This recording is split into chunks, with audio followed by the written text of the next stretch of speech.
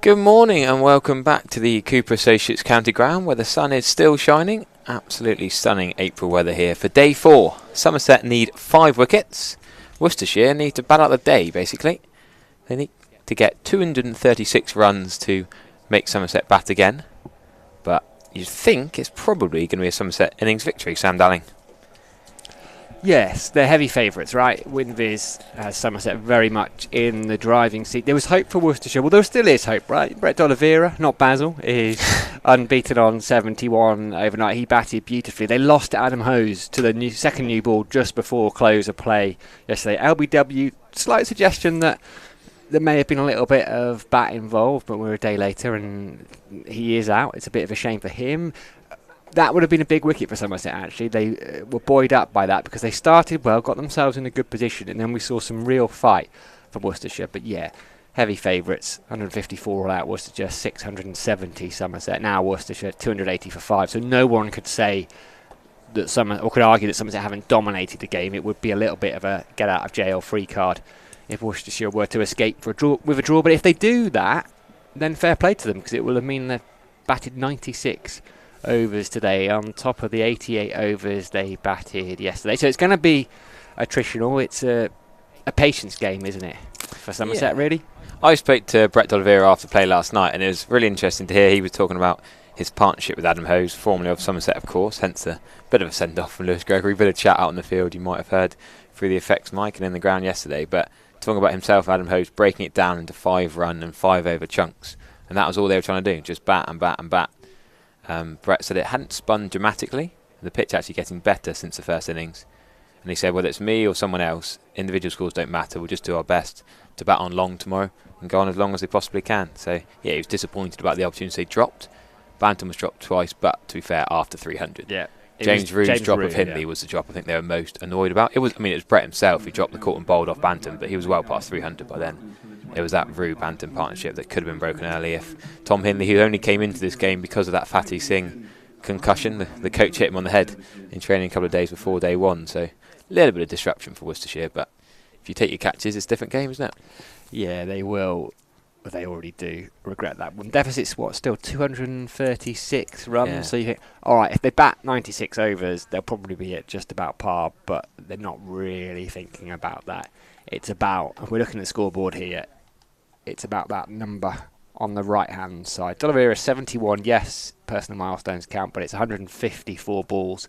He needs that one. I'm trying to do some quick maths in my head, but we're just shy of 600 balls today. So he needs to probably face as many balls as Tom Banton did in his 371 if Worcestershire are to escape here. Adam Finch came in as a night watcher, not really a night hawk role in this situation, but he would usually bat 11. So who have they still got? I suspect Two Matthew big Waite. all-rounders, yeah. Matthew Waite and Tommy Taylor can both bat very well. There's Hindley can bat. Hindley in the Birmingham Prem bats in the middle order and hits proper runs. He looked really good in that one-day cup game played here in August.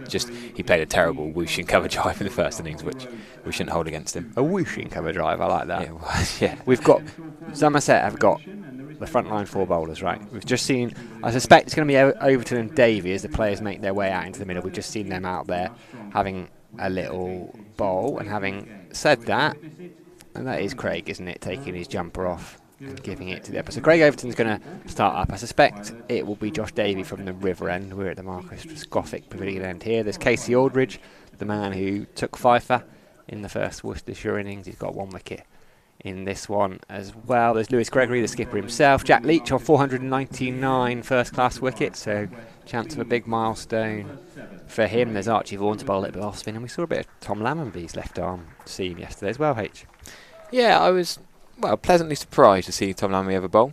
Always pleasant surprise, isn't it? Yeah, we do worry about Tom Abel's hamstring, so I think Lammonby has become the bowler of the top 6 if we discount Vaughan's spin from a seam option in the batters. Anyhow, Craig Overton into 2 slips straight away outside the off stump, and D'Oliveira didn't really leave that. He almost poked at it, and then sort of last minute did leave it. Put you on the spot then, Harry. When are we going to pack up our bags? When will you be doing your post-play interview? 12:42. Very precise. There you go. Very Should write this precise. down. 12:42 is my prediction. It's not an exact science. We're guessing, of course we are, but I just think if you get D'Oliveira... Is it not an exact science? It's not Is that exact. not when we're going to finish? There's not been a bit of someone to think I've got some match fixing arrangement going on. Straight in the middle of the bat from D'Oliveira. Didn't that sound nice? Echoing around the ground. It's not as full as yesterday, of course. Now weekday and being day 4, not guaranteed a day's play, but what a crowd we had over the weekend. First couple of days, really. Big crowd on day 1 as well. 12:42 would suit me. That would give me time to get my train to Birmingham and then Leicester in time for Leicester City versus Newcastle United tonight. Any later than lunchtime. Why are you off to Leicester City tonight? Oh, because I've got my ticket in the Newcastle United end. Well, what happens if we play till 6:30 tonight? Then You I'm will not be in going. trouble. That's a bit of a slower ball, that, from Craig Overton. I'll get that on the replay. Just sort of dipped and went away a little bit. I think it was just Fuller H. Okay, well, it did seem to move as well after it landed. James Rew going across in front of first slip. Do you reckon Triggs is probably landed in Portugal by now? I think he's a weekend or a week away with his better half, but he's negotiated 1 round of golf, which he's playing straight away. Do you reckon he's listening in for the live stream? I don't get that he's having 1 round of golf in a week in Portugal either. I'm not having that. Also, what a week to go to Portugal. It's beautiful sunshine here. You don't need to go to Portugal. It's going to be 20 degrees here all week. Not first thing in the morning, but by the time the sun breaks through, it's going to be stunning all the way until the end of this week as well. Great for pre-season friendlies and village cricket across the land. You got a few of those lined up? Yeah, Saturday, Sunday. I'm going to try and get to Hove on Friday, actually. Somerset's first away day. Actually, we should play. I think it's free entry at Hove on Sunday. I think if you log on, I saw it on social media yesterday. You have to log on and pre-register, but I think it's free entry down at Hove. Yeah, I'm not sure why it's just a Sunday. I'm not quite sure the deal, but that is Fuller from Overton. That's well played by D'Oliveira. Josh Davies swoops round. Just 1 dot away from a maiden to open proceedings here for Craig Overton. Love to see those of you joining the live chat. Some of you are a bit late waking up or putting away your work emails to get the live stream up on your second screen. Thanks to Mike for coming on the stream yesterday to chat about the museum.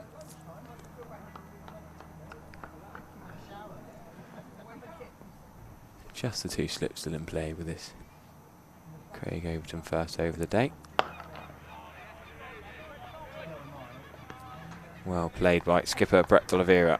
This is the other end, I guess. It's opening up an end, isn't it?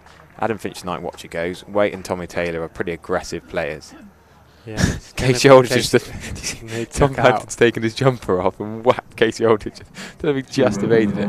It's good work from Casey, that. Yeah, it's going to be Casey Aldridge then to open up in rear red, not Josh Davey. 12 overs, 3 maidens, 1 for 34 so far in this innings for Casey Aldridge. He was the man that broke the partnership between D'Oliveira and Adam Hose late last night with that new ball, just getting the hips going with a bit of rotation. 6 wickets in the game so far for Casey Aldridge. It's been a good start for some of him. A couple of slips. Gregory and Craig Overton.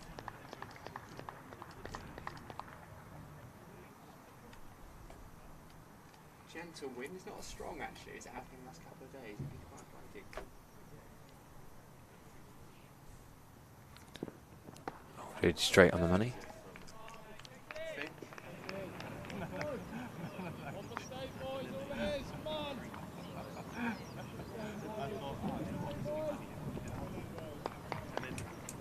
Archie Vaughan and Tom Lamby not bowled in the first innings, so 5 bowlers needed to bowl Worcestershire out for 154. The latter 2 used to make it 7 in the second innings, into the 89th and 90th over now.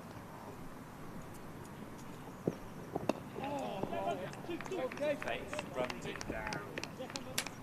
Picked up a couple of runs.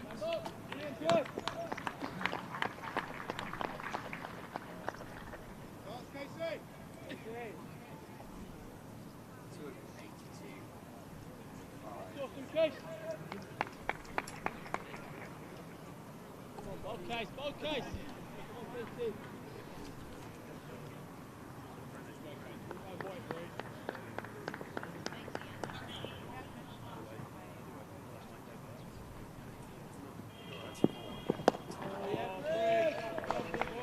Straight on the money again from Casey Aldridge. Really impressed with him in that first innings. Had a bit of a joke with him after day 2.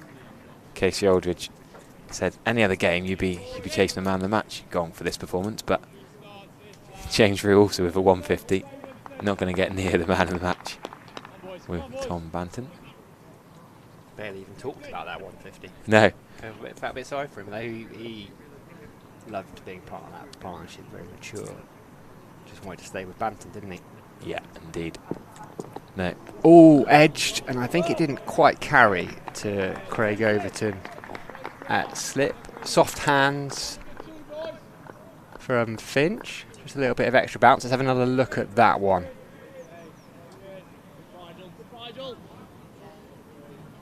Yeah, it just falls short of Craig Overton at second slip.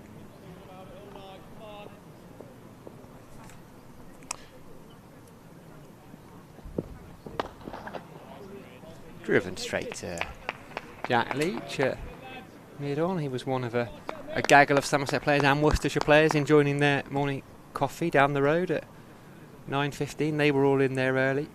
Popped in to get my caffeine boost, my coffee flight ahead of going to the gym, and I came back and Vic Marks was in there.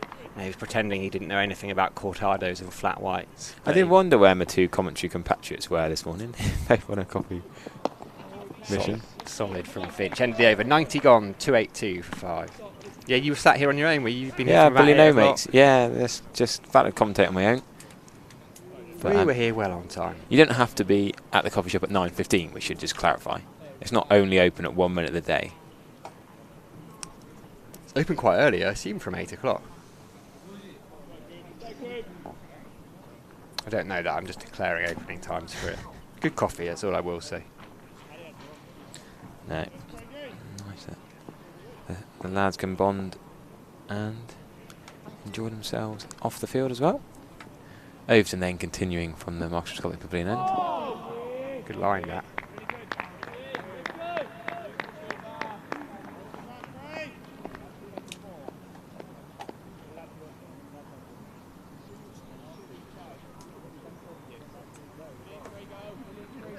So if you've been living under a rock or on holiday or somewhere away for 3 days, you've missed Tom Banton breaking the first-class record for Somerset's individual batting.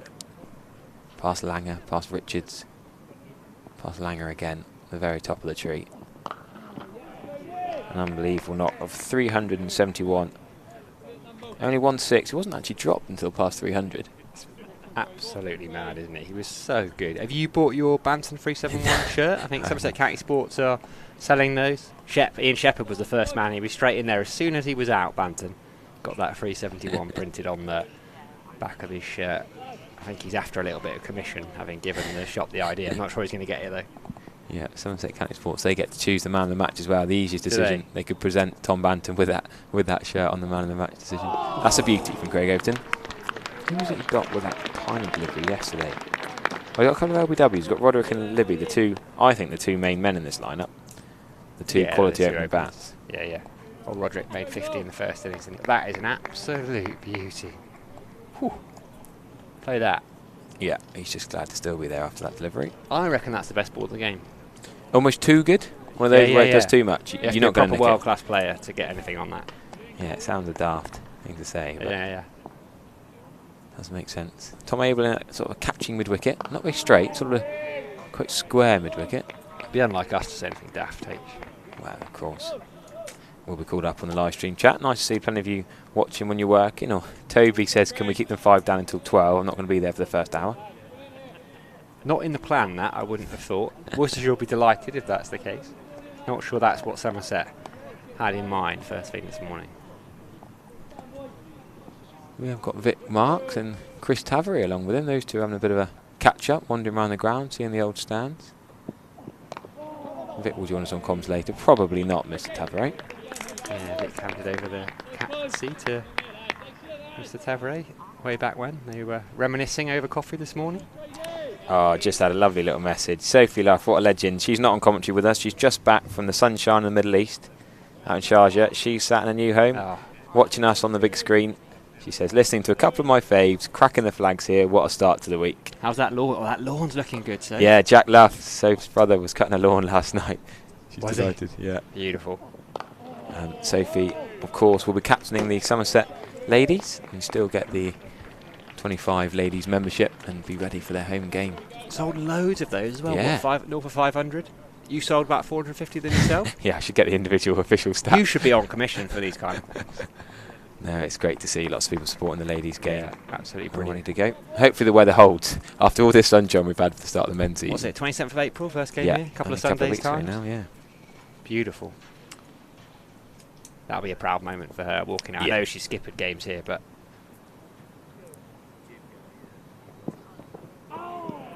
short ball from Aldridge. Finch is a tall man. A bit more difficult to get it up to that head height for him than it is to Oliveira. I wonder what Luffy thinks of the new coffee shop in Taunton. I know she's a big coffee aficionado. I bet they do good coffee in... Was it Abu Dhabi they were? Wasn't it Sharjah? Oh, yeah. Sorry, okay. Bet they do good coffee over there.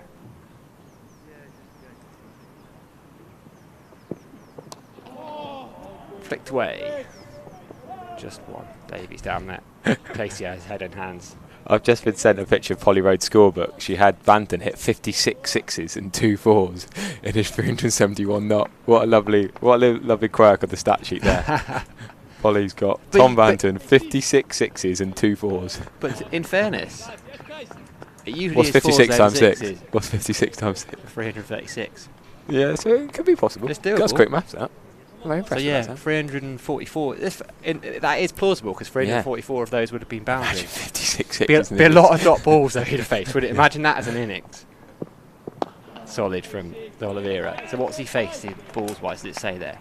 Oh no, she's not got the ball count actually. He's So Tom Banton's ball count. How many balls do you reckon he faced?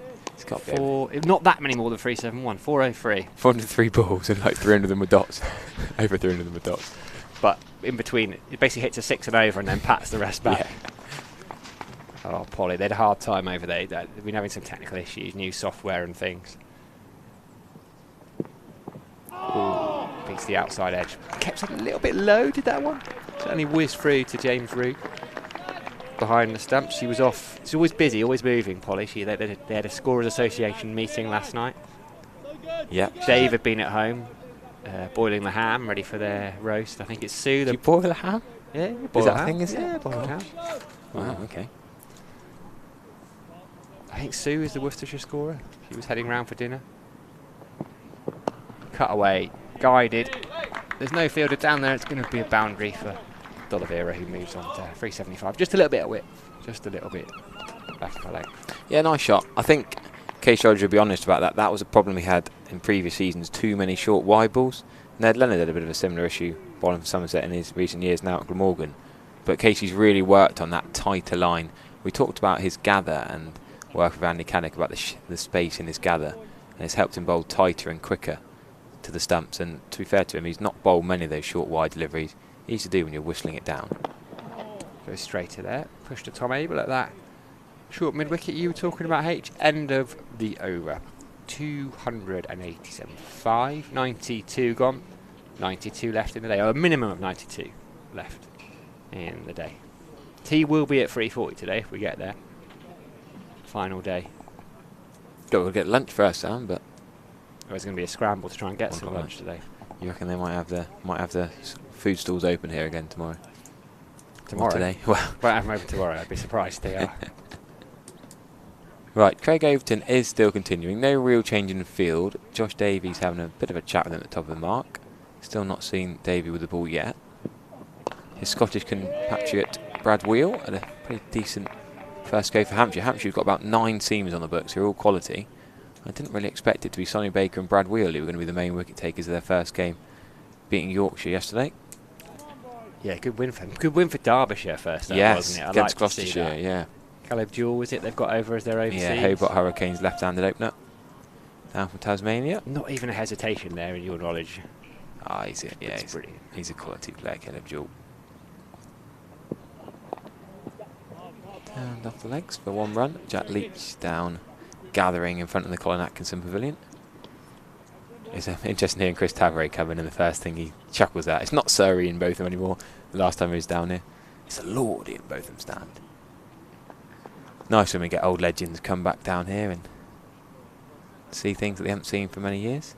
You approaching legendary status, do you reckon? No, the Legends Wall. What does that? You stand are on the Legends Wall, exactly. That's what I think. It's a loose term. Generously applied. Tom Abel still there on his haunches at that catching mid-wicket. That's gone away again, but almost past the bat. Brett D'Oliveira does that thing that batters do. Whenever the ball goes away past him, you just can't help the little movement of the arm as the ball goes past and away. So who are you playing your cricket for this year? Yeah, still Wemden again. You doing a bit of coaching? Yeah, I'm not doing as much coaching as previous years. Mark Davies, Pooch, who was left arm seamer for Somerset for years, he's coming back to do a bit. He had a couple of years away with North Perrott. He's coming back to coach Wemden again. Down the leg side for Craig Overton. Good take from James Root. Well, Perrott's a lovely ground, isn't it? Yes, they came back up to our league this year, actually. So what's that, Whipple? Whipple Somerset. So they went down to Somerset Prem and then came straight back up. We knocked them out of the regional round final of the Village Cup last year as well. Had a good game at their place. Didn't play particularly well, but we scraped through. Then got battered in the next round. Just searching. Yeah, all in good areas. And Annie's quick to chime up. And yes, playing for the Erratics against Stoke and Teenhead. But I think Annie's going to be in Hove all 4 days, actually, this weekend. She's selling a book. Is her book out yet? Is it out? Yes, it is. I think the 11th is the launch date officially, but she's got, you get, when you write the book, you get the first copy, don't you? Rightly so. Yeah. So she showed us one yesterday. She'll have a book launch on a Monday night with a bit of a quiz in a pub near the Oval in a couple of weeks, straight after the Somerset game, which is quite nicely timed. So I'll have to make a trip up to London for that one. Yeah, hope it goes all 4 days. If it doesn't go to the 4th day, it slightly affects things. But then I said to Annie, what happens if there's a thrilling, because she's meant to be in the pub at 6:30 signing a book. I said, what happens if 6:30 till 7 there's a thrilling end to the match? No one's going to be in the pub. For day 4 though, isn't it? Like your last hour, so. Yeah, but I was there last year, and because there was a delay with rain before, I think, it was when Casey Aldridge bowled really well, and they needed 200 off 19 overs, and we went on till nearly 7. Let's hope it's bathed in sunshine, Somerset win. Aldridge is in. So Somerset win about 5 o'clock on day 4 really is ideal for Annie's book signing. So if we can make that happen. A couple of books being launched and there's a quiz afterwards, that's right, isn't there? So Annie's book is Cricket Changed My Life, right? And there's 10 or 11 interviews in there with different people and talking about how cricket has impacted their life in a wider way than just playing. Yeah, well, cricket touches so many people in so many different situations, doesn't it? 2 slips. Bowled him. There it is. There's the breakthrough this morning. Casey Aldridge through the defences of Adam Finch. He celebrates. He has 7 for the game. Somerset have 6 in the innings. Finch goes for 8. 288 for 6. Somerset need just 4 wickets to wrap up an opening round victory here at the Cooper Associates County Ground. Yeah, we said they need to open up that end. D'Oliveira might be able to just bat on all day, but Finch, the night watcher, promoted up from number 11 in the first innings where he got a duck off 3 balls, held over to Lewis Gregory. He's now going to make Matthew Waite and Tom Taylor the aggressive middle order players coming in. Well, it'll be interesting to see how well they play. Matthew Waite timed those back foot punches. Unbelievable. First shot, bang. First shot of the season in the county championship. Let's see if he does that again. But that's come back a long way, hasn't it? Just hit the seam, move back, right through Finch's bat and pad. Beautiful sight. If you're a Somerset fan, not such a pleasant sight. If you are a travelling Worcestershire player, supporter, coach, not much Finch could do about that, I don't think. No, as you say, hit the seam hard, get a little bit of nibble. Mickey Pretorius carrying the drinks. He'll be expected to be in whites at Hove next weekend, but Josh Davey bowled particularly well in the first innings. Lewis Gregory's the captain. Craig Overton, vice captain talisman, and Casey Aldridge, the man who many would have said his spot he might take, has bowled brilliantly. Big selection decisions, isn't there? Yeah. I mean, there's the rest and rotation argument, yes, but it's only 1 game into the season. There's not been hundreds of overs in the field, so it might be the case that Mickey Pretorius, the overseas, might carry the drinks more than he expected to. Matthew Waite is the new batter, but what Somerset and every team has to be careful of is the volume of games. Isn't it? If we're finishing Monday, they play again Friday, 4-day game. They go again the following Friday. They go again the following Friday. There are a lot of games. There's a lot of cricket to be played in this first 6-8 weeks of the season. So rotation will be key. Anyway, Matthew Waite is the new batter. 2 slips in. Casey Aldridge immediately on the money. 2 for 41 he's got now. impressed on the Lions tours, didn't he? England Yeah. think very highly of Casey Aldridge as well. We think very highly of him. We do, yeah. Did well. Did well. England training camps. There's a lot of international selectors and former players who like the look of him. I mentioned a few times how I did against Sri Lanka in that game up at New Road last season for Lions. And Ooh, that's a beauty. Good carry there, back of the length. Wait, just hung a bat out, and probably, let's give him the benefit of the doubt, withdrew it at the very last minute. I remember when he first started playing in the, what was the previous sponsor of the One Day Cup? I forget what Metrobank, it was. Royal London? Bank. Well, Royal London One Royal Day London, Cup. yeah. Kevin Howells was down here next door, and he was, I quite like the look of that. Casey Aldridge, promising player. Expect taking you on and paddle in the days before the game. He's got his competitive juices flowing. I'll take credit, shall I? Straight push to mid on. Yeah, nice to see Casey's family coming to watch yesterday. His brother and wife, and their child was here actually the day before. A lot of kids running around. It's that age where a lot of the Somerset players have got families now, and it's nice to see Casey's just kids got a running little one, around. has he? Not Casey, no, Casey's brother. Oh, I see, right. But just the family fan club. Yeah. Oh, they're an absolute joy, little ones.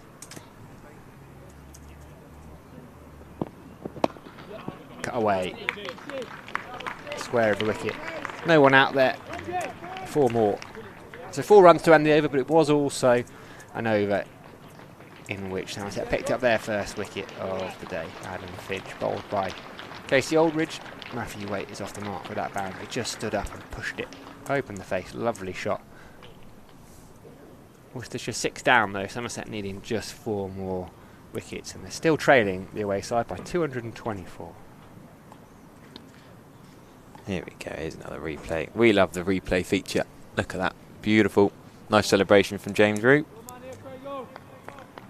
There's Tom Abel first on the scene, wherever He he's always fielding. is, Yeah, I know, but even if he's out on the boundary, he manages to be there first. Yeah. Brett D'Oliveira looks very solid here. We haven't seen much rotation on the strike here. Craig Overton. Dot ball after dot ball. Keeping D'Oliveira at one end. He's got the patience though, Brett D'Oliveira. And he'll trust Matthew Waite. He won't start doing anything silly.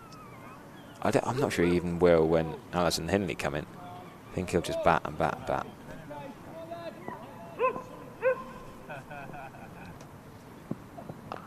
Ooh, it's nearly bat, sort of body, then stumped. Inside edge of the forward defensive poke.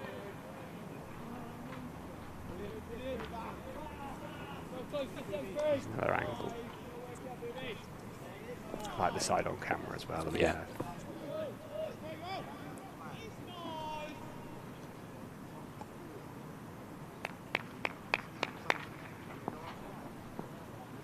So what do we have yesterday in the county championship? 4 results. 4-day 3 results.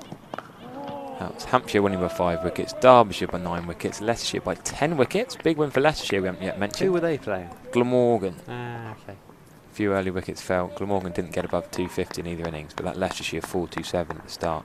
Ben Green, of course, Somerset man on loan at Leicestershire. And the other, yeah, we might have briefly touched on earlier. 3 slightly surprising Division 2 victories. I thought Kent would have really struggled in Division 2, but they beat Northants by 145 runs in that Lehman Hollyoak coach-off.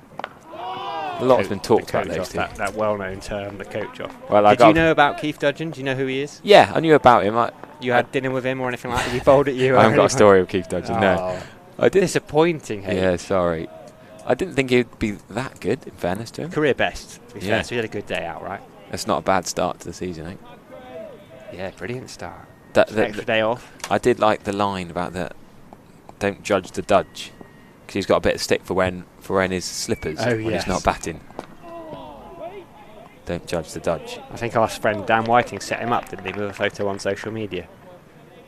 With his Oh, I didn't see that. post-play, yeah, Dan had him with his footwear. Dan got a selfie with his feet, did he? I don't think it was a We'll put selfie, it I think he past just him. took a picture of him and his feet happened. And there was a comment from Dan about his footwear. He had comfy feet. Fast bowler, you got to keep those feet comfy. They take a bit of a pummeling.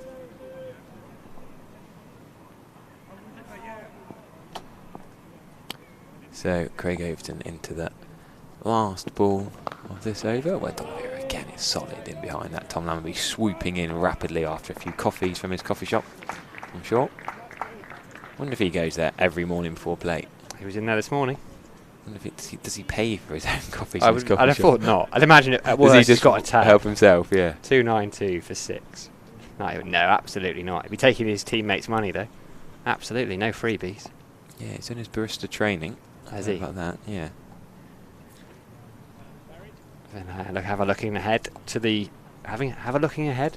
Have a look ahead. We know to what the you mean. Nottinghamshire game. Yeah, we do. Coming in June, Festival of Red Ball Cricket here at the Cooper Associates County Ground. Lots going on in that game in particular as Aldridge is in. A couple of slips. Sean Dixon sweeping that cover. Tall figure of Casey Aldridge. Found his rhythm early this season. It's good news for him. Good news for Somerset. Massively so, particularly without Matt Henry. It's almost like, I'm not trying to say Casey Aldridge is as good as Matt Henry yet, but Matt Henry's not going to be here for a few weeks, or worst case, not at all. Then Casey Aldridge in form is a massive plus for Somerset. Pushed straight to Tom Abel at mid-wicket. Fizzes that one in to James Rue. Gets a round of applause from Lewis Gregory, who just stands there surveying everything, hands behind his back at first slip. He'll be pretty pleased with the way this game has gone so far. Very relaxed character. He's one of the ones with little ones, isn't he? Did he have a baby last summer? Lewis Gregory year before? Yes, yeah. Don't quite keep tabs on. Surprises me with you. Of the Somerset players. Surprised you're not offering to babysit. My wife was actually asked to babysit Tom Lammonby. Bizarrely, as a kid, they grew up next door to each other. Is she that much older than Tom Lammonby? Yeah, 4 years older, which is enough. I suppose it is, yeah. Just about that. Maybe 5, actually. Depends on what age he was at. If she was 6 and he was 2, I'm not sure how well it would go, but I guess 15 to 11, yeah. Yeah, something like that. And it's just next door for a couple of hours. Did you say yes or turn it down? Don't actually know the ins and outs of that story. Push back to Casey Aldridge, who does the fielding and immediately chucks it to Sean Dixon to do a little bit of work on the ball. It surprises me you haven't bottomed that one out. Well, yeah, I guess. You like to know all the detail, don't you? I normally do, you're quite right, yeah. Difficult day. I was just having a look at your screen. I was thinking a bit earlier. Difficult day for Durham. Notts in a strong position for Trent Bridge, aren't they? As long as the sprinklers have stayed off. Yeah, I didn't think Notts would do quite that well, actually. I thought Durham would be in charge of that game, but fought back well. Push, nice shot into a gap. Probably just be one. Is just one. Jack Leach. No, it's Tom Banton throwing himself around there. Has he got his pads on already? I think he has. We'll see a bit of Jack Leach, I'm sure, before the hour is up. Oliveira just retaking his guard, batting on off stump by the looks of things. And he takes off, takes middle, just checking. It's a lot of... What do you take? I take middle. A lot of batters like to take off these days, don't they? Or trigger on to off. Bit of a modern trend. Not sure Chris Taveret would have taken off. I'll ask him when he comes back. Flick to mid-wicket. It's like juggle by Archie Vaughan. End of the over. Casey Aldridge just kicking a little bit of dust away. 293 for 6. 96 gone. Partnership is worth 5, but it's more about balls. It's more about balls and time. Matthew Waite and Brett Oliveira. They haven't quite got all the time in the world, but they've got all of today. They can try and have an extended net session. Or better practice than out in the middle.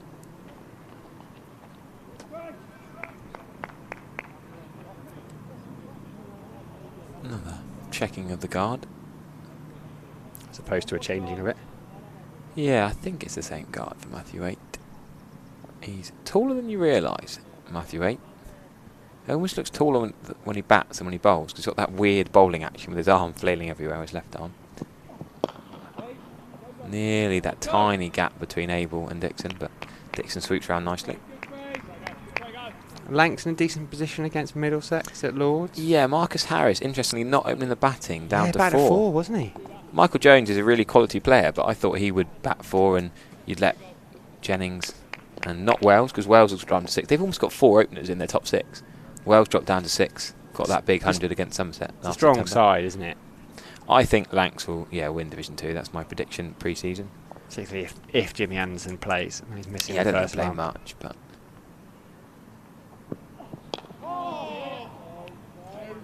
Straight from Craig Hayes. I don't think it was quite worthy of that hands on head. He likes to Bit of mind games, though, isn't it? Well, yeah, I guess. Gets himself ticking over. Throws his head up. Get himself going, yeah. Could watch him play cricket all day, Craig Overton. Yeah, he doesn't ever make it dull, does he? No.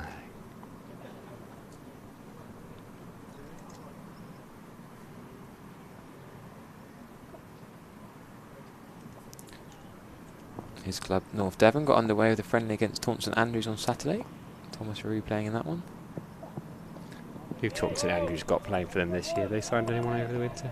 Any big They've names got a new young move? captain, because Lloyd Alley's retired to play golf. You've got a new young captain. James Travers is on the Gloucestershire book, so how much he'll play will be interesting. Josh Thomas moving on to Thornbury. George, of course, now down in Sussex. So a few changes.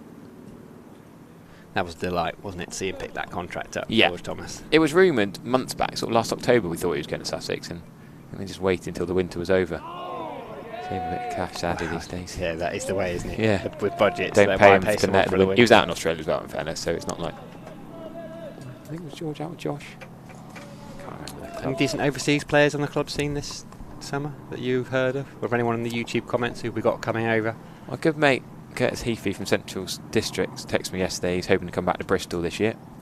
Holstered Cleek, the lad, he got 100 for Cardiff in the county warm-up game last week. He's going down to Penzance. Charlie Sharland's gone to Penzance as well. Bit of money down there. Was he at Taunton Dean before? And then Bridgewater recent years. Was he on the academy here? Or Yeah, I well back. recognise Yeah, the name. Batter, Bolson, Mospin. A Bath still very strong in the... Yeah, not. Yeah, they'll be there or thereabouts. Not quite as strong as they have been, I guess. Scrivens, Ellison are still there, but slightly ageing. Joe Hayward will play a few games, of course, Somerset bowler. I should have had 4 wickets against Bath last year. I'm still cursing myself. Dropped a left-handed diving catch off Harry Ellison. First ball. How many did he Could make? have beaten him T20, and he got 50 not out and won in the game. So Won you by basically- 3 wickets. You Dropped us basically the got your game. side knocked out. Yeah, I mean, I had taken the 3 of the top 4 and then dropped the last man we needed to get before the bowlers came in, basically. So it was, yeah, it was frustrating. Would have been quite a big scalp, that. No point in living in the past, Harry. No, I've still got the pink mark on my middle finger for that drop.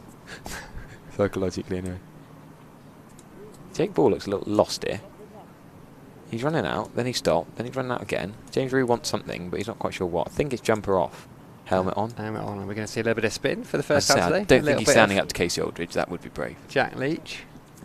I see Tom Banton as well. He's going to stick those shin pads on. He's had his pads on for a lot of this game, Tom Banton. Jack Leach, yeah. It's going to be Jack Leach on 4. I was about to say stuck. He's not really stuck on 499 first class wickets. A, because... You take that, yeah. Yeah, A, well, yeah. You take it. And also he hasn't been there for that long. He picked up his 499th only yesterday. Oh, I love that. Cheers, Lloyd Alley. Brad Pretorius is back for Bath. Harry Bowdick Brad. signed him for North Petherton, I think it was, years ago. Is One of Harry the best overseas. Is Harry Bowditch a director of cricket in North Everton, is he? No, he's Wemden now. He's sorted our overseas out for this year. Plays Wemden 2s, doesn't ever want to play 1s, but he probably could do a job for us. Lovely young man. He was. Yeah. He's a slightly less young man than when I knew him growing He loves up. his cricket. Oh, he's, yeah. he's the badge of all badges. When I go to Wemden training, we just talk county cricket all day.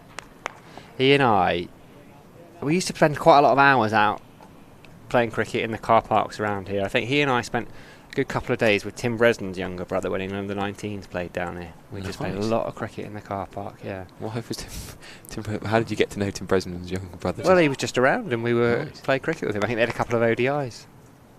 Richie, I think he was called. Jack Leach, 3 for 69 off 30. Just making a slight adjustment to his field, which has 1 slip. Tom Banton at short leg. Tom Lammonby at short cover.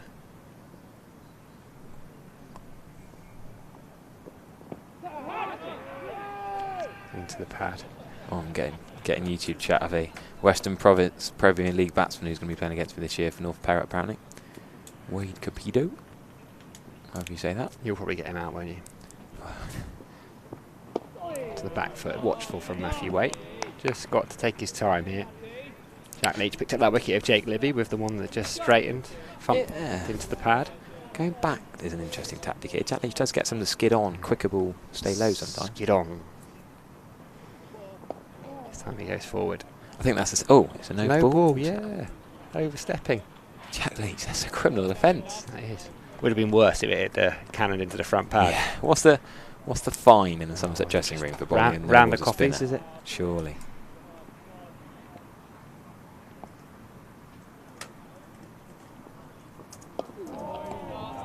Watchful. You're Googling that. I think that's going to be freely available information. I wonder if they obviously do have a fine system. Yeah, I wonder if it's a sheet or is it just a pinned message in the WhatsApp group probably these days. It's all moved around electronically. Yeah.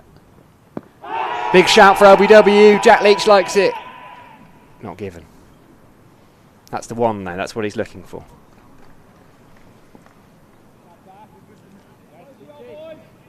Wait survives. 6 from 16. Let's have another look at that one.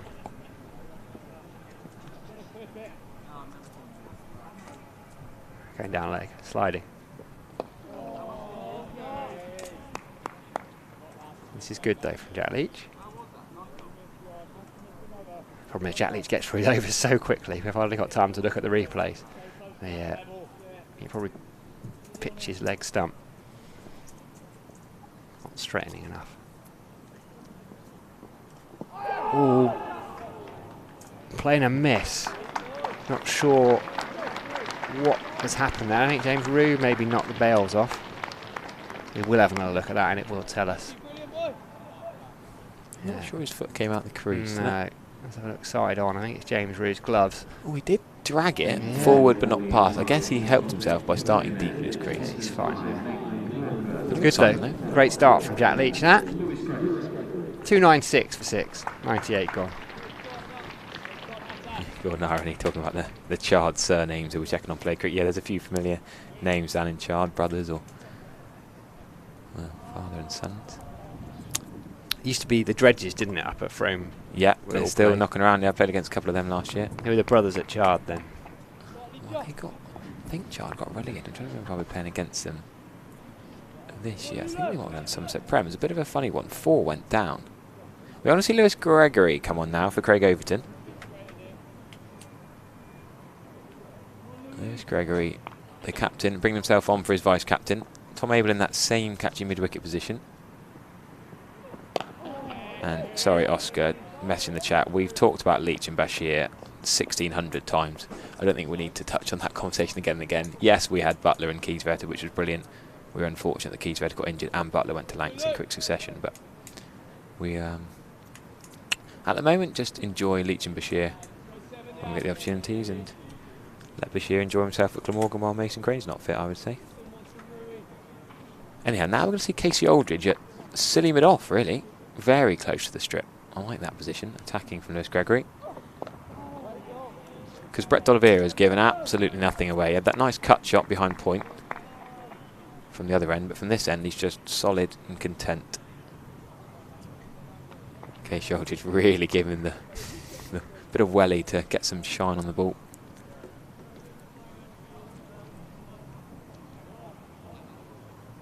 Tom Banton's just gesturing cover and point to go round. I guess a direction from Gregory next to him. That's a short wide ball that D'Oliveira's fuming. He's tried to get that away and just leant back a touch, not quite had his head over the ball and scuffed into the offside for no run. Tom Banton must have the strongest hip flexors in cricket. Think how many balls he faced, think how long he batted for, and then he's straight onto the field with pads on. Oh, I know. Surely you'd be like, don't wear shin pads. I know they're only shin pads and not as heavy as pads, but it's still a bit of weight on the legs after those marathon innings. They're big on their ice baths here. They jump into those after. They got Tiverton Town. We used to have a compost bin at Ladies' Meet, filled with ice. It's good for you. We were waiting a long time for Tom Banton's interview after play, so maybe he jumped into the changing room ice bath for 10 minutes. Probably deserved the shower really after that. Yeah, not many. D'Oliveira actually had a shower before he came out to interview, which not many players do. He's a lovely man, isn't he, D'Oliveira? Yeah, very polite, humble, good leader of good cricketer. The pairs. Very good cricketer. It's a lovely club, right? I always enjoy going up there. Luckily enough to go there. It's a bit of a shame we don't play them in T20 a bit more because of the. And a bit of shame, I don't think we play them away this year. Do we not? No Surrey at home, no Worcestershire away, I believe. Yeah, definitely no Surrey away. Played Durham twice, I know that. Yeah, the longest trip in the game. Slightly daft, isn't it, the games they At choose. least they're coming down here in the one-day cup, because last year Somerset went all the way up there. Was They it? did I win don't think it quite was quickly. Durham, wasn't it? At their outground. No, it was there. Was it Chester It was Street? Chester Street, yeah. Oh, was it? Who was it? that Jack played- Leach took. Was it the year before? The year before Durham. What's Durham's outground in the one they South North, they're playing. That's it. Gosforth. 2 years ago they played at Gosforth. That was it. So yeah, 2 years in a row, Durham away. Yeah, no, I've been at Gosforth. There is a single for Brett Delvere from the centre. It could be two, you know. Jack Leach. He'll get a hurry on. He'll keep it to 1. Delvere will keep the strike there. That's probably interesting, though, that for the game. D'Oliveira facing Jack Leach now. Well, with given that one. given that Jack Leach is bowling, I think it's time for me to bow out. And Vic Marks is going to come in for the first time today. We'll get a proper spinner on to talk about Jack Leach's bowling. So 297 for 6. No batting points up for grabs, nor bowling, of course, being the second innings of this match. 99 overs gone. There could be 85 overs remaining in the day. We'll be very surprised if we're still here at that point. I mean, Brett D'Oliveira and Matthew Waite or someone else will have played an incredible knock to still be here then. Jack Leach is wanting a deep mid wicket. Lewis Gregory is gesturing to someone there. Hello, Harry. Nice to have you with us, Vic. Yes. How are you? We're on microphone 3 today because number 2's not working. I understand now. Sam tried to tell you, but I've been pressing buttons left, right and centre here. we got DJ Vic Marks in the box pressing buttons. And nothing happened. We've got a deep cover going out as well, actually, and a long off. Wow, this is attacking. Sorry, this is defensive. I mean, the opposite of attacking. Interesting. D'Oliveira. Well, it It's is not strange, Peter but what I guess they're doing Give him 1. is saying we want to bowl a new batsman, even though Waite is a perfectly accomplished batsman, isn't he? Yeah, he's not a number 8. He's more of a 7, really, Okay. Well, because the night watcher. so in outfield, I want to bowl at Waite, but it's not yet. Anyway, 4 more to get.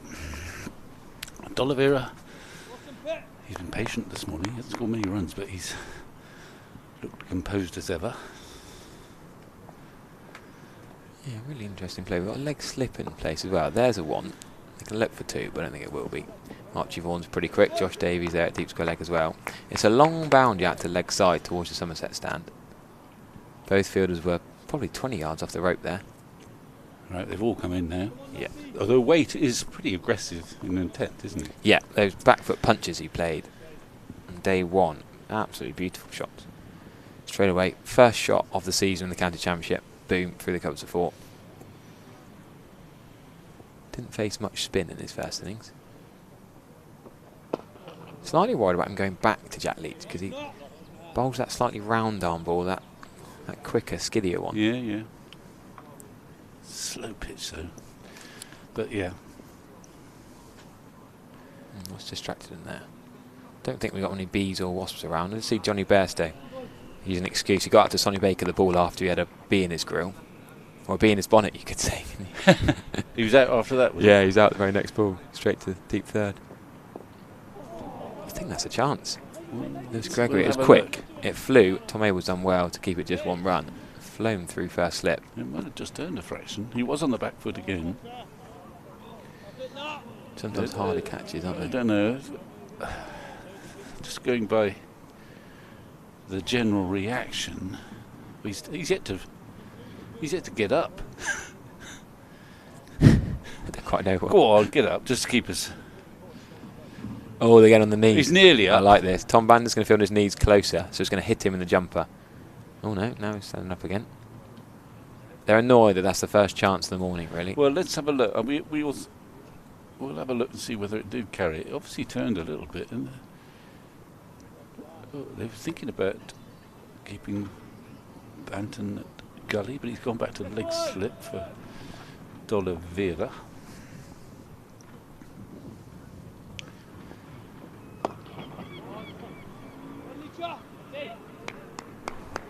Try and get your We're going to replay have a here. look at this.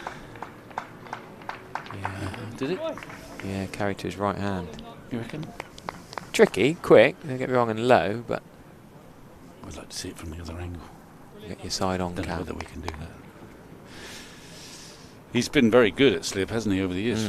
Gregory at slip too. It's not easy. There's always a specialist position, fielding at slip to a slow bowler. Nasser Hussain used to do that for England, but he never fielded in the slips against the quick bowlers. But Craig Overton normally does it, doesn't he? And Craig's just come off from bowling. Well, he's just had a longish spell. I don't know. I can't. Lewis Gregory slipped for the seamers, but yeah, not always number one. Yeah, Craig Overton's back in slip now when Lewis Gregory's bowling. Yeah. So maybe we'll give it a half a chance. So we I mean, like my eyes. well, Craig's I couldn't quite- bucket. Yeah, I think Craig would have backed himself to take that, but Well, he backs himself to catch everything. yeah, exactly. He'll catch pigeons. There's Gregory continuing then from just Gothic to Blue End. That's a tight leave. There's only 2 types of levers we know, but James Rue cannot believe that's missed off stump. Well, he's also, I think, trying to get in the head of the batsman. Here's another look. This is. See, I don't think that's a chance. It didn't No, carry. You see, you're one of half these chance. fierce critics of Well, fielders. it would have been a great catch. I'll give you Well, that. he might have caught it if he was fielding about 18 inches closer to Or on the his stumps. knees. Or on his knees, as they just showed. But it bounced in front of him. I guess the point I'm trying to make is if Craig Overton's there, he's got that longer reach. Can he get to 1, 2 You're not inches? going to let go, are you? You know what I'm saying? You can reach further forward. Yeah, It would have still been a very good catch off the turf. I don't put that down as a chance. But Okay. then, If you were bowling, would you put it down as a chance? I don't know, slightly different. Yeah, of course. You have different standards when you're bowling. Yes, indeed.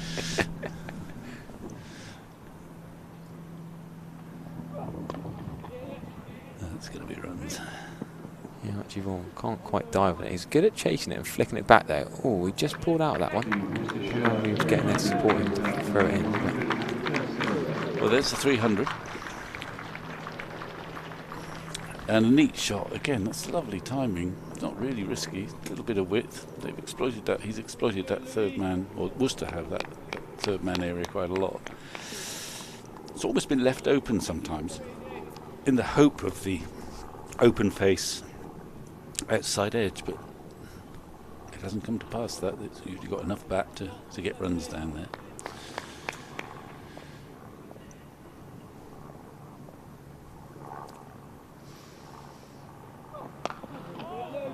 Just going back to that chance, the one positive from a Somerset perspective is that it just held its line. That did turn a little bit, not much. And you say that weight plays off the back foot quite a lot. The really great players play a lot of spin on the back foot. You watch Joe Root, is the best modern yes, very, example. very good, yeah. You've got to be hawk-eyed for that, but it is also the best way to do it if you're good enough to play like that. You trust the pitch and you've got the time to Yeah, adjust. you trust to the yourself spin. too. It's an exciting thought from Lewis Gregory. Yeah, I think the umpire agrees with you. I think on this one, yeah, you're right. I'm not a great umpire, I will admit. I'm not a great umpire. I never like to be in that pressure situation. I'd rather be playing or scoring even than umpiring. But he did step across. Yeah, the he stumps, did, and it would be quite interesting to see the old, Hawkeye in operation there. But I think it's just going down, but not quite as far down as you first thought, because he did get a long way across. He was playing around that front pad a bit. which is what Lewis Gregory wants. Yeah, yeah. Josh Davies good at attacking that front pad as well. Yeah. Quite a few bowls soon.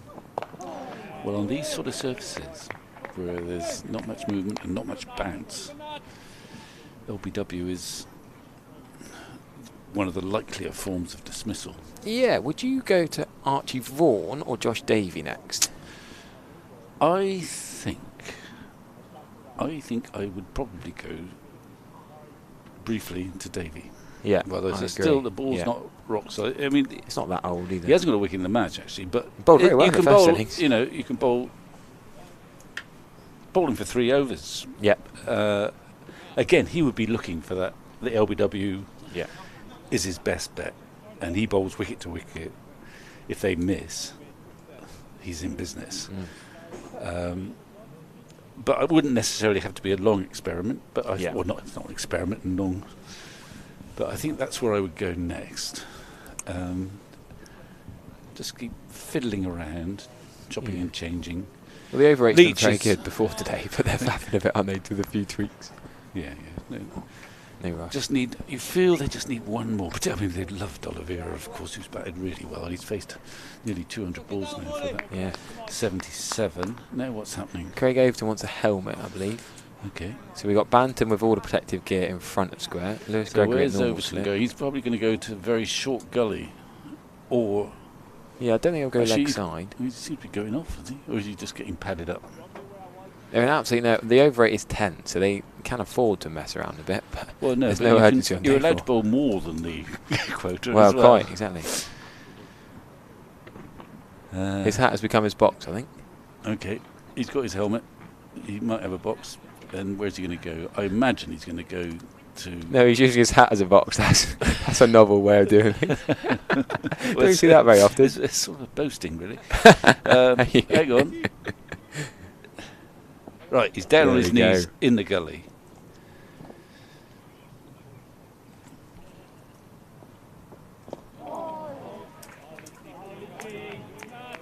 So this, yeah.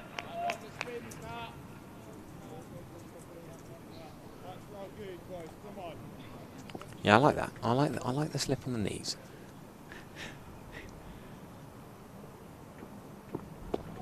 Worked so well. Tchaikovsky, I think, was the first. Well, the first in this era to do it. Did you see it before that?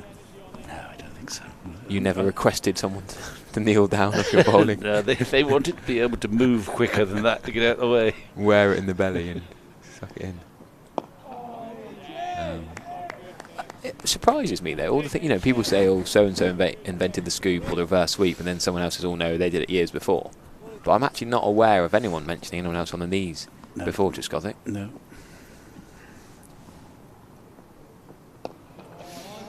And we take it as a Somerset thing, but I'm sure someone else. I think I've seen it elsewhere now, but Marcus was the first person I can remember doing that. I just thought he was getting on a bit, and his knees, he's a bit tired. His knees were sore at first. Quicker, flatter from Jack Leach, seemed to be. We'll try them every now and again. Almost an arm ball.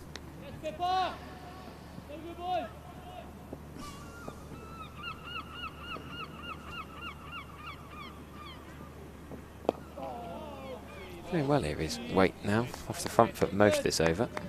I guess he's worried about the back foot now with so many catches around. Well, I don't know. I think his just judgment's a bit better. Yeah. You don't want to lunge too much at these spinners. Don't go too early. But he played that over impeccably in a defensive manner. They always talk about batsmen, don't they?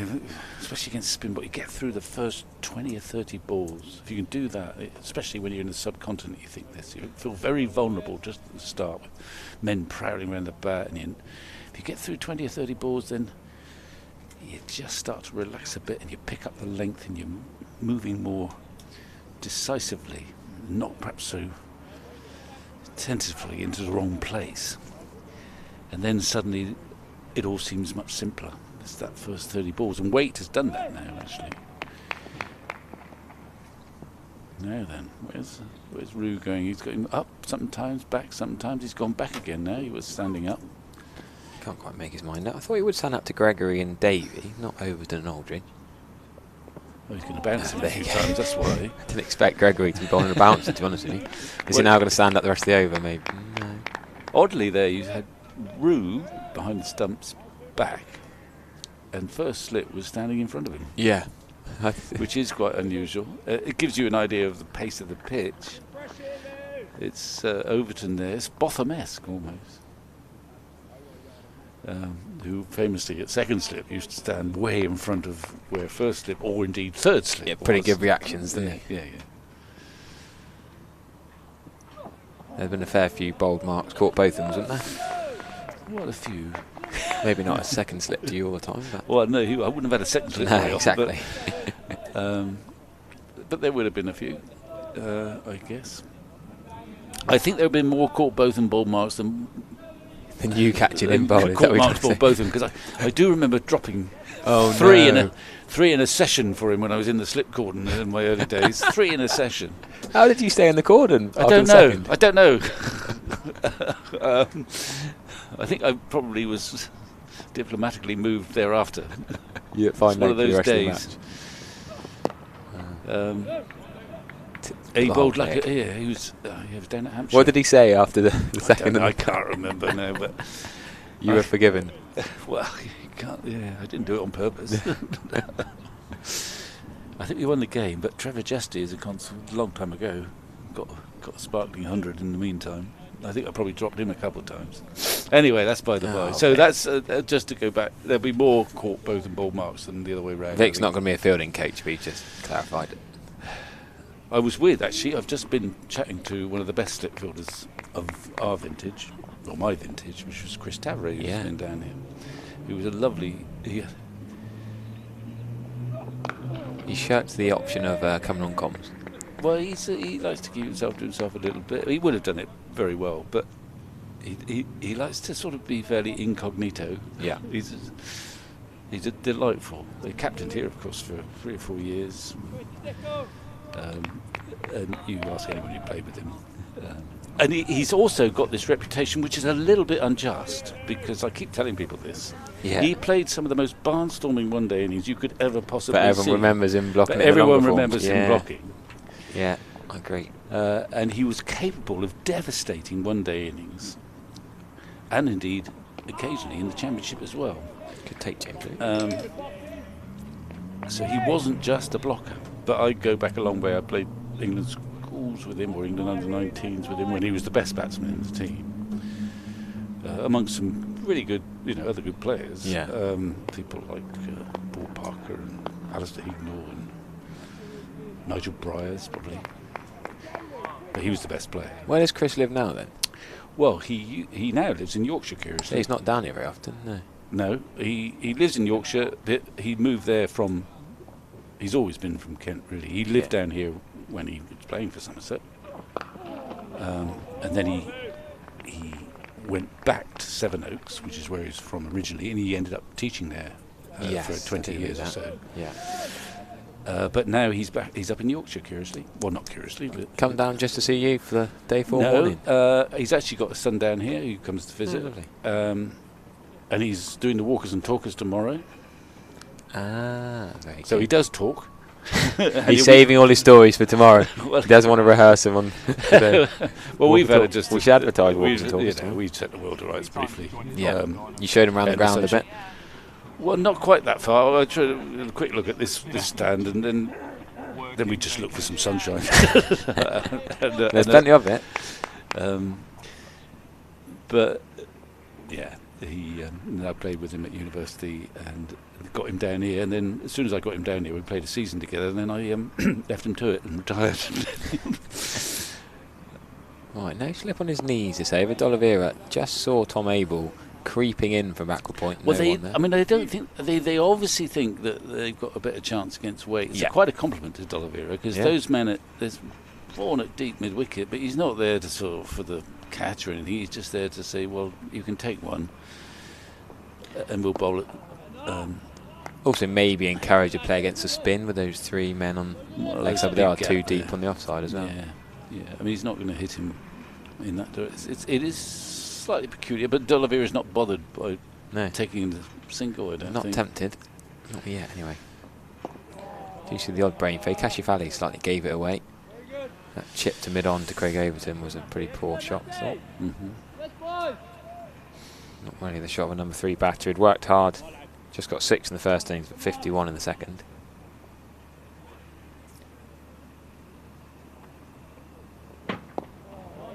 Slower, but well weighted for D'Oliveira to play with soft hands. Defending in between. What are we calling it? A silly extra cover? It's not really a silly point. He's just in front. Well, he is a bit straighter than a silly point, I guess, but they're all coming in now, except for long off, curiously. I don't think D'Oliveira's going to run down and hit him over mid-off at the moment. Not one to not. I think we thought about a single between Archie Vaughan and Josh Davey, but rightly says no. Last ball of Jack Leach is 34th of this innings. Well, I didn't. Twigg bowled quite that much. We clocked up near 30 yesterday. Yeah. Quietly. I mean, he's not work shy, Jack, as we know. This could be harder work for Somerset than some suspected this morning. They bowled perfectly well. I was not in the best possible vantage point when the wicket fell, but that looked like a pretty handy delivery, was it, from Aldridge that bowled Finch? Yes, yeah, a little bit of movement. Yeah. Yeah, Finch got LBW to Gregory in the first innings for naught, but just really just did his job as night watcher last night. Threw out a couple of balls this morning. So yeah, still no Archie Vaughan or Josh Davey. It's going to be Gregory continuing in tandem with Jack Leach. A lot of chat with Josh Davey though. Here's the bowling figures for you. I said earlier, there was no Vaughan or Lammerby in the first innings, not required really. Worcestershire bowled out for just 154. Somerset had to dig a little bit deeper. They scored over double those runs now. Just about 3 runs from double.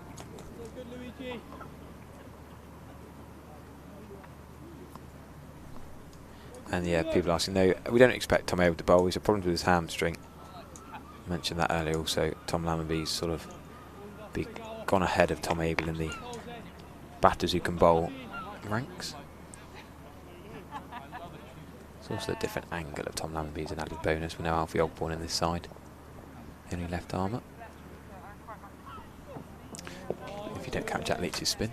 I think, yeah, Lammerby could years ago. You could see him swing the ball, but generally now he's so much the bowler of the last resort that the ball's pretty, unless it's going to reverse swing, it's not going to do much Dog for ball, him. Isn't it? Yeah. Yeah, So it'd be interesting to see him take it a little bit earlier. Yeah. Because he often took the first over in T20. I remember Miles Hammond took him down at Bristol, and that sort of ended that experiment for a while. But yeah, for 4 or 5 games in a row a couple of years ago, he took the first over T20.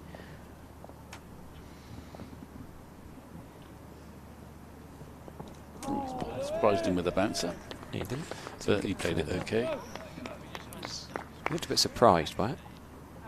Well, he's playing pretty well. Wake in the first innings, he was very forthright. Yeah. But he's playing the situation and showing quite a lot of patience and perfectly good technique. No devil in the pitch. It's never going to be easy.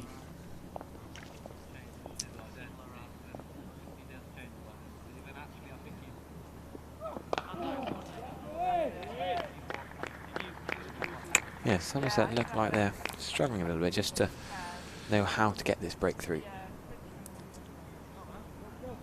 Well, Vaughan's starting to do a bit of loosening, but that may be just an optimistic. Well, he wants to bowl. He wants to bowl. Davies, we think the other option. He's at mid-on.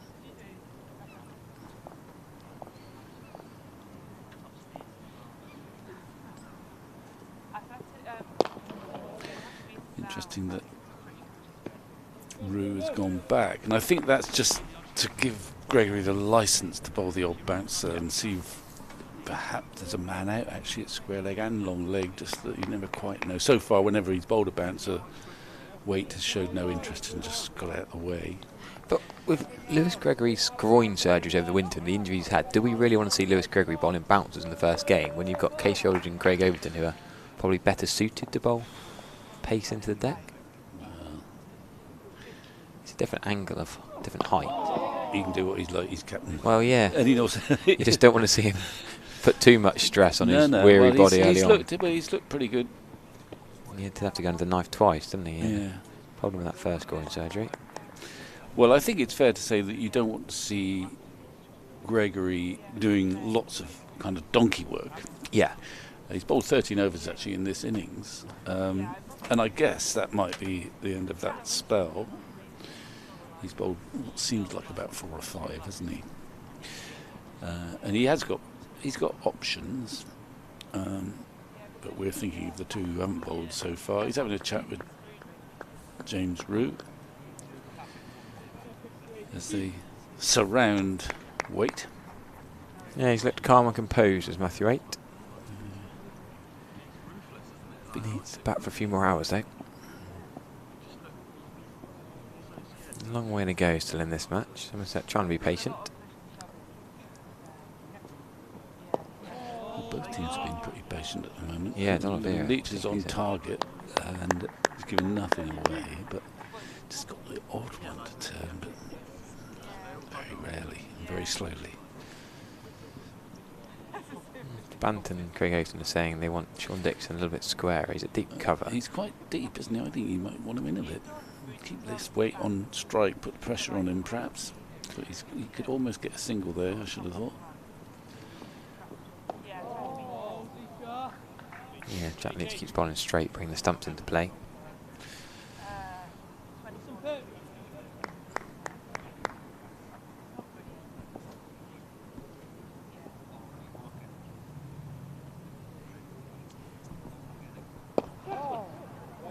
That's a good bit of fielding.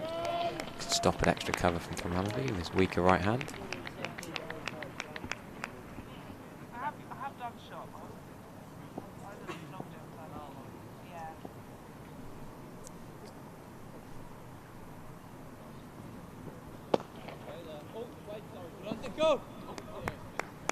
Craig Overton still kneeling at second slip. Right, his haunches actually. Some of they kneel sort of upright, but he's really low down. I mean, he is very close. Yeah. You can understand why he's got the helmet on, but particularly if he's not going to do it, I don't think. But if he went for a reverse slap, then he is close. I mean, that would be a surprise out of nowhere, the reverse slap. Well, or a quicker ball from Jack Leach might get an edge hits him in the end. Yeah. Maybe Gregory takes the catch off the Craig Overton helmet.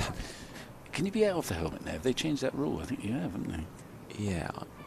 You never used to be able to be caught off the helmet, but I think you can now.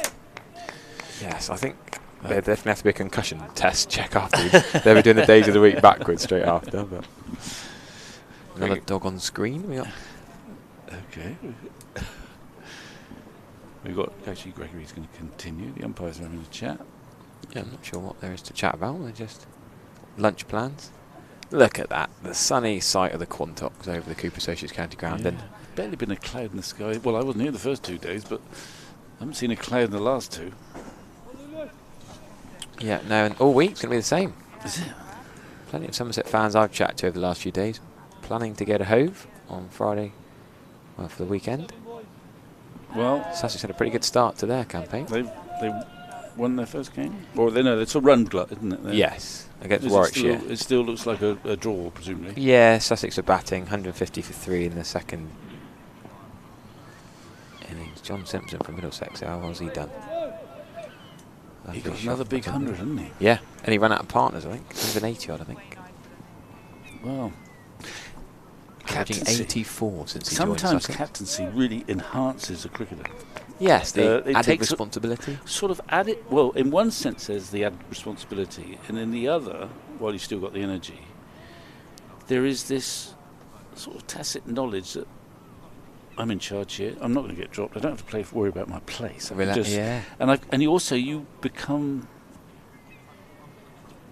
less preoccupied about your own game. Yeah. You agonise less. All you want to do is somehow try and find a way to win this game, and it kind of takes you away from those personal agonies of why technique, what's gone wrong.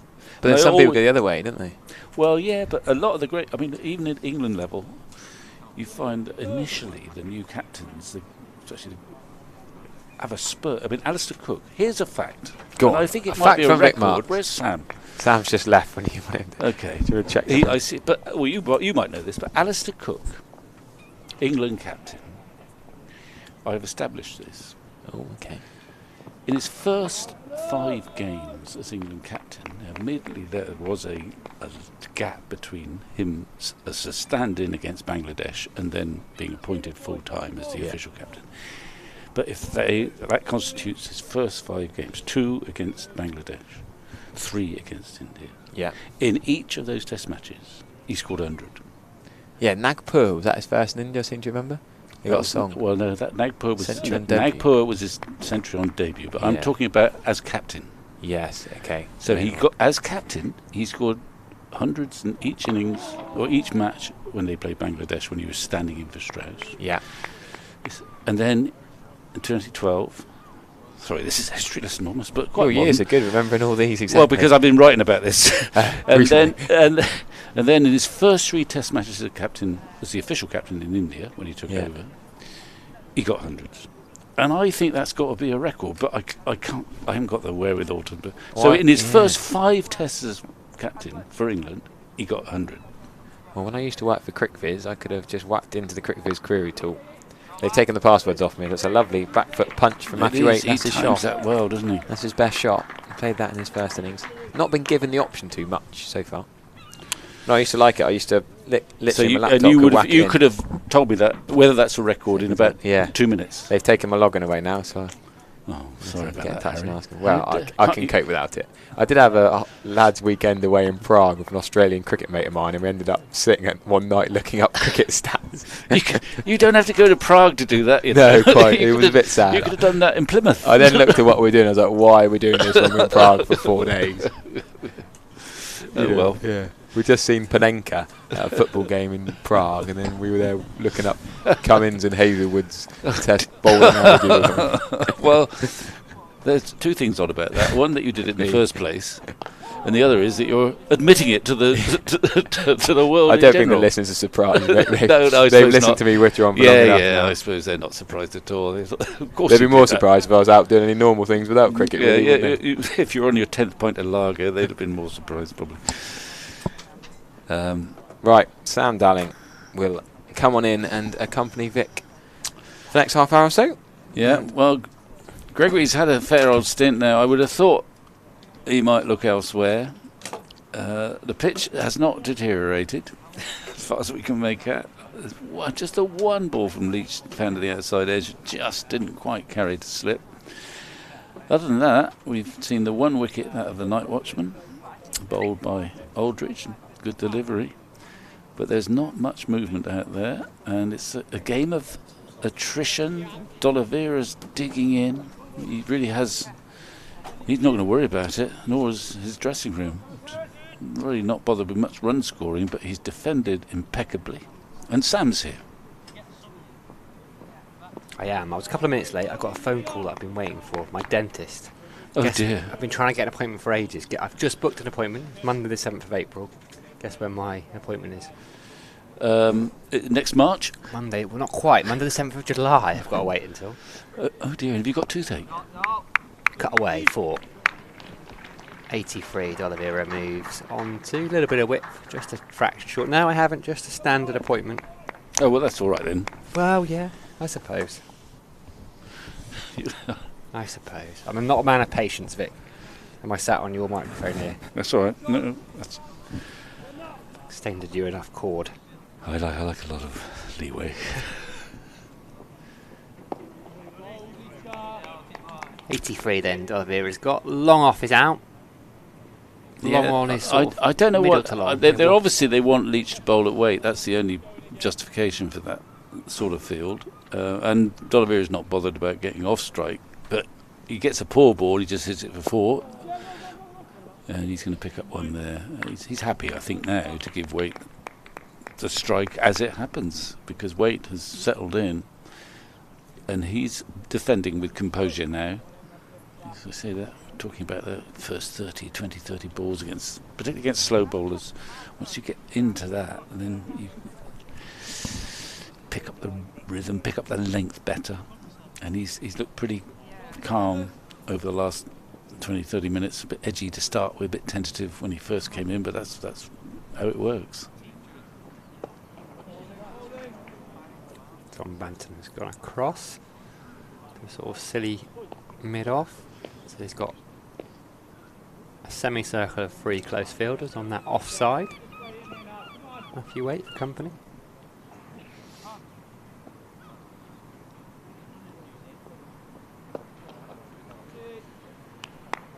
End of the over. 108 gone in the innings. Minimum of 76 left today. As Vic pointed out, you can bowl more if you get through them quickly. So Gregory, I think, is having a break, and which way they're going to go? I think it's going to be. Well, I don't know if it's going to be. I think it's going to be Vaughan. Young Archie. It's going to. We decided it was going to be Vaughan or Davey. I think someone I just think trotted off. I'm not sure who that is. It might have been Gregory, was it? Michael Pretorius is on. I think it might have been Gregory. I think he has to recover from his 5 or 6 over spell briefly. I don't know. Where's Craig Overton? It's Gregory that's gone off. Okay. Get that back moving. Craig Overton is at first slip, I believe. Yeah, but he's not waving his arms around much. It's good to see Archie Vaughan actually waving his arms around a little bit. I like that. The bowler, even though he's only a pup. Would you always control your field? Well, you were captain for a bit, so that helps. But that helps. Well, I think any good captain wants his bowler to have a clear idea of where he wants his men or women. And then if you don't agree as captain, then you liaise. But it's good to have a bowler who has got a clear idea of how he wants to go about his business. Thinking back to England days, it was, I think, sometimes a bit of a frustration, say, for Michael Vaughan, that Monty Panesar, he would set the field for Panesar, by and large, especially initially. Whereas in the ideal world, you want your spinner to have a clear idea, and by and large, you'd let that happen. In the old days, you might have arguments, I think, they say between Mike Brearley and Phil Edmonds about what sort of field you want. But captains like bowlers who've got a clear idea of how they want to go about the business, or they should like bowlers like that anyway.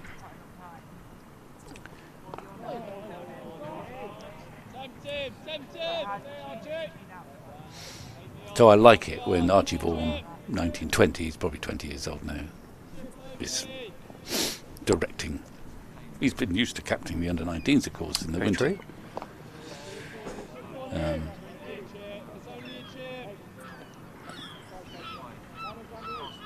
Slip in, man under the helmet. Tom Abel just taking a couple of steps up at mid-wicket. Yeah. Field coming in, they don't want Waite to scramble a single.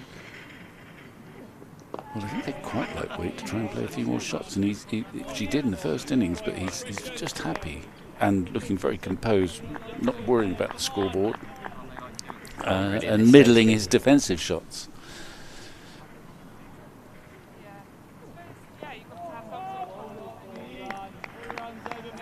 Any turn is very slow.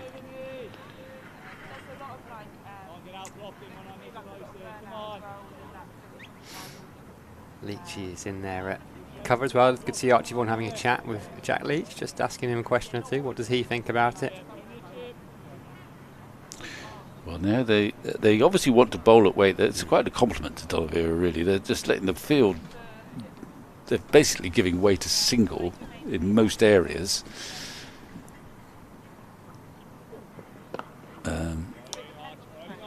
But having said that, they give him a single and then tear after that ball to stop him taking one. Yeah, that's I don't think you can stop Tom Abel. I was just watching him there. You're thinking everybody else is stood dead still. There is no chance of them taking a run. Not only did he run after it, he then put the slide in, which he don't want to get injured doing that, Tom. I know you're wholehearted, fully committed to the Somerset cause. We would forgive you if you didn't put the slide in there. Well, wouldn't we? Oh yeah, we would forgive him, of course, but old habits die hard. True. 317 for 6, 109 gone. There's Gregory. The Somerset captain is off the field, so Craig Overton just doing a bit of directing. So they're maintaining this slightly odd field of, have a single. Mr. D'Oliveira will bowl,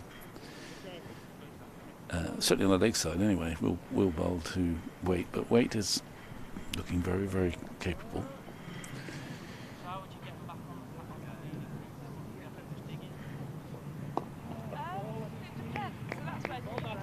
As is D'Oliveira. How many balls has he faced there, Vic? What have we got in there? 212 he's faced. 212, patience. All over the scoreboard, yeah.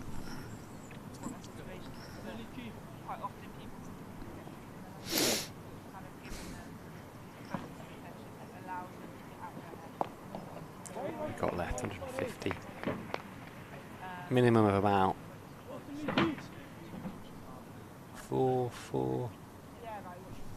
6 balls left in the day. 446 balls in the day.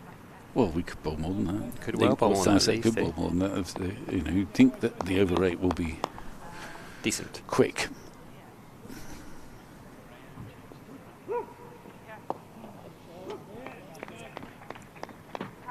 Well, it's a long, long way away. They'll know they will have a third new ball if needed at some point today. They'll hope they don't need it. But that is an option. Will be an option later on. Nothing much happening there, though, is it? It's a traditional cricket at the moment. Fascinating still. Bit of wind. Decent crowd.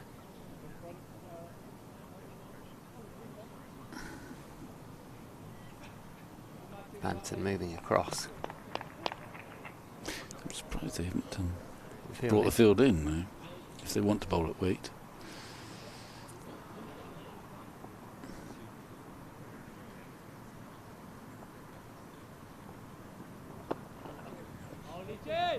Imagine that will happen now. Well, Archie's coming in, Archie Vaughan, but there's still quite a lot spare there. They're coming up. There's one or two are dozing. They're all coming up. But I don't think D'Oliveira is going to gallivant down and launch him over his head.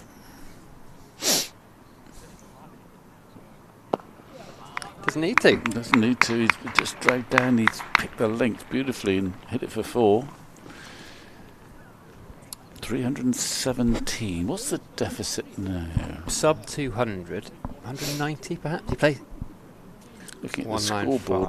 195. 195. I mean, I did toss out yesterday, I think, the scenario that you could have you could end up with a 40 to win off 3 overs in this match. You could do.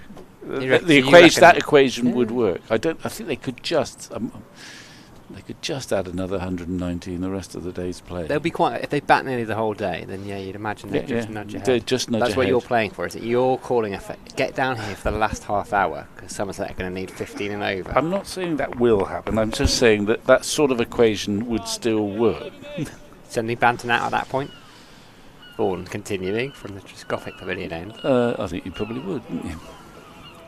Partnership's 33 off 102 balls now between these two. D'Oliveira and Waite came together after Casey Aldridge picked up, thus far, the only wicket of the day, Adam Finch. On that nip back between bat and pad.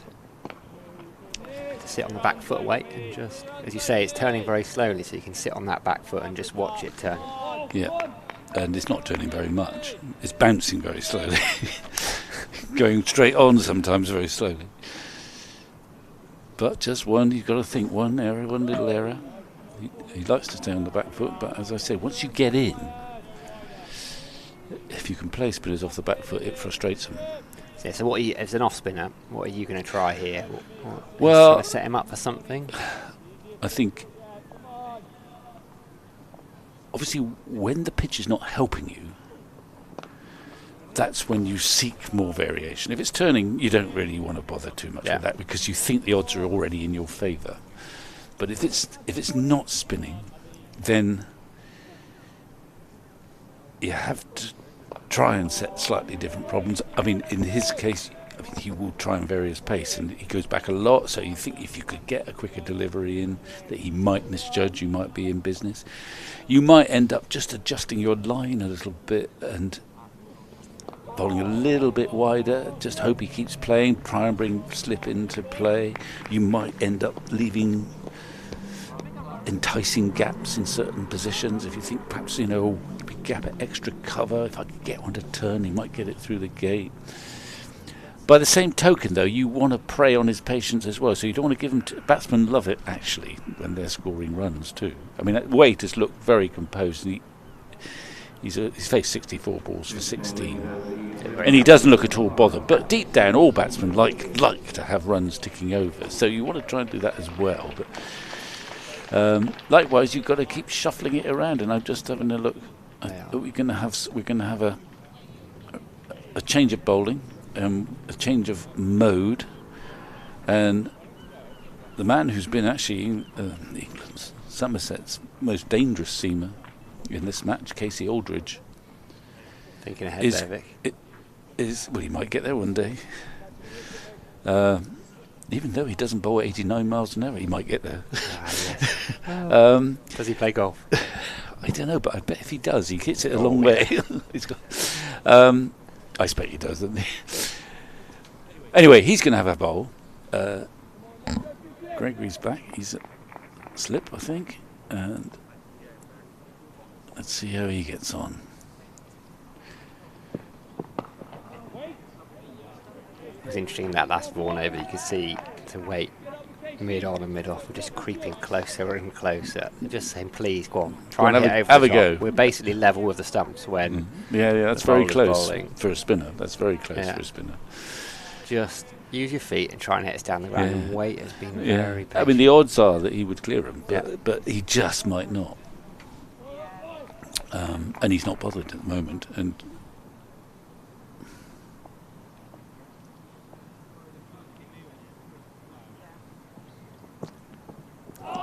that's a rarity, and that must be a good delivery. a bit low. Kept a bit low, and he beat the outside edge, I think, or rather than.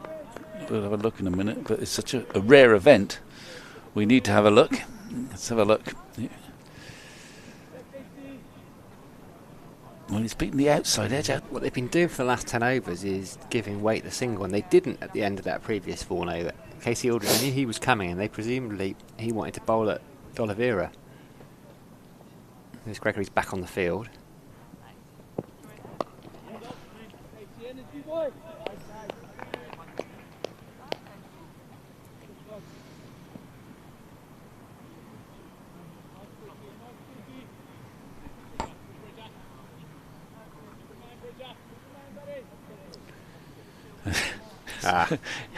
He keeps trying. He keeps trying. I mean, what have you learned from Stuart Broad? Well, I know how to move one bail from one side of the wicket to the other. Every day's a school day. I've been told in my ear by someone who knows far better than I that he tried it last year and did work against Nottinghamshire. If you do it often enough, it's going to work once. Lightning, the stop clock is right twice a day, and that sort of thing. It's he's been studying for his psychology degree, and that's where he's reached. He hasn't really.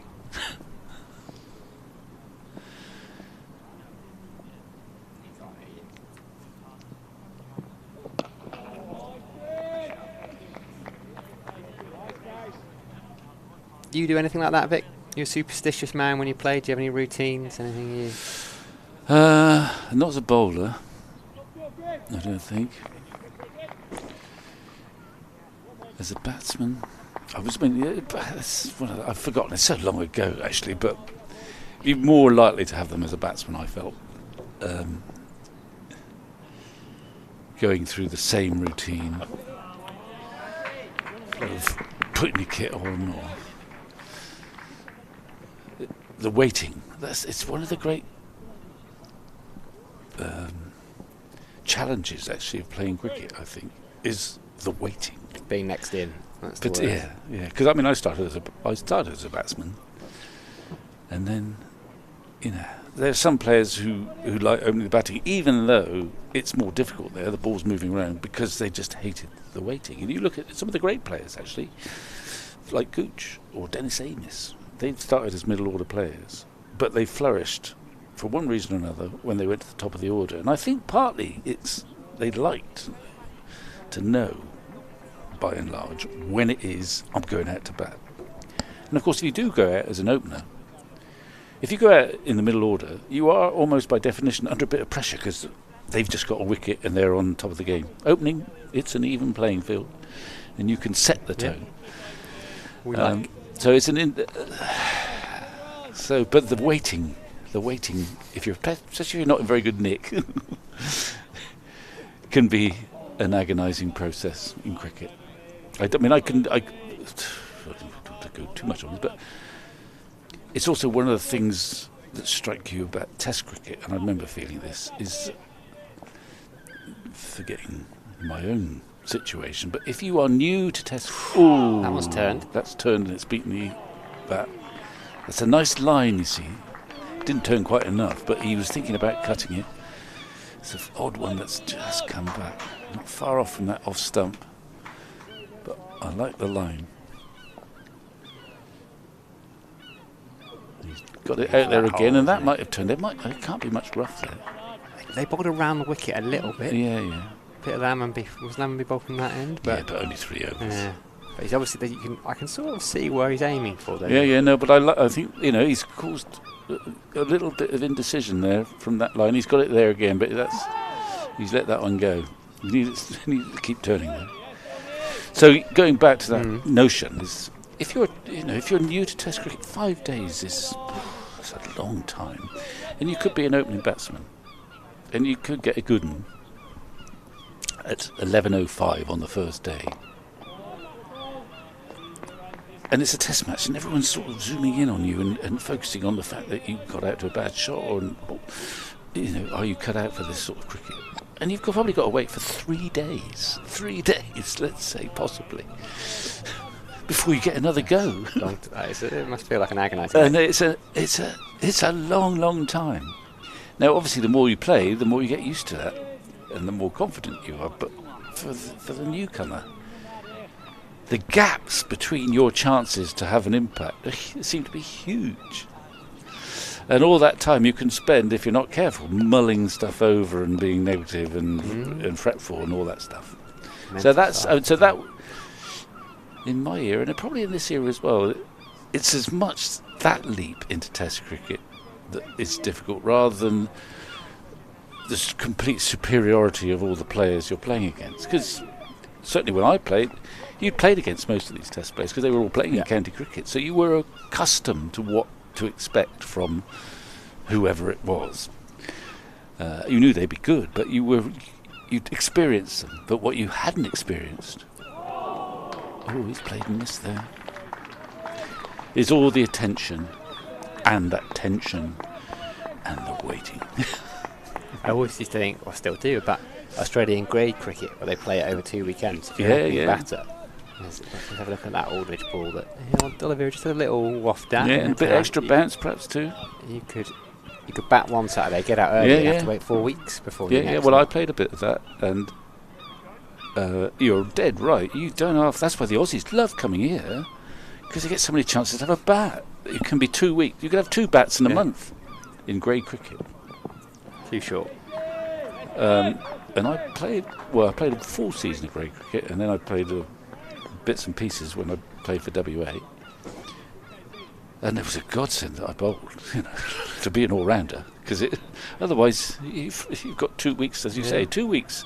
You're an overseas pro there. Everyone's expecting this Pom, sort of half expecting he must be so. He's played first, he's professional. I think he's bound to get some runs soon, possibly. But you've got to wait 2 weeks to have another go.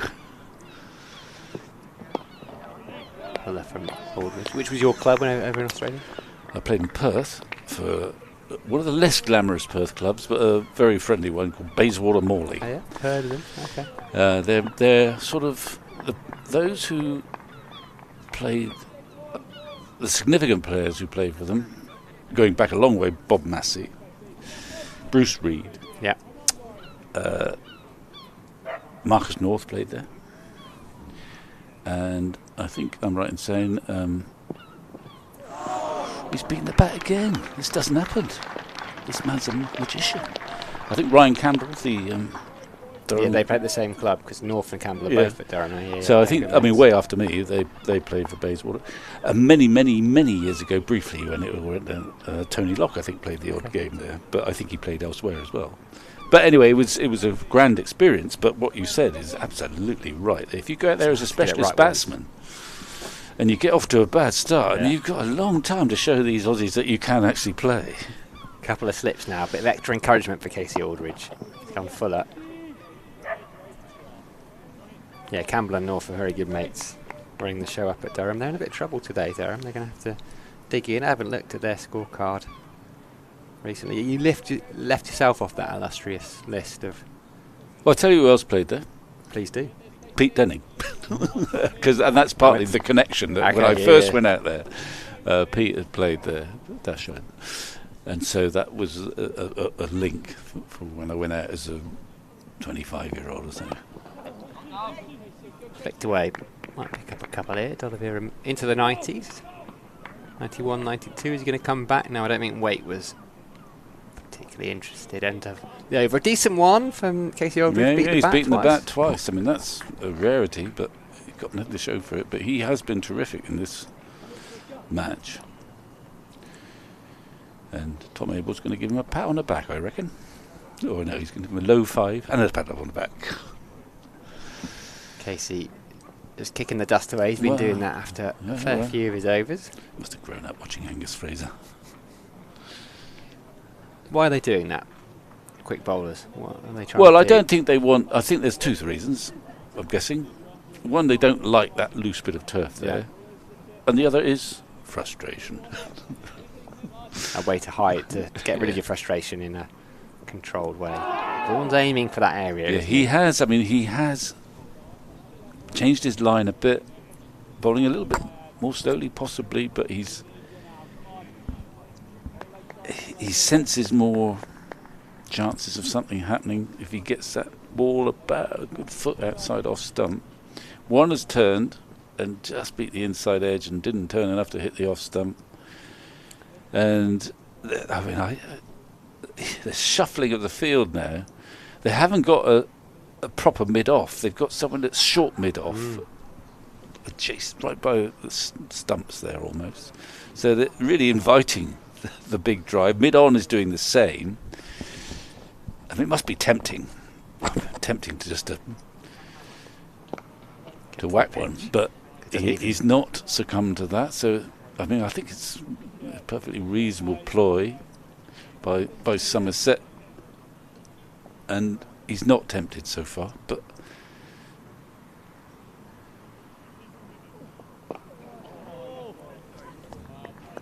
they'll be inviting him verbally as well, I suspect, saying, "Why not, Matthew? Why don't you fancy getting to the pitch to the ball? You don't even have to be a big drive; it's just to chip it over the top." They're getting even closer, Casey. Yeah.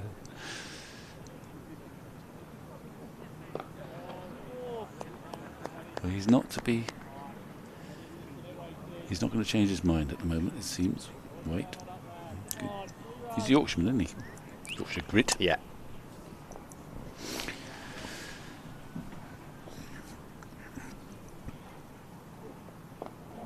It's thereabouts. Of course, if he happens to bat pad one, then he'll be spewing. I could have just smacked him back over his head. But at the moment, he's certainly frustrating Somerset and doing a good job for his team. He's going to get a run there. But that's an interesting line. It's just got him pushing at that, and he's got his run. But he won't be discouraged as a bowler seeing that in this situation. Got a couple of first-class hundreds, Matthew Waite. Has he? Averages almost 30, so he's a proper Oh, right. all-rounder. 750s. He's got his skipper down the other end saying, "Yeah, don't do anything stupid, please, Matthew." So, were those first-class hundreds for Yorkshire or for? How long has he been at Worcester? A couple of years. Okay. It's about a decade ago. Maybe, was it 16, 17? I think he was Yorkshire's Young Player of the Year. He struggled with injury a little bit. Okay. Oh, so he's no pup then? He's been around. No, he must be nearly 30, 28, Right. 29. I could look all this up, couldn't I? Don't worry. Yeah, make a difference. That's enough detail for me. Yeah, no young pup, but relatively young in his. He hasn't played as many games. Yeah, he, yeah. he would have hoped to have played by this stage. Aldridge going to continue from the river end. I mean, what's a compliment to Aldridge, given the docility of this pitch, is that they've made sure they've got a couple slips in the gully in again, because he has beaten the outside edge more than anyone else. Somerset are desperate for one more wicket before the break.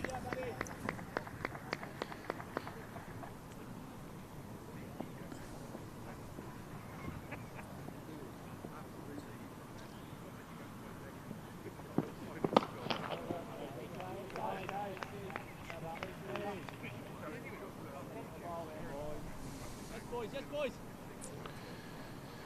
Okay, Yeah, Durham 160 for 5 up at Trent Bridge. Having a look at that. So they're still trailing by So 41. Okay. 5 wickets left. Mm. Ackerman and Graham Clark at the crease.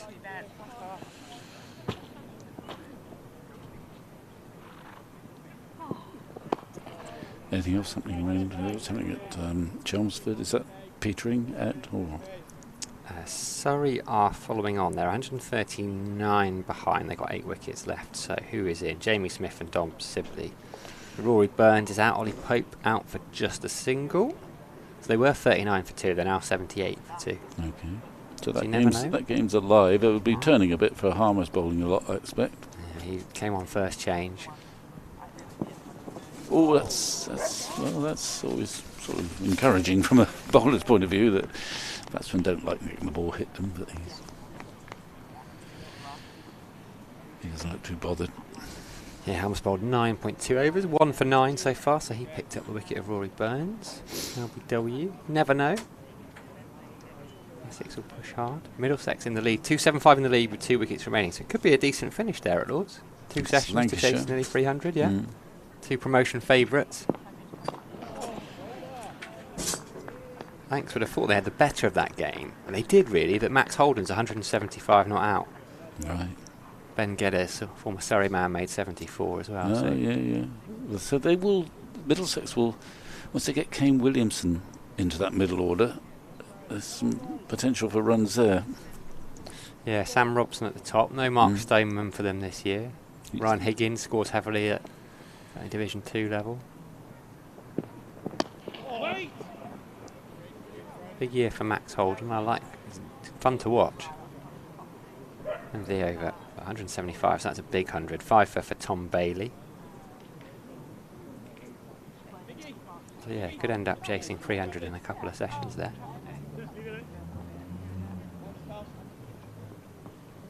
Where else are they playing? Sussex leading by 263 with 5 wickets remaining. So if Warwickshire can sneak a couple more quickly, they can get they've got Simpson and Allsop at the crease now. If they can get them, you never know. Might be the chance of pushing for a result, something dramatic. So here, D'Oliveira hasn't faced much of Vaughan lately, and they've given up the notion of giving D'Oliveira a single. They're all huddled around him. I don't think there's anyone out and about. Mid-on is adjacent to the stump, so very close, as is mid-off. Back pad, forward shot, silly point, slip. And a beautifully straight, passive bat from D'Oliveira. What was D'Oliveira on overnight? He's 71? So he's got 21 in this session. Is that right? 71 or 74? Yeah, something like that. Oh, he's got that beautifully fine, doesn't he? He loves that little delicate back cut to judge the length. Again, that's the sort of shot they Vaughan would like him to be playing. Preferably against a slightly fuller ball that just turns a little bit more. He's been in there a long time though. He knows the pace of this pitch. He knows what's happening. He's missed a ball for a long time. He's outside the line. Having established how composed he is, he's gone for a big shot there and missed it. It was nowhere near LBW. The best bet would have been a sort of edge going up off the pad somewhere. Strange shot given how he's been playing. Well, if you look at his 11 boundaries, 10 of them have been almost square of the wicket on the offside. That's turned. That has turned. That has turned. You can see heads on hands. Here we go. It's turned sharply and it's gone over the stumps. Well, it's that spot. It's exactly where he's looking now, D'Oliveira. You can see it. Keep patting it. Pat it harder. And look at, I think it's Tom Abel there. Look, it's just there. It's just there. There's a big spot. That's the one. You can see it. Oh, Tom, you're so subtle. I tell you what, he wasn't in control of that shot. You get the ball, the odd one to turn. He's probably got 4. No, he hasn't. He's got a couple. But the ball in that over, a couple turned more significantly. He did well. He's done well, Vaughan. The fact that earlier on in this spell he was just bowling a little bit straighter onto the part of the pitch that hasn't had any feet on it, and he's just managed outside the right-handers off stump to get the odd one to turn. He hasn't got a wicket yet. He was very close in that over. He did something similar anyway to Waite. So it's not a wicket, but there's just some scope suddenly appearing by bowling that line 12 inches outside off stump, but in the knowledge that the odd one will turn enough to be very close to that off stump. Now then, it's a good spell from Aldridge, but he's having a break now. There's just a little bit of pressure. There's been the ball beating the bat a few times, but still no reward. Overton's going to have a go.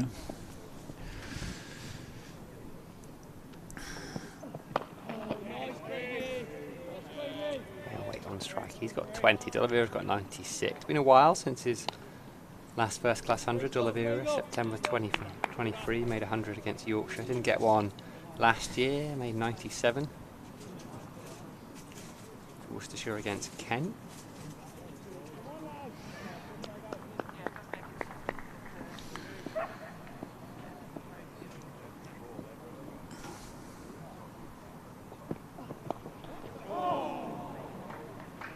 Didn't quite carry, I don't think. Abel's there in the gully. Gets a low 5. I don't think you get a low 5 if you've dropped it. That's my main way of sussing these things out now. Well, you could, days where you just ignore teammates that have dropped catches and you just go and show them a bit of love. That's the difficulty though, isn't it? These edges aren't carrying, but if you get too close, one inevitably flies past you. I think he's come even closer now, but they are very close. Craig just trying to get himself all wound up. Doesn't take much. Have a look at Matthew Waite. He probably walks away with a grin.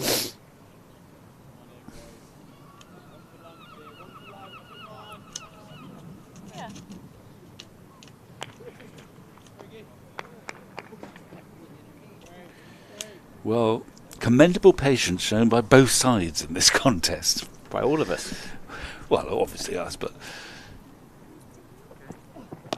Proper 4-day cricket. well, it is. It is a very, very trustworthy pitch, but the batsmen have been extremely disciplined. D'Oliveira, apart from that last over where he suddenly had a big sort of sweep against Vaughan, but up until then, D'Oliveira's been very composed. It's what you expect, really, I guess. But so is Waite, who's settled down. In fact, wicketkeeper's come out for Overton.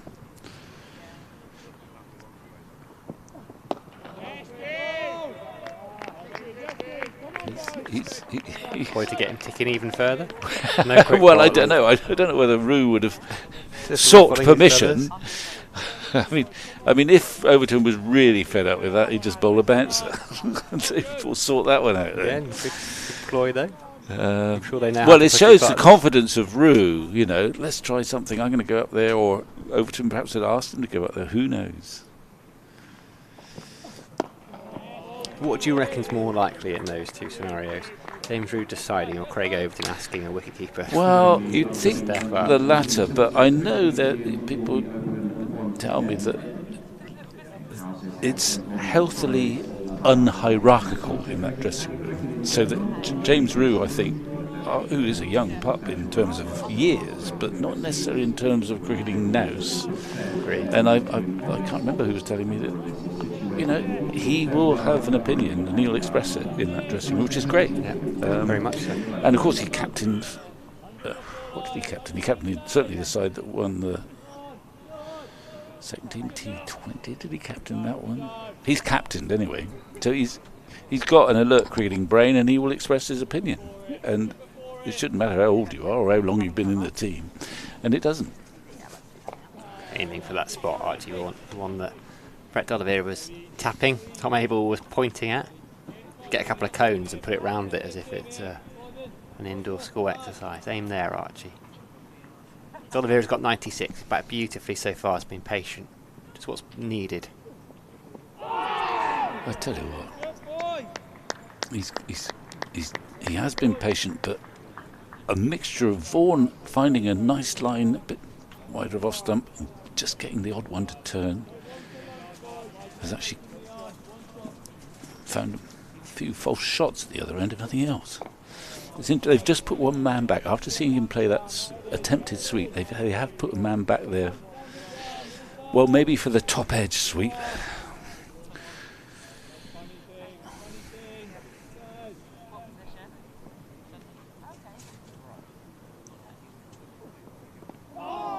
He's missed it again. A bit quicker. He's just lost it for a bit, hasn't he, D'Oliveira? Just he's played beautifully, albeit in a passive way, just what the team needed. And he's played and missed more in the last 10 minutes than he has in the previous 3 or 4 hours. See that one though. Is he going to get 4? He's going to be chased down. I'm not sure he's quite going to. He's going to move on to 98. That's his scoring area. That's where the vast majority of his 11 boundaries have come so far. He moves on to 98, Oliveira. Well, that's what that little bit of doubt, isn't it? For about a day and a half, they've been thinking, oh, we could trust this pitch, it's brilliant. But then Archie Vaughan, perhaps accidentally at first, found that spot and it turned. And he's changed his line because of it. And he's basically trying to hit that spot and then see what happens. That just puts a bit of doubt. Yeah. Into the batter's mind. I mean, I think you've got to give him credit that he began bowling so that he's hitting middle and leg sort of all the time, landing on the cut bit. I mean, but the bit that there are no footmarks. There aren't many obvious footmarks from this angle anyway. And then I think he did make a conscious decision to just move his line 3 or 4 inches wider of off stump. A, that brings in the slip fielder, because it might not turn, but B, he's found that the ball has turned more from there, so he's stuck with that line and caused a few problems.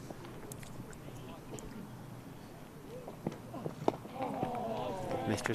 Trustakoffic has been down here most of the week. If he was out there now, he'd be a good couple of yards closer than Tom Abel, down on his knees, helmet on. Even to Overton. He didn't mind.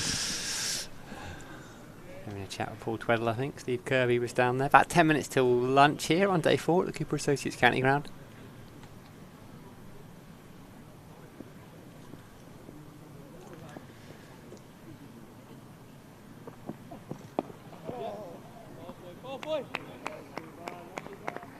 Single to Lamb B at deep back point. Brings D'Oliveira back onto strike. 98 he's got.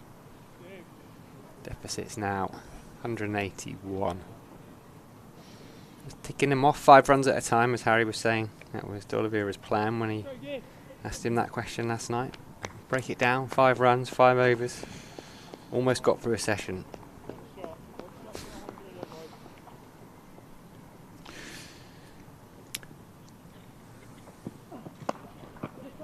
Turn into the leg side, he'll push for 2. Not sure he's going to get it. Still plenty of zip out there. I shall tell you an old story which I've told before, but it's about setting targets. And it's an old one, but It's a good one. it's...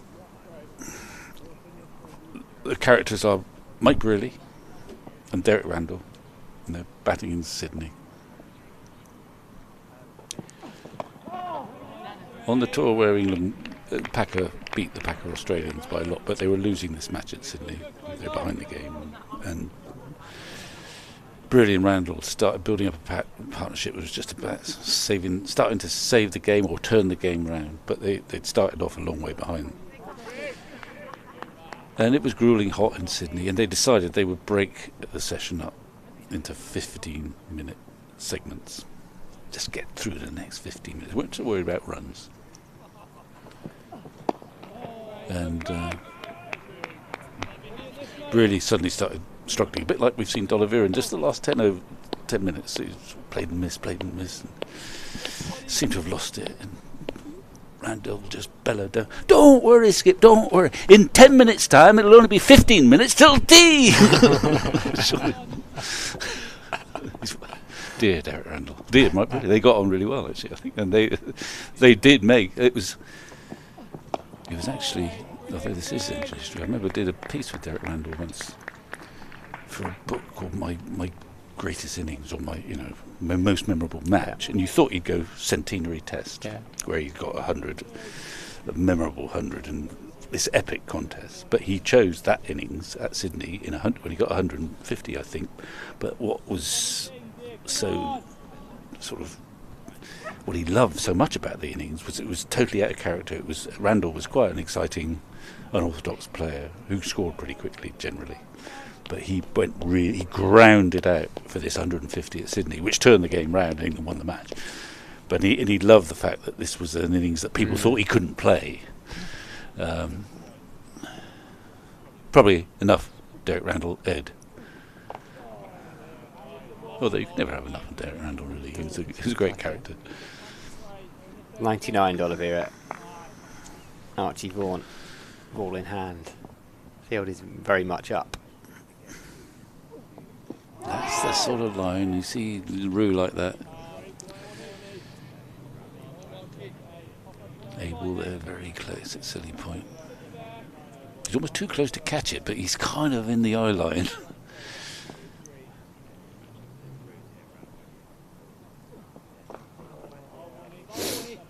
D'Oliveira, I think he looked at the clock as well and thought, come on, just get to lunch. Doesn't matter if I'm on 99, just get to lunch.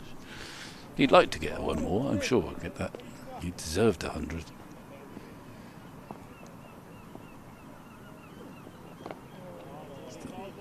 Turned a little bit, but again, it is slow, and he wasn't trying to do anything elaborate.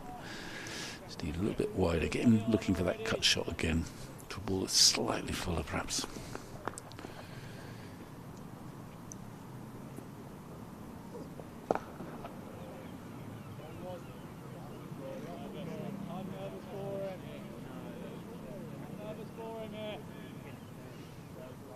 Got a nice rhythm at the moment, Vaughan.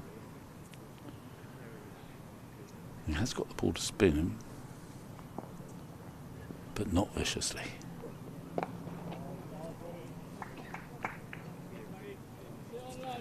Another overdone, 121 gone. 3-3, 6-6, D'Oliveira 99. Probably one more before lunch. What's it, a couple of minutes to 1? Seamer bowling. Probably. And we don't go by the clock on the pavilion, which seems to be pretty reliable this year, actually. It used to be all over the place a bit, but it says 12:57 on the scoreboard, and I think that's what the umpires use. Yeah. They're going to give it to Leach. She might get 2. No, it's 12:58 now. Won't get 2. Well, he's quite sharp for his age. No, he will get 2 now. Bit of Leach before lunch, why not? 62 will remain, minimum of, so a couple of overs ahead.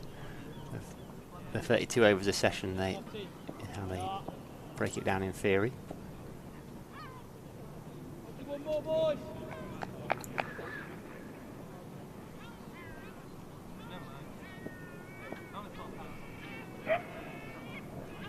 Wait on strike.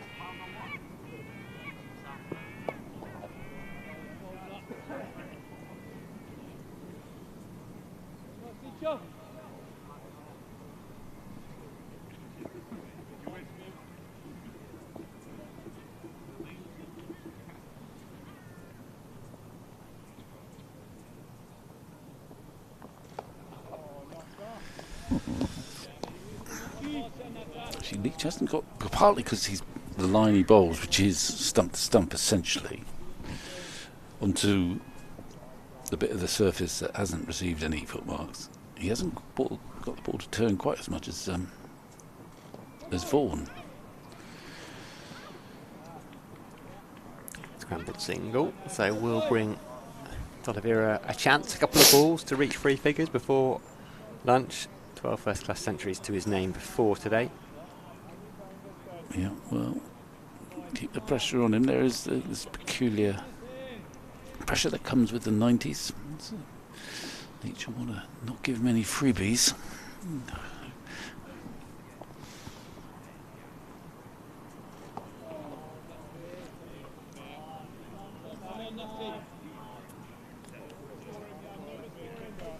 Patience from D'Oliveira. We've got a couple of balls.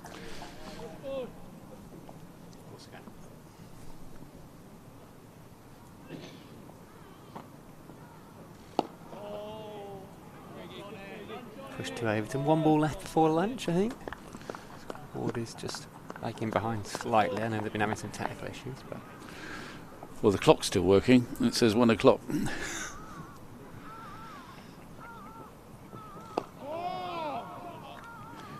And I think everyone goes off for lunch. Well, I think that's Worcestershire session. Somerset have stuck to their guns. They bowled pretty well, but just that 1 wicket and that of the night watchman, Finch. It's an intriguing contest. It's not full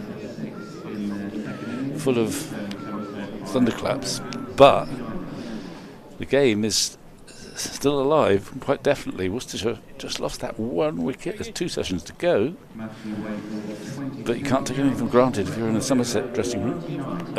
D'Oliveira, well, you've got to admire the patience. Look, he's 71, you said, overnight. He's now got 99, so he's taking his time.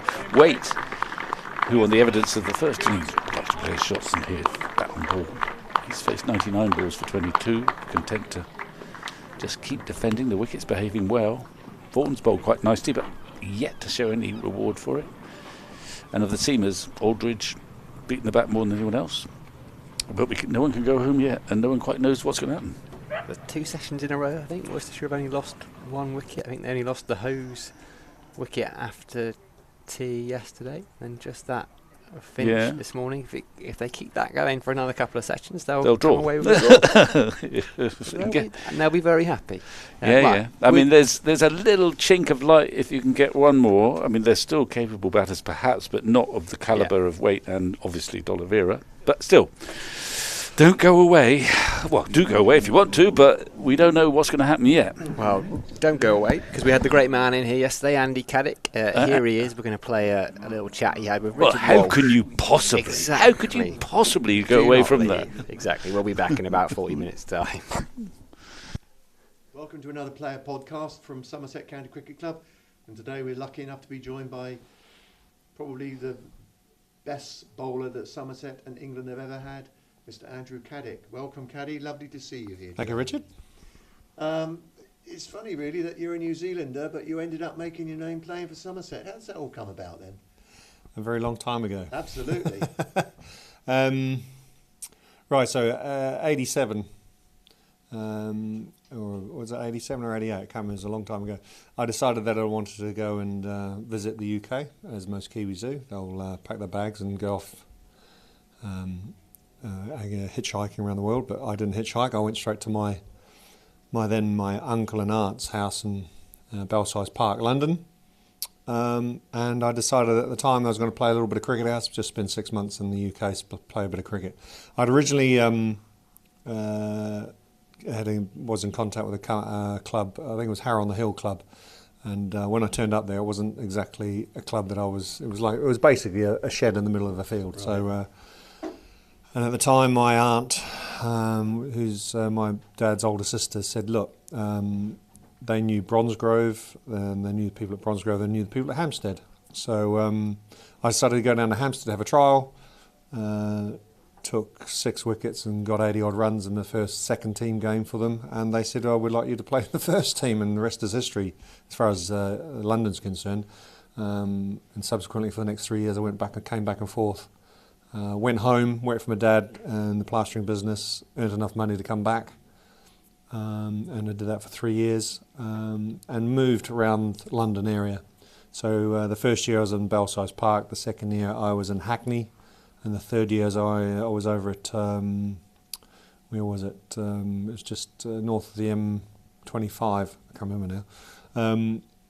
So I got to know northern London quite well. Playing domestic cricket, or should I say club cricket for Hampstead, there was a gentleman there who was the chairman at the time, president, a gentleman called Roger Oakley, who was very, very good friends with a certain coach at the time down here at Somerset, Jack Birkinshaw. And that was the connection with Somerset. But right. I had played a little bit of Middlesex YCs in 89, and then I played a bit of second team cricket for Middlesex. But it wasn't until Jack got involved, or should I say Roger contacted Jack, and I got a trial down here, that the connection with Somerset was born. You had a pretty successful kick-off, didn't you, with the second 11, one of your first games?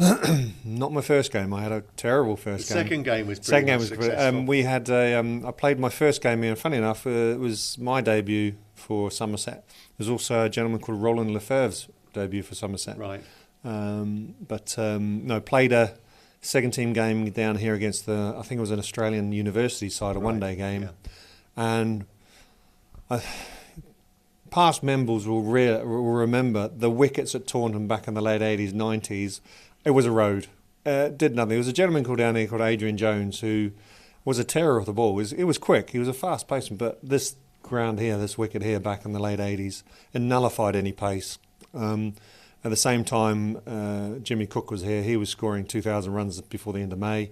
I think he got subsequently those 2 seasons. He got over 5,000 first-class runs, and that is testament to what this wicket was like. It was a flat road. There was no grass on it. It was just rolled concrete. So I came down here, got absolutely smashed by an Australian university side. I thought that was my trial gone, my opportunity gone. But the following day, we drove up to London to play against Surrey second 11 at the Oval, and I took 8 for 36 or something in the first innings. Subsequently, when we batted, I broke my thumb, and then I took another wicket in the second innings, but I just couldn't bowl. And at the same time that evening, the chief exec then, Peter Anderson, came up to London, had a chat with me and said, "Right, Caddy, how are we going to get you qualified?" And that's where the qualifications period started with Somerset. Right. So that's really how it all started with you. That's how it started. I had to do a 5-year qualification period, and subsequently it was 92 was the year that I was able to play first-class cricket. And up to then I was 2 years in the second team. So I think I still to this day am very annoyed with Rob Turner, who was the second team wicket-keeper then, because I had 96 wickets in the second team that summer, and he dropped 3 catches at Kent, at Canterbury, which I could have got. Anyway, that's a long time ago. But yeah, so for the next 2 seasons while qualifying, I played second team cricket, but also played for a club, Clevedon, up the road near Bristol, who'd play for them on a Saturday. So a lot of cricket going on, up to the point of actually getting my first class cap. And you were here. Was it at that stage you were doing jobs around the ground? I was doing in the winters. I decided after 3 years of going back and forth to New Zealand, I decided that I was going to stay a couple of winters in the UK, and subsequently got a job maintaining the ground, painting the ground. The old presidential suite up in the Colin Atkinson pavilion all those years ago, I redecorated the pavilions. It was just an odd jobs job. I remember Peter Anderson, the chief exec, at the same time took me down to his place in Bear and Seaton, and got me painting his soffits, which is a 3-storey house. Yes. I remember doing this, and he'd be hanging out the window making sure I was okay when there was sleet and snow being blown off the top of the roof. So it was an eye-opener, but at the end of the day, that's what you did back then. You just mucked in and got on with your job. So if I was to say that my first second class season, I was paid £1,200 for the summer. That was a summer contract then, for the 2 subsequent seasons. That's a long day. It's a long time ago compared to what they get paid now. But that's what you did. You made good. You played hard, and you went off and did a part-time job just to keep that money coming in. Indeed, but really, you came to people's attention, didn't you, in '93? I mean, people knew of you, but that particular game down here in May '93 against Lancashire was when people sat up and started to recognise what Andy Caddick was all about. Yeah, it was a fortunate game actually, because it was a very wet wicket, and there was a very good groundsman back then called Phil Frost who took over the reins in 91-92, should I say 92-93, and he produced hard green wickets. And it was testament to what he was preparing, the fact that he could water the wicket the morning of a match and the wicket would stay green for the rest of the year, for the rest of the game. So these wickets were green and hard. They didn't do sideways lateral movement. They just kissed, and you could always see how good the wicket was, because two things would happen. One is you would never get bowling marks, follow-through marks at the crease. It'd be rock hard. You'd never be repairing the creases for bowlers. And secondly, the wicket would continue to be green on the third, fourth day.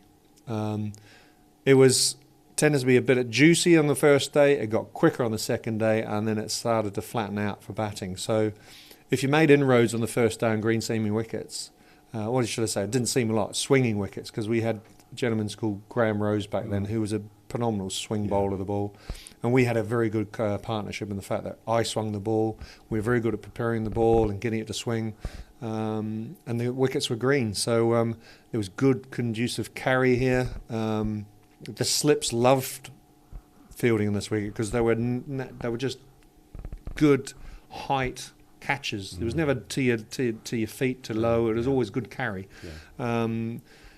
But those wickets back then were green hard seamers, and they stayed hard, and it was good because it was a good atmosphere for cricket, because you had batters who would have to play well, and you had bowlers who had to bowl well. I always value a wicket, or should I say, rate a wicket in this day and age, and even back then, as a wicket. A good wicket's a wicket where a batter, once you've released the ball, is committed to a shot. And those were the wickets we had back in the early 90s. We had wickets where, when you bowled the ball, the batter couldn't change his mind halfway through a shot, whether he was going to come forward or back. Right. He was committed to a shot. And that's what I rated as good quality wickets around the country. And Taunton was one, Surrey was another, Lancashire was another. Trent Bridge was a bit like that as well, but the three main wickets that were good, pacey wickets were Taunton, Lancashire and Surrey. Right.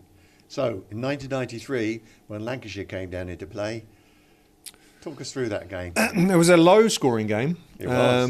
We had Mush, was our overseas in the team. And he was playing his first game. He was playing his first game. Lancashire, they were, Test cricketers all the way through. You had some serial Watkins, you had Atherton, you had Fairbrother. You had some serious players in that team. I think Wazam Akram was even in the side. Yes, so right. You had some really good, strong overseas players and good quality cricket. But it was a low-scoring match, and it wasn't. I did a little bit in the first innings, but it seemed a lot, and unfortunately to me, when it seems for me, that tends to play and miss a lot. Yeah. But we were fortunate that we were dead and buried. But there's a last heroic swing of the bat from Andre van Troost, which got us from, I think, about a 50 to 60 run lead to about a 100 run lead.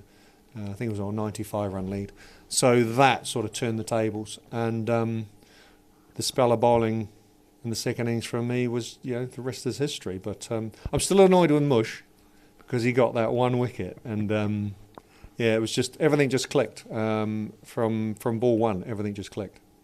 I sat and watched the whole of that game, sat down in the old Stragglers bar. I remember sitting in the seats there watching out, thinking they were chasing whatever, less than 100. I think it was about 95. Yeah, something like that, something 88, like that. 95. Yeah, but to see you guys roll them over, and in fact they looked like they were going to get them, didn't they? Because Watkinson had there was a little bit of resurgence towards the end, but then we managed to put a little bit of pressure on them and knock them over. But no, it was a great game, and for me it was just the stepping stone I needed to go to the next level. I was going to say, because that's when you got recognition and got called up for the Test match, wasn't it? Yeah, and there was a baptism of fire against the Aussies, and you're sitting there thinking, well, of all the teams you come up against, but and the worst case scenario I could ever have was my first Test at Old Trafford. It was like this. It was rain 2 weeks prior to the Test. I remember they used to have the old, I think it was the old tarpaulin blow-up cover, and that had been on the wicket for about 3, 4, 5 days. And the unfortunate thing with that cover was the condensation would be inside and it would drop into the wicket, so it was never kept dry compared to the wickets the covers they use today. And I can also remember that our training was done in an indoor school where they play indoor cricket, which was the competition back then. It was a big competition, big in Australia, big in New Zealand, and it was also back then big in the UK. And we were training indoor. Not an indoor wicket, not in the indoor centres we have now, but an indoor cricket wicket for indoor cricket. So, not the greatest preparation, wet wicket, and I didn't do too well for that whole series, but it sort of showed how difficult and how big a step it was up from first class to Test cricket. But you continued to play, obviously, England cricket and Somerset cricket, and you had an amazing season in '98, didn't you, when you got 100 wickets? You're the last Somerset player to take 100 wickets in a season, 100 first class. I mean, that's a major achievement, Caddy. Yeah, it was difficult back then because when you're playing Test cricket and domestic cricket, first class cricket, you were torn between Test match, off to a first class game, Test match, first class game, Test match, and that was before the contracts came available. And you were actually employed by your county, and you were on loan, as they say, to the TCCB, as it was back then. And the TCCB remunerated Somerset for you being away. So the 90s, it was basically up to we had contracts. It was basically you were controlled by your county. Yeah.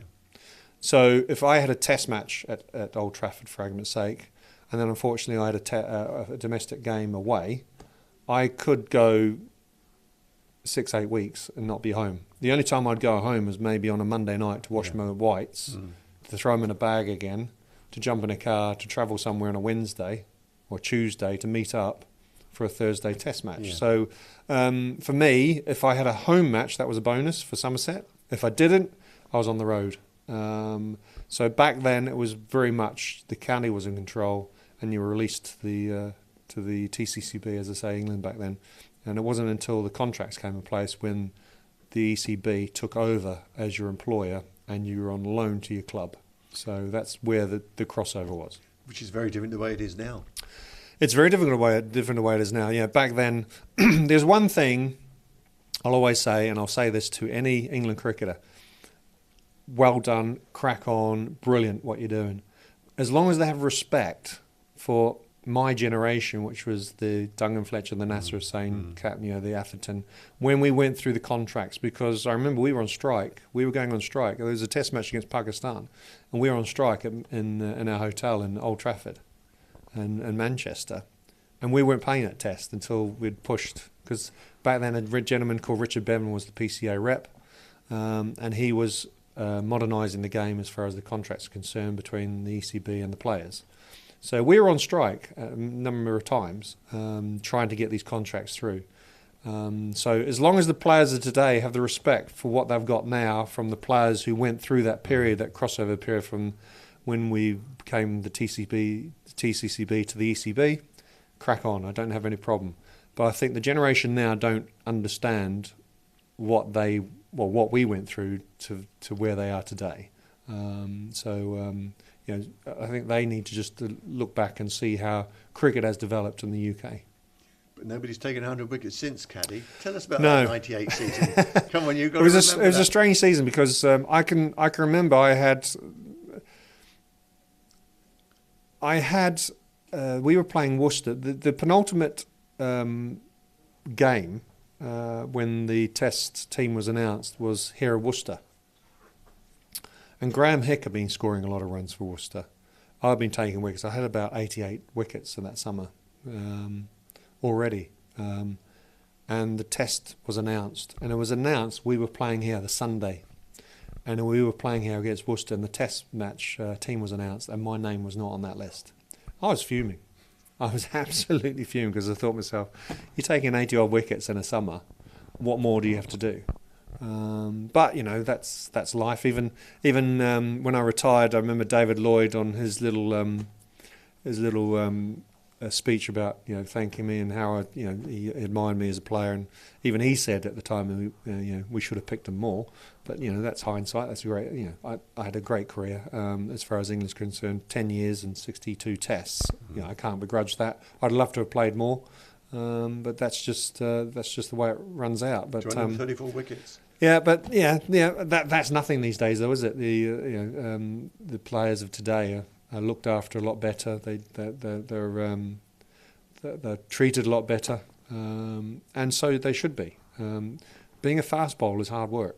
It's a hard game, and if you can get 10 years out of your body, you're doing very well. That 100 wickets then, Caddy. You weren't picked, so how did you come to get the 100 wickets then? I can't remember. I can't remember. I cannot remember who it was against and who it was. I know I had 105 for the summer, and what really annoyed me was that Courtney Walsh beat me by 1 at 106. I cannot remember that 100th wicket. You probably know the 100th wicket. I can't remember either. I couldn't look it up, but No. it was just the fact that you took 100 wickets, and that's quite an achievement, isn't it? It is, but you go back yesteryear to the 50s, 60s. Yeah. They'd take 300 wickets in a summer because they were playing so much cricket. I think there was something like 30 odd matches in the summers. It's just non-stop. So, but in the modern game, 17 games and 100 wickets. Yeah. But the annoying thing was that Courtney beat me by 1. Which was your favourite end down here when you were bowling? I always like running in from the river end. Because it's a bit like Lords, it's a bit like Headingley. I like to run up a slight hill because you can attack the crease more. Occasionally I'd bowl from this end, but that would only be if the wind was the right way around. But predominantly the wind was from the southwest here, which is coming from the Clocks Tower. Should I say the church tower here? So I'd always bowl up the hill with the winds, with the shape. What was your favourite delivery? What do you think was your most productive delivery? I said everyone. My career changed when a certain ex-Devon lad, a gentleman called Mark Lathwell, taught me how to bowl an off-cutter. Right. So my whole career changed from learning that skill. And that allowed me to start being more productive and thinking of how to work players out. To me, that period, probably the late 90s through to 2003, 4, 5, was the most productive period because I'd learnt the skill set. And I've always said you never stop learning, even to the day I stopped bowling. You never stop learning. You never stop learning about your body.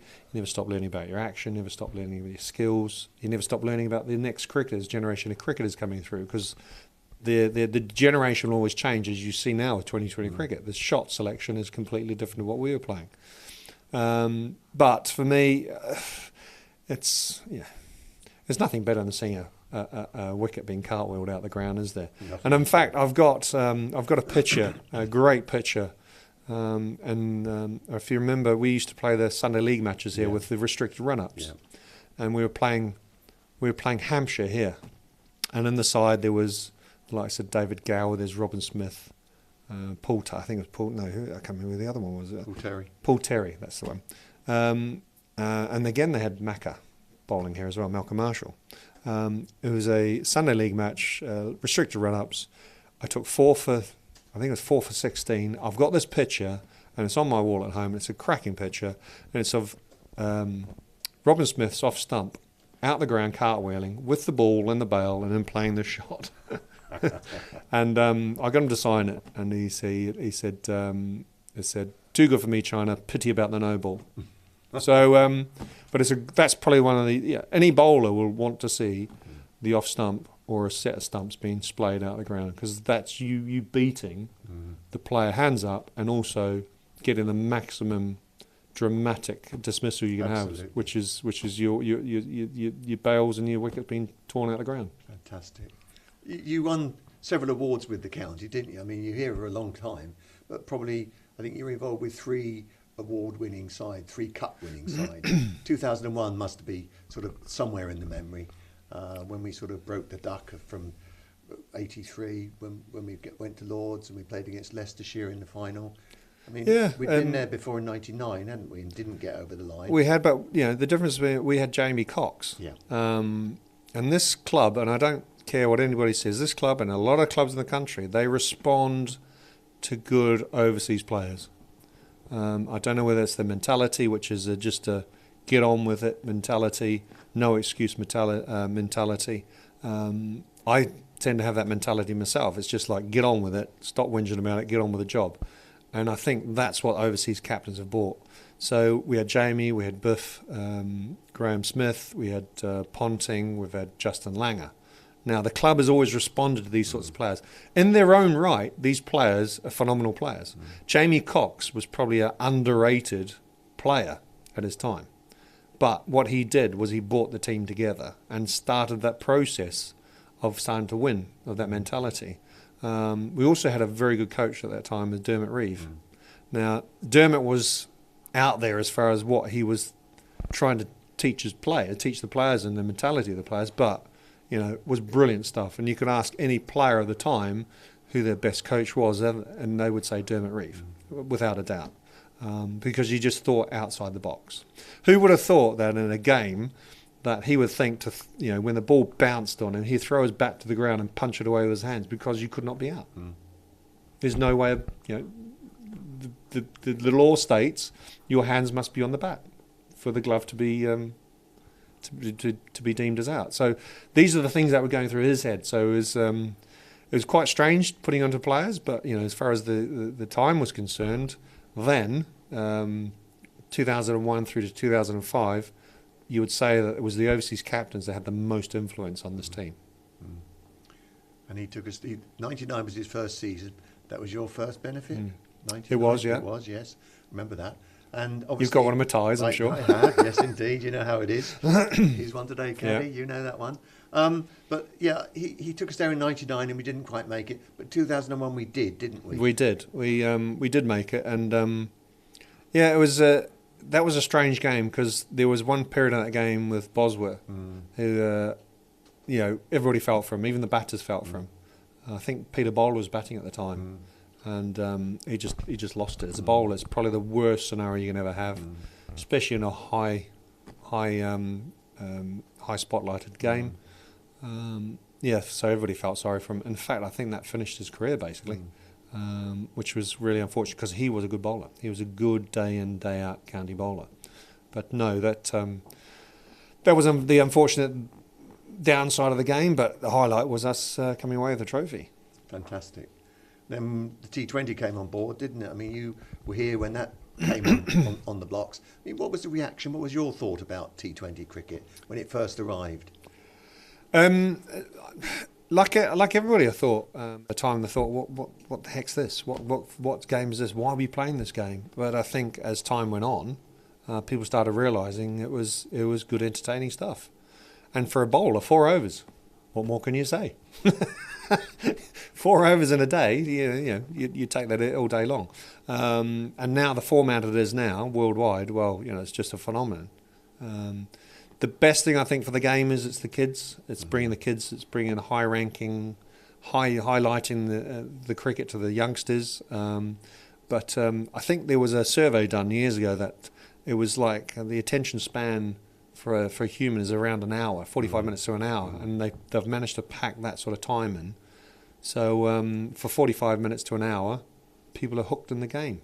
It's fast impact, high impact. But as far as players are concerned, it was a strange one to start with, but then we had one of the biggest records down there, didn't we, with Justin Langer and Cameron White. 250 on the board. Against Gloucestershire. And it just goes to show that it's entertaining stuff. Yeah.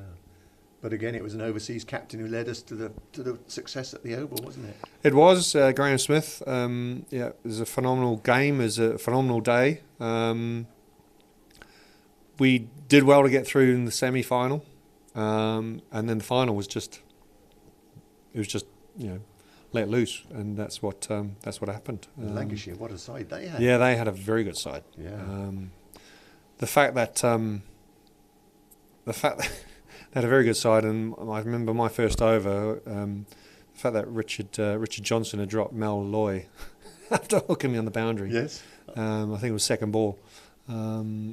And then, fortunately for me, fourth ball, he did the same thing. And this time, Richard caught it. He hung on to it. And then I got a few overs later, I managed to get Andrew Flintoff out. So, but the finals day, you just don't know on finals day. We've seen some phenomenal finals days. You just don't know. It's just, Somerset last year had a phenomenal semi-final, and unfortunately didn't make it into the final, through in the final. But finals day, it's a toss of the coin. Simple as that these days. Yeah. And then Charles Willoughby turned up here, didn't he, and joined us, and you and he bowled us really to success in 2007, back to the First Division. Charles, I will put my hand on heart and say he's probably one of the nicest blokes you'll ever meet, and probably the best partner I've played with as far as opening bowler is concerned, behind Darren Gough and Test level. So he had all the attributes, and the two of us, we were a little bit ruthless at times, and worked really well as a partnership. And that's what you need in cricket. You need a bowler and your bowlers working with each other, whether you're a spinner, whether you're a seamer, whether you're a medium pacer. It doesn't matter what discipline you are, as far as bowling is concerned. You need to work in partnerships. Duncan Fletcher was always he was always right in saying, and he was always saying, should I say, if you bowl three maiden overs in a row, 9 times out of 10 you'll get a wicket, and that still stands today. If you watch, it's very difficult to bowl three maidens in a row, but 9 times out of 10, if you manage to do it as a side, you will obtain a wicket, because that pressure just builds up. And Charles was phenomenal at the other end with me, and I really enjoyed my time with Charles. And luckily, 2007, we managed a good partnership and got back under the First Division. Indeed, and I mean, you took a lot of wickets between you.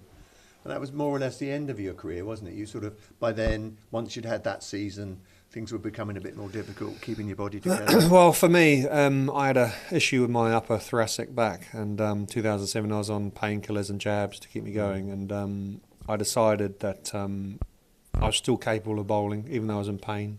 I decided I wanted to carry on.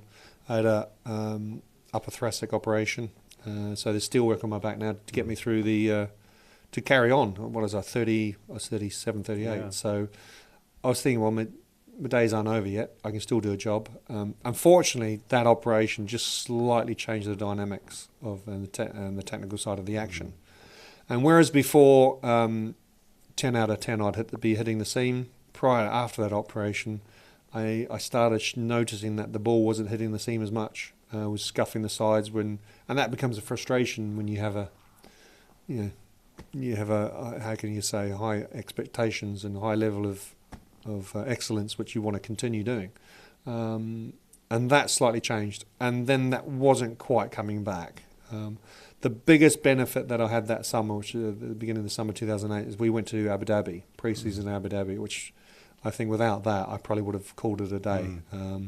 And that, with the warm climate and bowling every day and loosening and getting the body working again, was brilliant to get me another couple of years. But it came to the point when 2009, beginning of 2009, it just started to hurt, and I just thought to myself, this body's had enough. And after 20 odd years of bowling down here, it did have to call a day on it. Over 1,000 first class wickets, though, Caddy. 1,182. Exactly. I think. See, I knew you'd know. I knew you'd know exactly how. Yeah, those. I don't know. It's. Yeah, I remember I was talking to Crofty, Robert Croft, and he's got over 1,000 wickets. So it's testament to him how good a bowler he was. And I don't think we're going to see that again. No. I don't think we'll see that. I think the players of the day, especially the first class players, they tend to be a little bit more mollycoddled. They tend to work on strength and conditioning a bit too much. Spending too much time in a gym. I didn't spend hardly any time in a gym. I did a lot of swimming as a player, a bit of core stability just to keep the strength up in the core. But for me, it was mainly swimming and bowling. You learn your trade out there. There's no exercise in a gym that'll teach you that out there. In fact, I've always been an advocate of saying, look, heavy weights tightens you up. You look at someone like Sid Lawrence, for argument's sake. We go back to someone like Sid Lawrence. We look at Jack Callis. He went from being slim and quick to big and bulky, and he lost all his pace. I do think being big and bulky is not the way to go. It's being slim and trim. And the biggest advocate of that is someone like Jimmy Anderson. Absolutely. Just slim and trim and bowl. Yeah. Just sort of look back over your career. Who would be some of the best batsmen you've had a chance to bowl at? Domestic level, I would say that one of my nemesis was a gentleman called Mark Rambakash. He was phenomenal for his for his career, throughout his career, especially at domestic level. He knew where his off stump was, and not many players at that era knew where the off stump was, and I could manipulate them around the crease. And that was my job as a bowler, fast bowler, to get them moving around the crease into positions they didn't want to be in. Mark wouldn't. He would just stand still. Very simple, technical batter. So Mark was a good player to play against. As far as test level is concerned, you're playing against someone like Ricky Ponting, Sachin Tendulkar. I didn't play a lot against Sachin because we didn't play a lot against the Indian teams. But Ricky Ponting, Adam Gilchrist.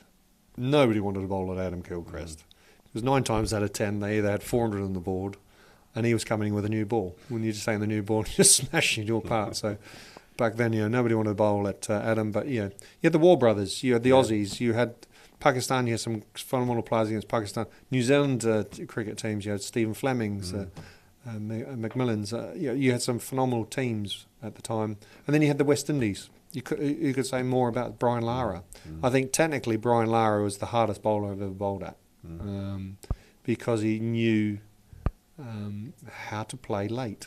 And I think the beauty of playing and being a phenomenal first team cricketer or test match cricketer or international cricketer is being able to see the ball and play late. And there was a player, as I said, we mentioned him before, Mark Lathwell. One of the most phenomenally talented players I've ever played with. He was very good because, and I mean very, very good, because he saw the ball late. He played it late. I can still remember watching him now. Just that back foot punch through the offside, through the covers. It's just a simple shutter back, bang, gone. And there were some bowlers around the country when he was playing that didn't like playing against Mark Lathwell. So, but as far as myself, Lara, Tendulkar, Ponting, Jack Callis, you've had some phenomenal players in my era, but there's just good players out there now. You played against the best, Caddy? I've played against, I think, I remember having this chat with Dean Headley a number of years ago. And we were thinking about the times we were playing. Would you want to play now or play in the last 10 years or play in the era that we played in? And we came to the same conclusion that we think we played in the best era, because it was a true test. Test cricket now, the resurgence, what Brendan McCullum's done and Ben Stokes has been brilliant for English cricket. But again, I'd hate to say it, but you've got 2 Kiwis together, 2 Kiwi-born players. Absolutely. You can take that as you wish. But it's just that go out there and perform. No hold back. Just get on and do it. And this is the mentality they're playing now. But I think Test cricket is under a lot of pressure now. I think the domestic game is under a lot of pressure because, unfortunately, we're in an era now where money is raised by the shorter game, whether it's the 2020 or the 100, and unfortunately, that's to the detriment of first-class cricket and Test cricket. And I'm just hoping the powers to be up with the ECB actually.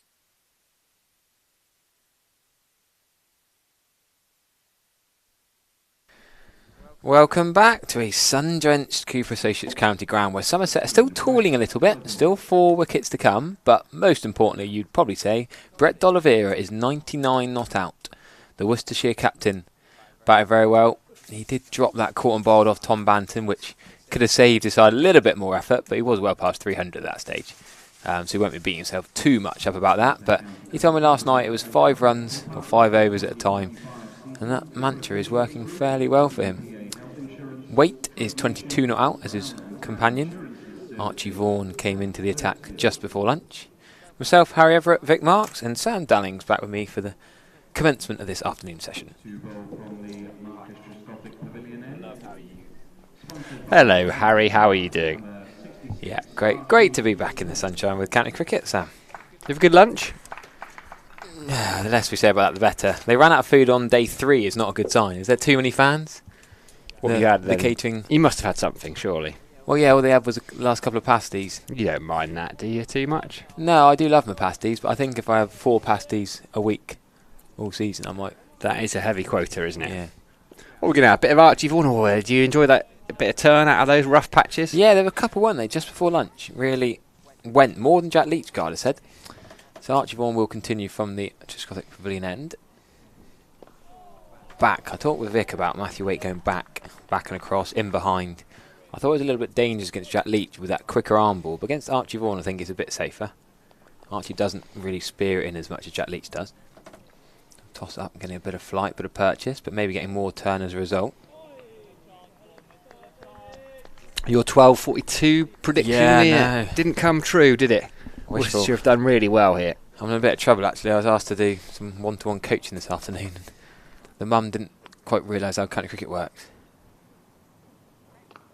What time had you taken on your next Well, we were gig? gambling, then she reckoned I can do 2 till 4, and I sort of said yes, probably, but presumed they'll be watching or following the scores. Like, they don't need to text me where I am. If they can hear me talking from Taunton, then I'm clearly not going to be down in Devon coaching anytime soon. But So if they arrived at their net session without Without watching the coach. live stream on the way down, without having the well, that is one of the risks. If you don't watch the live stream here, that might happen to you. yeah. I did tell them multiple times that day 4 of County Championship is a gamble. Can't just expect it to be over in 3 days. So have you pushed it back a little bit? Well, that's the struggle. I'm meant to be coaching in Chagford this evening. So do I. Yeah, juggling Easter holidays. Suddenly everyone wants me in March and April. They want their kids or themselves to suddenly be brilliant at cricket come the start of May. So it's a bit of an urgent panic. All winter I'm like, I could have been coaching, could have been working on things, and then suddenly it gets to March, April, the sun's out. Oh yeah, we've not had any cricket for months. Can you fix my son, or can you get me ready for May to score 105 for the first game? Maiden to start this afternoon session here at the Cooper Associates County Ground. Who are we going to have? We had a bit of Jack Leach from the River End for an over before lunch. I think we're going to see Casey Aldridge though. He's been the go-to bowler for Lewis Gregory so far in this game. 7 wickets for him. 5 for in the first innings. He really did open the door, particularly with Worcestershire going pretty well. He's going to be bowling at Brett D'Oliveira, 99 unbeaten from 248 balls, seeking his 13th first class 100. Brett D'Oliveira, a fine player. 61 overs, a minimum of 61 overs remaining today. 123 gone.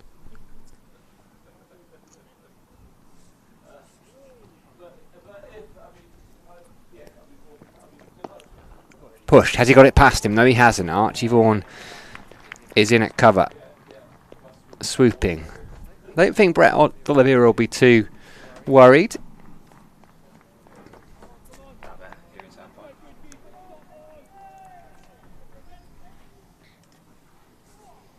Very patient. He's been patient. Had 5 or 10 minutes just before lunch with those balls turning out of the rough to Vaughan.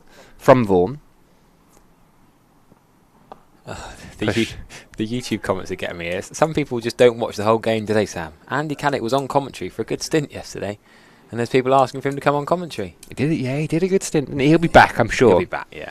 He It's tends these people to pop that in. they miss the conversation, then 2 minutes later they say something and you think, oh, you have to rewind. Yeah, he did a good stint. Talked really well about bowling. Talked about working with Casey Aldridge and his presentation of that right hand. Says you bowl with your body. The right hand just holds the ball. You bowl with the rest of your body.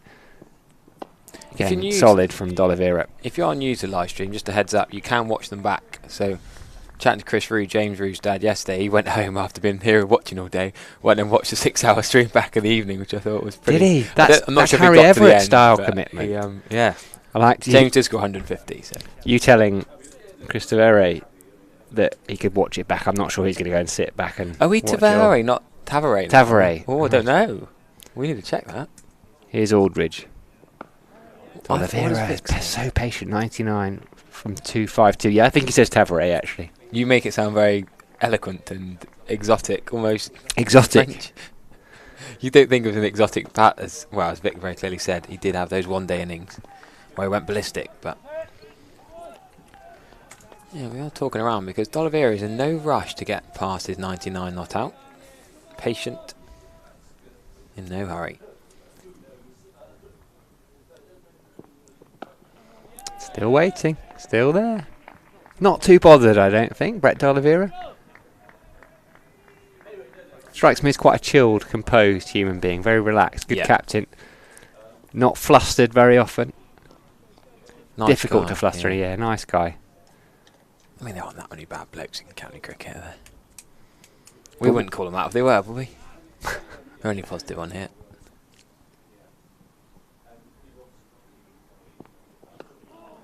Again, not bothered. I like this. He's all about the team here, Brett D'Oliveira. Yes, he might well make 100, but it'll probably mean very little to him if Worcestershire don't come away with a draw.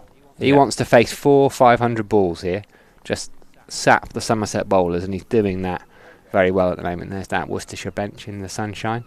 Difficult couple of days for them. Yeah, I was going to say. Very diplomatic from Harry from North Devon in the live chat. The Somerset fan in me wants this to be mopped up, but the cricket fan wants me to see D'Oliveira get his 100 first. Well, I was chatting to Frank Watson actually at lunchtime, and he said, "Oh yeah, Dolly get the 100 and then just keep going." And I said, "I don't mind him getting 100, Frank, but."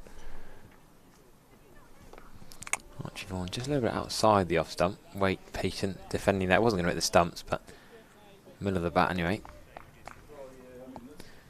Some interesting conversations pop up come day 4 when the game gets a bit slower.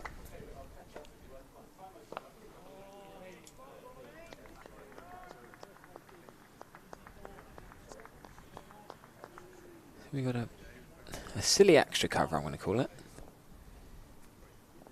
The slip and the short leg.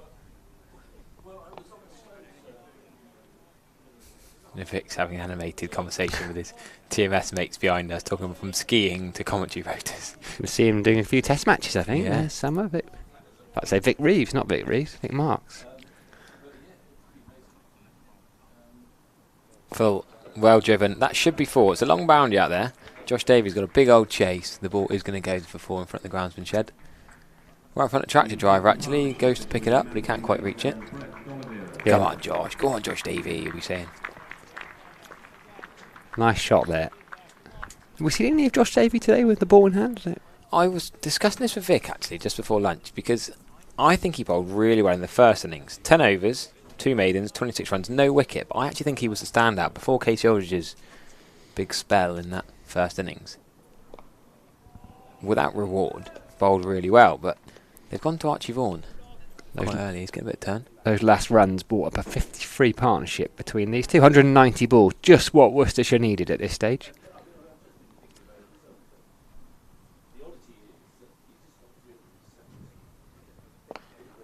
That's another nice shot. It should be 2. Can they push for the second? Josh Dunno. Davies coming round. No. See, Waite was easily going to be back for 2. D'Oliveira couldn't get the angle right. Didn't see the hand. So D'Oliveira's going to be stuck at the non-strikers, and he's been on 99 for nearly over an hour now. Before the lunch break, then 40 minutes. Oh yeah, I was thinking, yeah, an hour? No. Yeah. Okay, if 10 you're minutes counting before, lunch, 10 minutes yeah. after. That's your hour. Not that he seems phased. He's had plenty of hundreds before. 202 against Glamorgan in 2016. But if he did that today, Somerset would definitely have to bat again. Yeah, Vic Reeves was calling it earlier. Vic Reeves, I keep now. Someone's asking Vic Reeves on comments. I don't know who Vic Reeves is. Comedian. Okay. Reeves and Mortimer. You didn't know Ariana Grande. You're too young. I don't know who Vic Reeves is. Yeah, we're different generations, you and I, Harry. Even though people think we're the same person. What, 5 years apart, maybe? Yeah, the same person, 5 years apart. There you go. Casey Aldridge. Continuing from the river end. One step who's quite wide, and then Craig Overton in that gully. Wait, pushes it to mid-on. They won't take a single. Still plenty of time left in this game. Yes, it's frustrating for Somerset, and this is exactly what Worcestershire want to do. Still 59 overs remaining, a minimum of. Third new ball, due in about 34.5 overs. Somerset will be hoping they won't need that. Brett D'Oliveira will be very much wanting to face that. As will Matthew Waite. Pushes it back to Casey Aldridge. Does the fielding off his own bowling. Casey Aldridge is often the man gone to when they need to break a partnership. The partnership breaker. Quite often they would go with a Gregory and an Overton first and then go to Aldridge. Interesting they've gone straight to him after the interval. What we're doing, changing the field run here. Are we going for that short ball field? Is it going to be a double bluff? I think we are. Looks like we're going to have a deep square leg. Not quite all the way back. Is it Sean Dixon over there? It's going to be probably 20 yards off, 20 paces off the rope. Big boundary, isn't it? It is a big old boundary. There's a fine leg.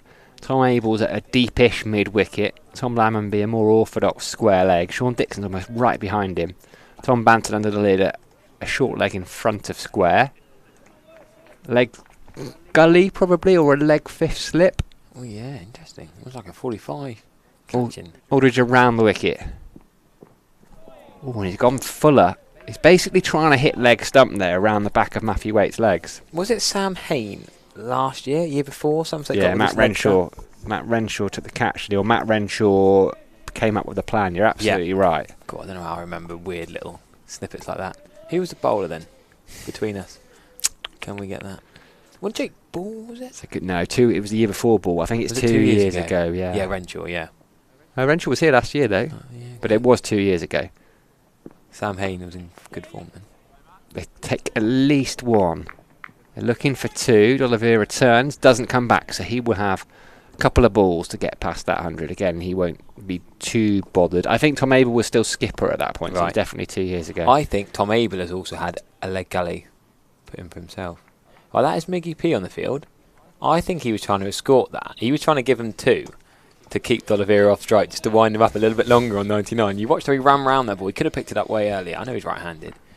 But a little left score. Do you want to? Do you want to take my arm on? Field comes in, slipping a gully again. D'Oliveira 99, 252.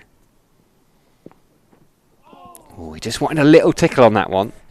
Fuller and straighter, or two straight down the leg side. D'Oliveira, if he'd have just got a little bit of bat, he'd have been on 103. He's not. He's still on 99. James Reed went very early. I wonder if that was a plan. Do we not put the leg slip there, but still go for the tickle down there as a He's gamble? kept immaculately, hasn't he, James Rew? We always forget how good a keeper he is. I was sat with Chris and Debbie yesterday afternoon, and they were telling him off for the Were they? throws. Come on, James, you've got to be behind the stumps there. I did say, well, Jack Leach probably should have been backing up as well. Was it 6 over 7? High standards. Opens the face, can't get it away. Tom Lammonby at point will do the fielding. End the over. 126 gone. 343. 4-6. Was it 6 buzzers or was it 7? I can't remember. I wasn't Might on have been a comms 3 at the and time. 4. Charlie and Pete. Don't get many 7s, do you? No, I think it was, though. I remember in the England under-19s, Stellenbosch, South Africa match in January, they had a 7 that got very complicated, and the umpires had to check and then work it out again. There's always a little delay, and there's always a bit of an ooh and ah from the crowd when there's a 7. As you say, pretty rare. Thank you very much to WPA Health Insurance, our principal sponsors here on the live stream. We're in the WPA comms box. Short and wide, lovely shot. Matthew Waite, that is his area. Very strong on the back foot punch for the offside. This one is still going to go for 4. Josh Davey was tempted, but couldn't quite haul it in. He's batting nicely, isn't he, Waite? Looks in very good touch. Yeah, I just wonder if one of these falls, what will Tom Taylor do? Does he play the positive, aggressive style he likes to play? Does he dig in? Thinking back to that Surrey game in September when the aggressive players tried to dig in, didn't work too well. They were going absolutely nowhere, folks. Tom Curran came in and gave it a belt. Shakib Al Hassan didn't get many runs in either innings. Could that become one of these amazing day 4s where Vaughan and Leach are bowling in tandem again? This game's going to already go down in the annals of history because of the Banton knock. Surely we can't have another dual spin last hour of the day. Imagine making 3-7-1 and not winning the game. Well, yes, it's funny you say that because that was also mentioned in the interview with Jack Leach yesterday. He was basically saying we've got to make sure we win for Banton. But there was a stat in the live stream comments. I think the chances of a draw when someone makes a 100 goes up from 40% to 46%. It was something like that. Because if you get a 100, your team's going to bat for at least 100 overs, you'd think, to get the time to do so. Well, and it's that you'd imagine it's a decent wicket as well. I mean, Viv's was in one day. Don't forget, not Viv's 100. You're saying Bant was a bit slow getting his 100. Is that what you? I mean, well, Polly had him down for 52 sixes. So I saw that. Depends which scorecard we go up. It's all those dot balls wasted. Mickey P comes over to the offside. Pretorius in a sort of square cover, just there behind. Don't often see Tom Abel with lid and pads on. Miggy P, I like that's just the way we refer to him now, isn't It's it? no disrespect to Miggy P. Pretorius, but there's another Pretorius. So for me to distinguish them, I know they don't both play for Who's Somerset. the other one? Dewalt Pretorius. He's an older one. South African. He's probably too old for you. I was more thinking of Dwayne Pretorius. Yeah, Dewalt Pretorius is 47 now, so too old for you. Dwayne Pretorius didn't play too long ago. When I heard Somerset was signing a Pretorius from South Africa, I thought it was Dwayne Pretorius. The South African, similar style actually. Similar cricketer. Right, D'Oliveira on 99. Been saying that for a while. Aldridge is in. D'Oliveira waits. Still waits. Patience is a virtue he possesses plenty of. Right to see the Somerset ladies back from the tour. We just saw Neve Holland, the currently injured Somerset ladies all-rounder, chatting to Ali Trescothick. They got back on Saturday night, did they? Yeah, they ready to go. End of the month, they're starting their season. I did tell Sophie Love that they've chosen a terrible time to go abroad when it's glorious sunshine here. They could have netted outside every day. But that is it. Driven. There it is. Finally, he breaks three figures. Brett D'Oliveira with a beautiful shot through the covers. 103 unbeaten for him. He reaches his 13th first-class 100. The Worcestershire skipper just when his team needed him. They were in a little bit of trouble, but he has dug in, and what a wonderful little tribute as well to John Curtis, who passed away just before the start of this game. Worcestershire's club reporter for decade after decade. I'm sure he will be thinking of him too, and he'll be hoping to save this game. What an effort. Yeah, just short of 20 balls on 99. Minimal celebration. No fuss. Bang through the covers of four. Job done. Lovely, lovely It was shot. a lovely shot as well, wasn't it? Like no effort, no big swing, just beautiful timing. Round the wicket, Ploy is back. Too short. Back on the previous conversation, FSM the dog has brought up a lovely name of a lovely player. Big lad for Pile Royals in the SA20, Luhan Dre Pretorius. Now, I was fortunate to be in South Africa in January, my first ever time there. And Honeymoon, wasn't it? Yeah. What do you mean? You said that as if it wasn't the It was, primary but reason for the visit. there was a bit of cricket As tied if in. the Test match and the SAT 20 and the England under 19s were the priority over your honeymoon. Rachel's at work today, she's not listening. So at what point did you suggest that venue and that time? Did she have any negotiating power in when you went? We made a deal that I'd have less than 5 days of cricket and less than 3 games of football in 3 weeks, and that was our compromise. So I did your 2 deal on days your of football. honeymoon was you had less than the maximum you could have was 8 out of 21 days sport. That was the honeymoon deal. I was don't it? think you can call 90 minutes of football a day of sport. That was, I only did half of one of them, so 90 minutes of football wasn't a big deal. And the cricket covered them a T20, so they were only 3 hours in the evening. Okay. So now we So did did a you lot of stick to travel your looking around. your Yeah, we quota did. of days? Yeah, I only did. You were straight off the plane into a Test match, weren't you? Yeah, that was a full day. And there were 2 other T20s, which was evenings, which Rachel enjoyed anyway. So no, it was a good compromise. But we did get to see, he distracted me from the point here, Luhan Dre Pretorius in the Pile Royals, Shane Berger's side. Another Pretorius who's a very exciting prospect. Well, that's too short and too wide. It's going to be a wide. Yeah, that is going to be a wide. So everyone's getting ready to end the over. Not sure Lewis Gregory has realised yet. He has now. He went to get the helmet. Almost apologetically giving the wide for that. Yeah. Yeah. LDP's playing for Hampshire in the Blast. So Okay. Shane Berger, I said, look, if anything happened to Smead or Bants, touch wood, hopefully it doesn't, but he'd be a good little signing. And he said, yeah, 100%. I've already mentioned that to Jason Sarge. But then Hampshire sniffed in already. Open with Joe Root. That was another Shane Berger, a bit of master stroke. Getting Joe Root at the top of the order. How often has he batted 3 or 4 in white ball cricket? Get him at the top, face the most number of balls. And he had a pretty good January, February before the Champions Trophy. Tickled, fine. 4 more runs. That was the shot and the ball. You talked about, 5 balls previously? Have we seen it signalled? Yeah, we have. Raced away. Expensive end to that over. Nice little over for Worcestershire. Nice over for Brett D'Oliveira. 3-5-6. 6. Deficit's 160 now. Do you remember a cricketer called Dinuk Hetirachi. I don't, to be honest with you. I don't know. That's beating me there. Who's the most misspelled? That's a great conversation from Louis J. I reckon Alistair Cook. Alistair. I reckon that's Alistair. been misspelt many, many a times. Yes. Probably one that gets through sub-editors quite a bit as well. Sangakkara is a good one. Double K or double R. That get you a few times. Have you tripped up on that one? I don't know. I don't know if I've ever had reason to write his name. Not Surrey games against Somerset here? No. I remember him stroking us to all parts. And there was maybe before the one they cut, that might have been the 40, the YB. Yeah, I wasn't writing and talking rubbish at that point. Jack Leach is having animated conversation with Paul Pollard and Martin Saggers get involved. And then there's 3 fielders listening in. Craig Overton's always involved. Well, if you get him, he's just a diplomat, isn't he, Craig Overton, when he comes in for these conversations? So he's just there to calm everyone down. He's the vice captain, remember? Was it to do with... Well, Lewis Gregory, the captain's not even there. It's Jack Leach who's... protesting his innocence there or something. Was it? I don't know if it was anything... Because Aldridge, there was a little chat with Aldridge in that last over. But Aldridge isn't involved. The captain, Gregory's not involved. Jack Leach is the man who would benefit from a little bit of scuffing up in that protected area, I guess. It seemed to be a sort of calm down.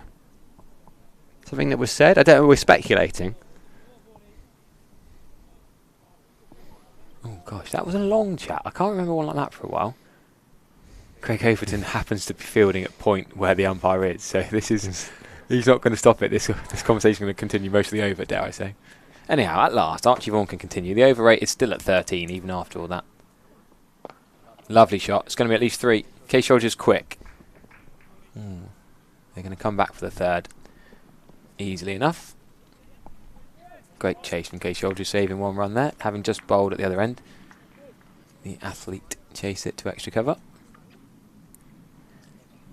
Yes, this is the last day today, just to clarify, if you haven't read the day 4 subtitle.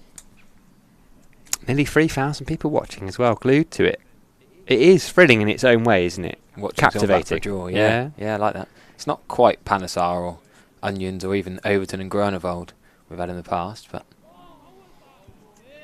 So Lanks chasing 293 in 60-odd overs. So they need 4.7 and over. Yes. Notts still... Durham still only 5 down at Notts. Looks like it's petering towards a draw at Chelmsford. That's a bullet arm. Craig Overton's pumped up. You can tell by the way he fielded that conversation, he's absolutely launched that. And I don't think the backer-upper would have been able to take that very easily. The backer-upper. Sean Dixon was there, but it might have been over his head. James Roos done well to take that. Well, he's probably got Mum and Dad's words ringing in his ears from yesterday. Goes like that, yeah. Hetirachi, however you say that, once got to Scothic in a test match. Don't remember that.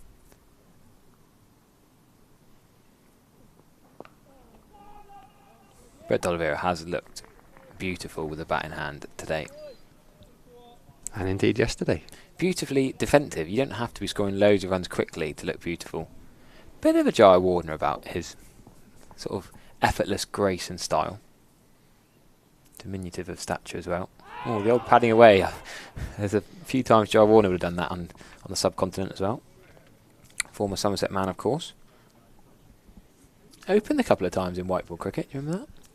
I do. With Chris Gale, I think, a couple of times in T20s. Good top order, that, isn't it? Yeah, it's not bad, is it? How many test runs, catches and appearances is that? Unbelievable. Plenty. 359 for 6.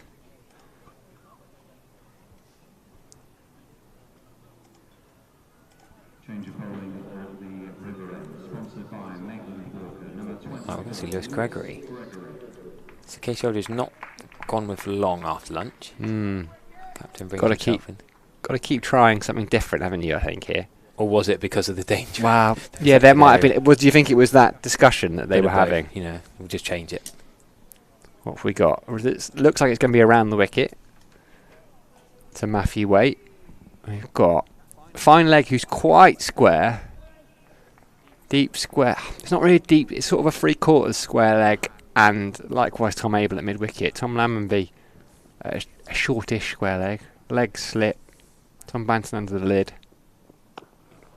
Waite is there, expecting that back of a length ball. Just pats it down into the ground. You're right, it's a bizarre field, really, to try and describe. It's almost a long leg, isn't it? And there's a backstop almost. Yeah. Archie Vaughan is very fine. Archie Vaughan is probably, if you followed first slip, if they just walked all the way backwards, that's where Archie Vaughan is. You've got 4 fielders in obscure positions here. Got to try something a little bit different, haven't you? Yep.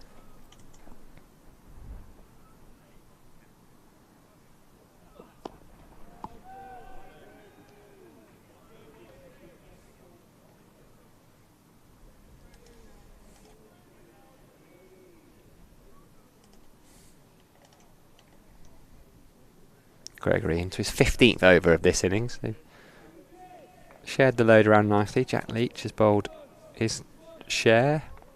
Saw him just for that one over before lunch. He's got through 38, 3 for 83 for him. A couple of wickets for Aldridge from his 22 overs.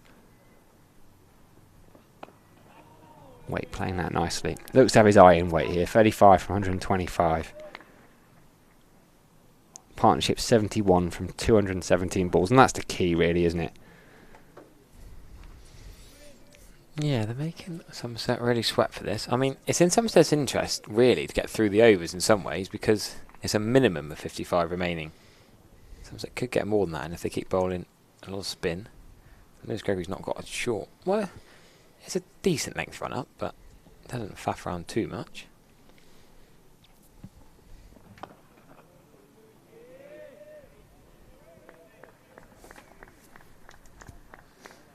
Archie loves his bowling so much. He's bowling again and again down at, what are we calling him? Long first slip? Backstop. He's even gone fine there because he wasn't. He was a yard or two to the right of that shaded area. Now he's right underneath it. Well, he's northerner, isn't he? He's scared of the sun. He spent a fair amount of time down here, mine. But you got any paddle lined up with him this week? No, I've actually just had a text from a chap who runs a paddle social media company saying he's having meetings with Michael Vaughan about setting up some paddle game, and do I want to play with him on Wednesday? With Michael Vaughan? No, or with the I think chat? the guy who's running it wants a game with me on Wednesday, but then he's then going to sort something out. He's having a meeting with Michael Vaughan thereafter. So. Extra fielder under the helmet, so you've got a short leg and a almost silly mid-on, right next to each other, crowding Matthew Waite. This feels getting more and more bizarre the longer the day goes on. I think Vaughan loves his paddle, doesn't he? I should play really, because Cheshire is a key area for sort of footballers and cricketers. There's a lot of paddle courts it's around like us. The professional sportsmen or players of any age, level or gender, they go and play the golf, they go and play the paddle. What else do they dabble with? A bit of tennis maybe? Table tennis? It's paddle. They're all into their paddle. There's paddle courts everywhere up in Cheshire. I'm missing a trick. Yeah, it's a big business investing in as well.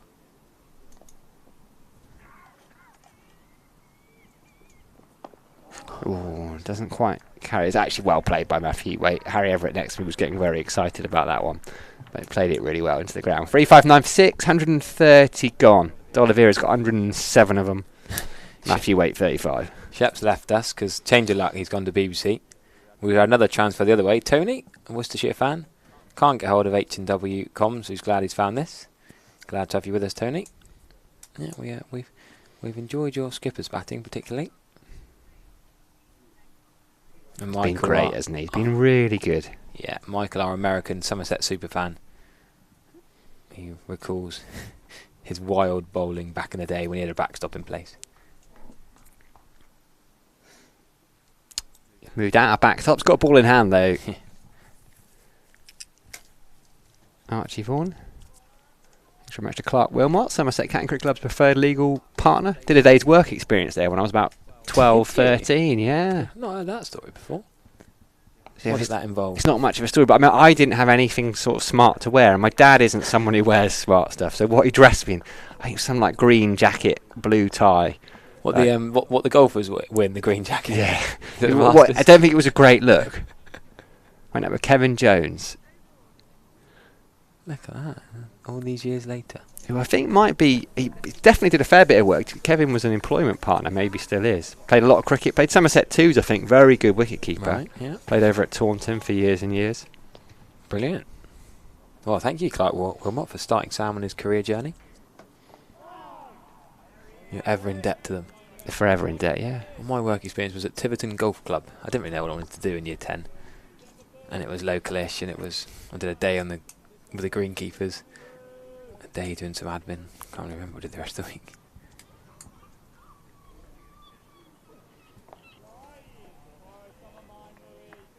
Do you play golf? No. Oh, yeah, I dabble a bit. I did play a couple of times last Dabble in week. a bit of golf. Yeah. A couple of times last week. So you I might don't play you next dabble, but you managed to get a couple Well, of that's rounds my first in two of last the week. year, in fairness. It's the sun comes out and there's not much cricket going on. I might play 5 to 10 rounds a year.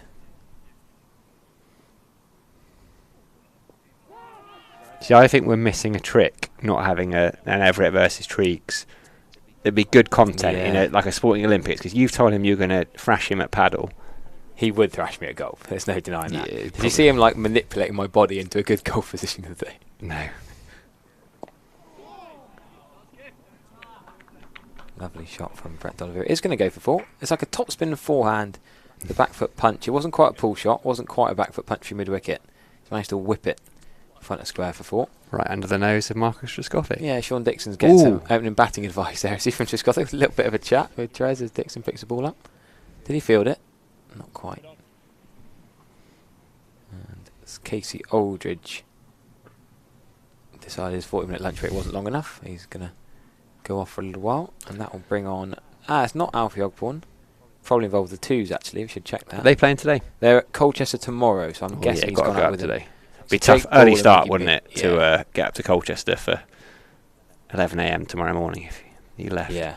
I'm guessing Miggy P and Jake Ball, well, they must not be involved with the 2s. They are the 2 that were practicing at lunchtime and been on 12th as duties today. And, I thought Miggy P might have wanted a 2s game to get into the English flow of things. Had it been in Taunton, yes. Yeah. I suspect the thing, given what you don't want to do is stick your overseas in a car to Colchester and then call him back after a day or two. Like, not of a game Well, like Sussex I'm just on thinking Friday. Colchester to Hove isn't that far. Isn't as far as... It's probably further than you think, but isn't quite as far as Somerset to Hove. I think everywhere to Hove is a fair It's distance. a faff. There's not many motorways, agreed. Gregory, around the wicket to wait. That's a better bouncer, though he can duck underneath it. It's a no ball, though. Just had a message from a fan in Australia. What's the time out there? Time for a bit of body line, says James Walker. Fan of yours or a fan of the stream? Fan of Somerset? Bit of all of the above. Yeah. It's just gone 11 out in Australia. 11:15 down in Melbourne, Brisbane. Perth's 2 hours closer to us, but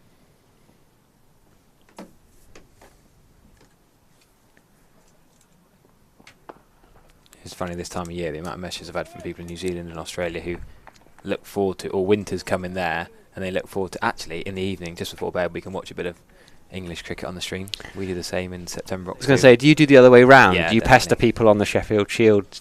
No, they don't do streams? live chats. No, No. no, I'm not. But do you watch a fair bit I of do that? watch. Plunkett Shield I tend to watch more than the Sheffield Shield. Well, that's because you played with or coached most of the participants. Yeah, I guess slightly. And A couple of stints in New Zealand, haven't you? yeah, I do love New Zealand. Unbelievable country. Sounds Sounds rich. wonderful. I'd live there every winter.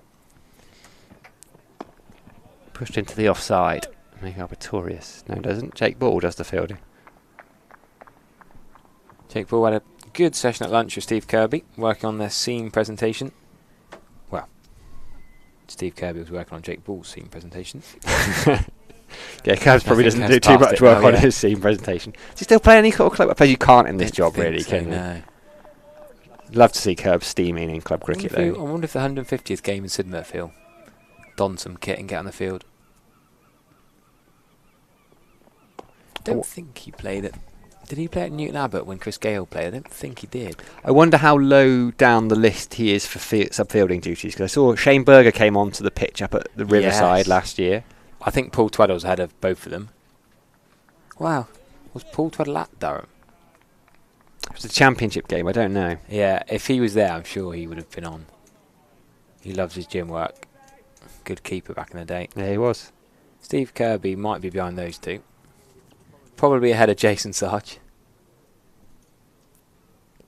Now look at James Rew's starting position there as he just turns that round the corner. I don't know if we can have another look, but as Gregory was coming in, James Rue was already down the leg side. He'd taken a step. Maybe he's going to go back there now. So you look at where he's walking. I don't think he's going to start. He's not expecting that ball to come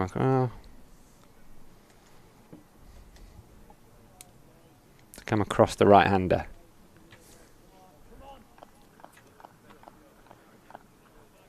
Fair way to the next new ball as well. Somerset needs something to happen before then, really. It's unusual that. Look where Rue didn't move there to take that. His starting position is to look outside the back legs. Because he knows they're trying this body line theory that's brought about a no ball. Well, was if it your no front ball? foot oversteps, then... Was it a no ball? Was he saying 1 foot? I think it was a no ball, was it? Yeah, was he turned around to Polly to acknowledge it? Do you know Polly's full name? No, it's not Polly. I know it's not Polly, yeah. A little trivia question yesterday. I can't remember the answer. That's the problem is, I have been told it, she's told me, but I can't remember what it actually is, so... There it is, straight into the gloves of Rue. I'm going to do one more ball and then I think bring Vic Marks in. We'll see if he knows Polly's full name.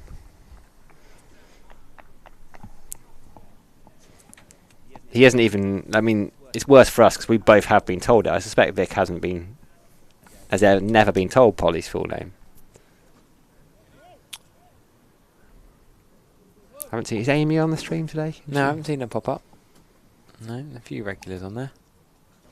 Some people do have to get distracted by work, sadly, as backstop Archie Vaughan just starts walking in ready to bowl the next over, basically. He's now 30 yards off the boundary. Single to end the over. D'Oliveira moves on to 112. 369 for 632 overs gone. Somerset need 4 wickets to win. Worcestershire need to avoid losing those 4 wickets to claim a draw. Just a few county championship scores we could update from the lunch interval. Haven't done much since then. Max Holden from Middlesex fell for 184. The young new bowler Sutton got him actually in that Lancs Middlesex game. The 2 big sides at top of Division 2. Zafar Gohar, of course, left Gloucestershire to join Middlesex. A few drop catches towards the end of that innings. And that could end up in a draw, probably. Lancashire Middlesex 2 test grounds, of course, now languishing in Division 2. And a pretty big crowd there on the first day of that one at Lords. I think they had over 4,000, I think I saw. Pretty good for an April County Championship match.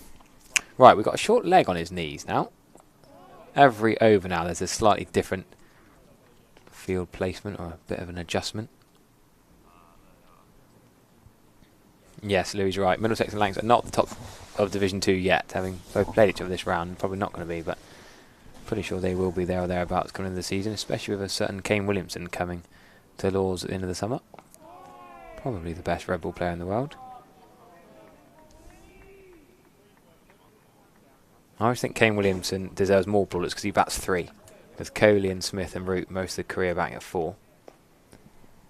Face the new ball a little bit more often and a bit earlier. Right, Vic, what are you doing here then? What can Somerset do to try something else, something different? Well, or is it just patience? I think you got to put Davey on. Yes, we said that before lunch and they ignored us. Well, only because he hasn't bowled all day, and he's been sort of written off, in a sense, as not suitable. But everyone else has had a go, and he might just come in and get a couple in one and over out of the blue. I'm sure he's fit. He's still out there, isn't he? I'm almost surprised they didn't go with Josh straight after lunch and bring Casey on as the sort of try something different ploy. I mean, obviously, I'm seeing Good fielding. this round the wicket ploy from Gregory, but I think probably the main goal there is to try and create a bit more rough outside that off stump, more than anything, for Archie Vaughan, who's got the odd ball to turn. They had a little phase just before lunch where he managed to beat the bat a few times, but it's, as Joel Garner used to say, that wicket is sleeping, or she is sleeping. And the batsmen are set and their concentration is good, terrifically good. Somerset striving. There's still plenty of time in theory, but it's a long time since Finch was bowled by Aldridge. He's still going, I think, actually. is Gregory. I don't really see. He's got those two short legs there and a leg slip for this sort of. It is sort of a bodyline field. In fact, I think he's changing tack a little bit. He's going to come over the wicket. But he's keeping the same sort of field. Two brave short legs there. It's a 7-2 onside field. Yeah. And so far, it's set up for some short balls. But so far, Waite has resisted and gently played the ball down into the ground despite the presence of those two forward short legs and a very close leg slip.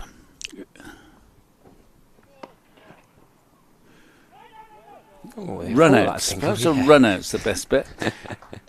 Matthew Waite was keen. And there's another no ball. He's bowled a lot of no balls. Yeah, he was the leader of the no ball tally for Somerset last year. Most of the last few seasons, actually, Lewis Gregory. Not very often with a white ball, though. No, which is...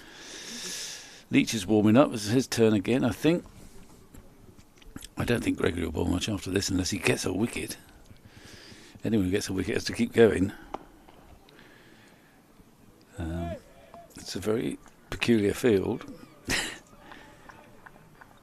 They've given up on the notion of an outside edge. Just don't carry. But Waite, they're going to bowl short at him. They've got to bowl short. Round about chest high, he's getting it, but the wicket is slow and Waite is just standing tall by and large and just gently playing it down without too much difficulty.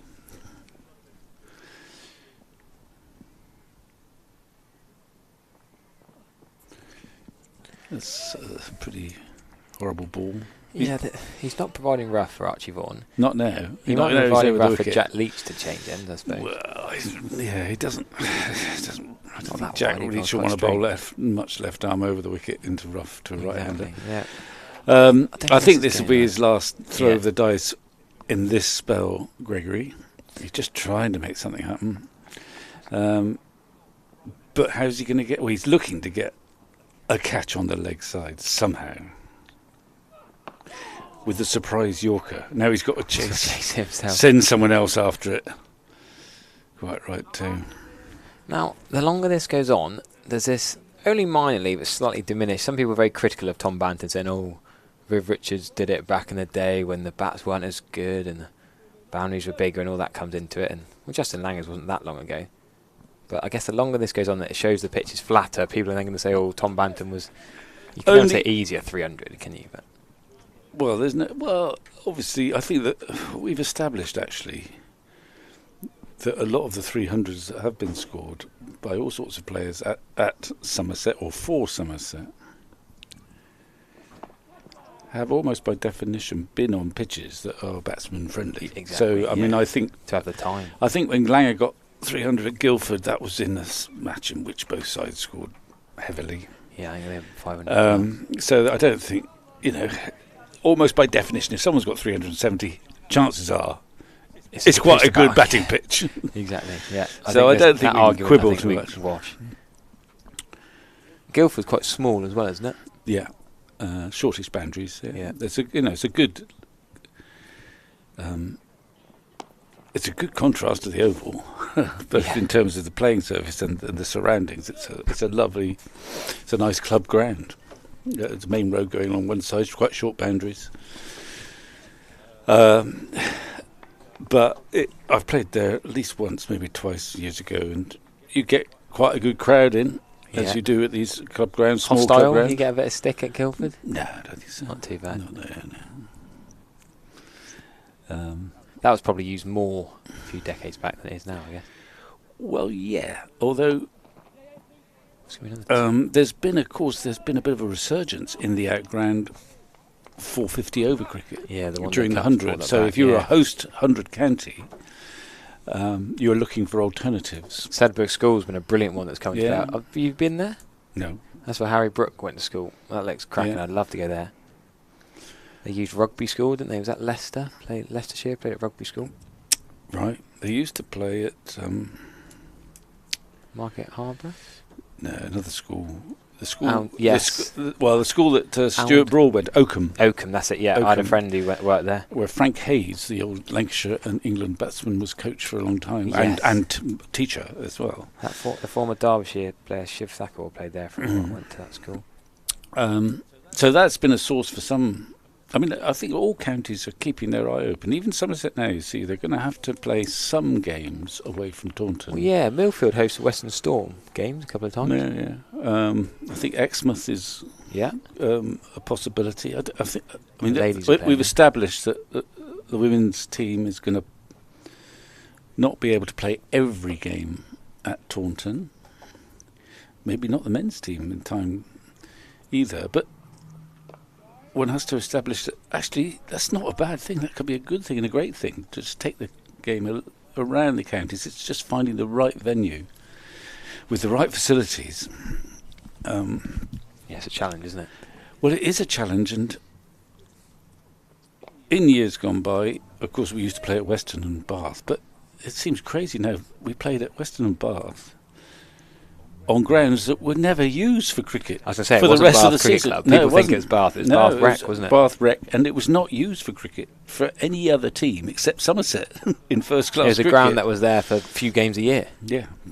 And likewise at Clarence Park at Weston. We didn't play at Weston Supermare Cricket Club. What is at Clarence Park now? Well, I don't know. I haven't been there for donkey's years. I mean, it's an open space. Pete will know. I should have asked Pete. Yeah. But it was not it was not the home of Weston Supermare Cricket Club. And it just had a roped off square which they cobbled together a pitch throughout the early part of the summer. By and large, there was some high scoring games there. What would Joel have described that pitch as? Well, I don't know. Joel would have played. Can't remember when we stopped playing at Weston. Probably no, not in my career. I think they kept playing beyond the 80s. Nice pat of encouragement from Paul Tweddle. In case you couldn't quite haul that lovely cover drive in for 4, but just in front of Andy Harry and Paul Tweddle. It was a lovely shot, actually. Beautifully timed. He didn't try to hit it very hard, but he just timed it perfectly. And I think, if I were Vaughan, I'd like my mid off in a conventional position now. I'm fed up with this. Back foot punches at the other side of him this time. Good stop there. Really good bit of fielding from Kay Shoulders, yep. Dive in both hands. Didn't dive the previous ball, but probably wouldn't have stopped it anyway. That was a necessary dive there. Okay, well, I think it's time for a change. Just any change. Josh Davey. Davey, and maybe it's Davey and Leach again. And it may be that it's going to be short spells, but just any change of angle, change of personnel, just has got to be tried. There's quite a conference going on out there, and there's about 5 of them having a huddle, including James Rue, captain's there, I think. There's a lot of chatting, isn't there? Tom Abel's there. And whether they've reached any conclusions, they're not having a vote. I don't know who's going to bowl. I think it's going to be Davey. It would be, forgetting who you support or the context of the game, it would be mildly hilarious if Davey came on for the first over after the break, of the day, 2:30, and picked up a couple of wickets. Now, as things stand, he's shaping up, and I wouldn't do this. I still think there's a certain virtue when he first comes on.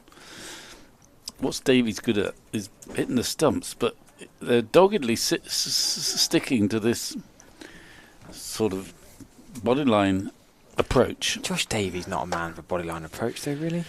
Well, no, you wouldn't think so. I would have thought. Well, I mean, I don't know. I would have thought just initially, with different bowler, different action, just give him a chance to bowl a few straight deliveries. Yeah. Which is what he's good at. Rather than ask him to bang it in short. But the field set is clearly for the leg stump short attack, but I mean it's a dead pitch. Davies no express. There's this man lurking. It's Archie Vaughan at a very, very fine deep. third man on the line of first slip. I can't see it going there. And it's a tepid little bouncer. I don't like this from a Somerset or cricket point of view, full stop, really. Josh Davies, a good pitch it up. Even if it's not swinging and the pitch isn't doing much, at least try a couple of balls, surely. Well, I'm with you there, Harry, actually. That's a But rarity. then I'm an old man. But, yeah, I think You're going to give it a chance. you can still bowl the odd short ball. Yeah, But this is obvious from the outset yeah. what the field's set. They know what's going to come. And also, D'Oliveira isn't exactly whacking it everywhere. Well, no, it's not a question of being whacked. It's Trying to take wicket. You're trying to get him to fend it on the leg side, but he's leg glanced it, and so fine is Vaughan in that third man position, if we call it that, is that he scuttled round to the leg side to restrict him to one. Yeah, third man's beating fine leg to the ball down to fine leg. Yeah.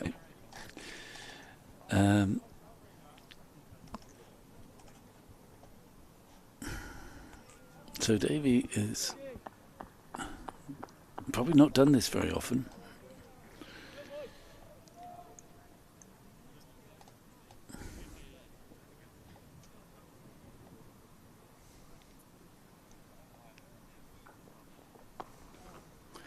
Well, he's got him playing at the ball, but the pitch is so slow, and Davey has no great pace, that even when he plays the ball with those two short legs very close, just in front of square on the leg side, he seems to be able to play it down into the ground without any great hassle at all. We'll see. Perhaps something will happen. But you are restricting your modes of dismissal. Yes, exactly. I think if you pitch it up, you can get LBW, you can get bowled, you can get caught behind. Whereas here, it's caught or nothing else.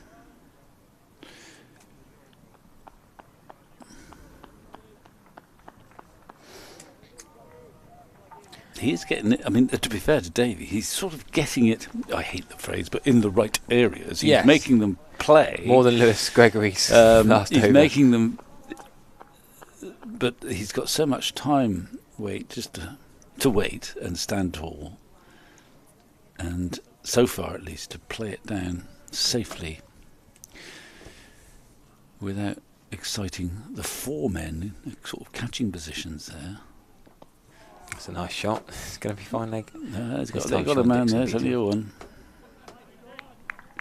It's got to be nearly Tom Lammonby time as well, just for that slight change of angle, something different. Well, I think Leach has got his time to have another go. I think, I think. Well, I don't know.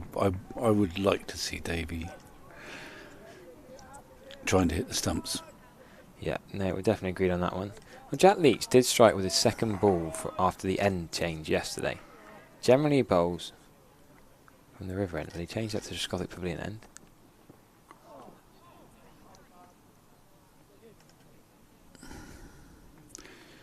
So Vaughan is having a break, I think. And I think Leach is going to have a bowl from the Marcus Gothic end. Vaughan has got the odd one to turn from outside off stump. Yeah. When he bowled slower, I thought it turned more. Yeah, maybe. Get a bit more flight. There's another huddle. Big huddle, Oh, actually. all of them really. In fact, it looks like a compulsory team huddle. Is this allowed? Yeah, you can do what you like. I think it's there overrated. Except Casey Aldridge. Everyone except Aldridge has been invited. Oh, Dixon. Dixon's really. not been invited. In fact, it's a brief huddle. Yeah, it wasn't very long, was it? Jack's ripping off his sweater. We're going to bowl straight now, maybe they're saying. Well, actually, if there's one person you want to bowl, perhaps less straight is possibly Leach, because we've seen a little bit of rough outside that off stump. Now, what you might want him to do is actually get quite wide of the crease, so angling it in just outside that off stump. If it goes straight on, it might hit wickets, but if there is a bit of rough there, it might grip. Let's have I think it is time. Vaughan's bowled quite nicely, but he looked at his most dangerous just before lunch, where he beat the bat a few times, got the ball to turn a little bit, and could have had a wicket, but they've played him pretty well since lunch. So it is definitely time for a change. I think you keep bringing in the changes, particularly with the seamers, both in personnel but also method. Yeah. So the 3 catches in. Leg stump, asking that to do a lot. He puts quite wide of the crease, though. I think he might be thinking in terms of see whether he can get something to grip. He's not going to hit the shoulder of the bat, I don't think. It's a no ball. That's quite rare. I wonder if that's front foot or... I think he has tried to come wider of the crease. Yeah, he's pretty disciplined normally, Jack Lee. Yeah. Maybe it's because he's not used to bowling wide of the crease. This new tactic after that huddle. It's a bit harder for him to get his rhythm right wide of the crease. That's the area. That's a lovely. That did just hold a fraction. Lovely little spot there. You know, little leading edge back to the corner ball. Could Casey Aldridge come slightly closer and straighter, extra cover? He's always looks like he's quite far behind Tom Abel at the moment. That could be close, but it's not given. That was a bit desperate. Well, do you? Well, there is a certain element of desperation, but it's hit the middle of the pad. Of course, the irony is if you go wider of the crease, Exactly, yeah. you are less likely to get those prop forward LBWs. Yeah. That's what was against that, I felt. Good fielding, Casey Aldridge. Brilliant stop that. We might have a look at the LBW in a minute, but... yeah, now the head took the words out of my mouth. I think that was the problem with it. That slightly wider release point. Looks more threatening than the 65-mile-an-hour short ball stuff. True.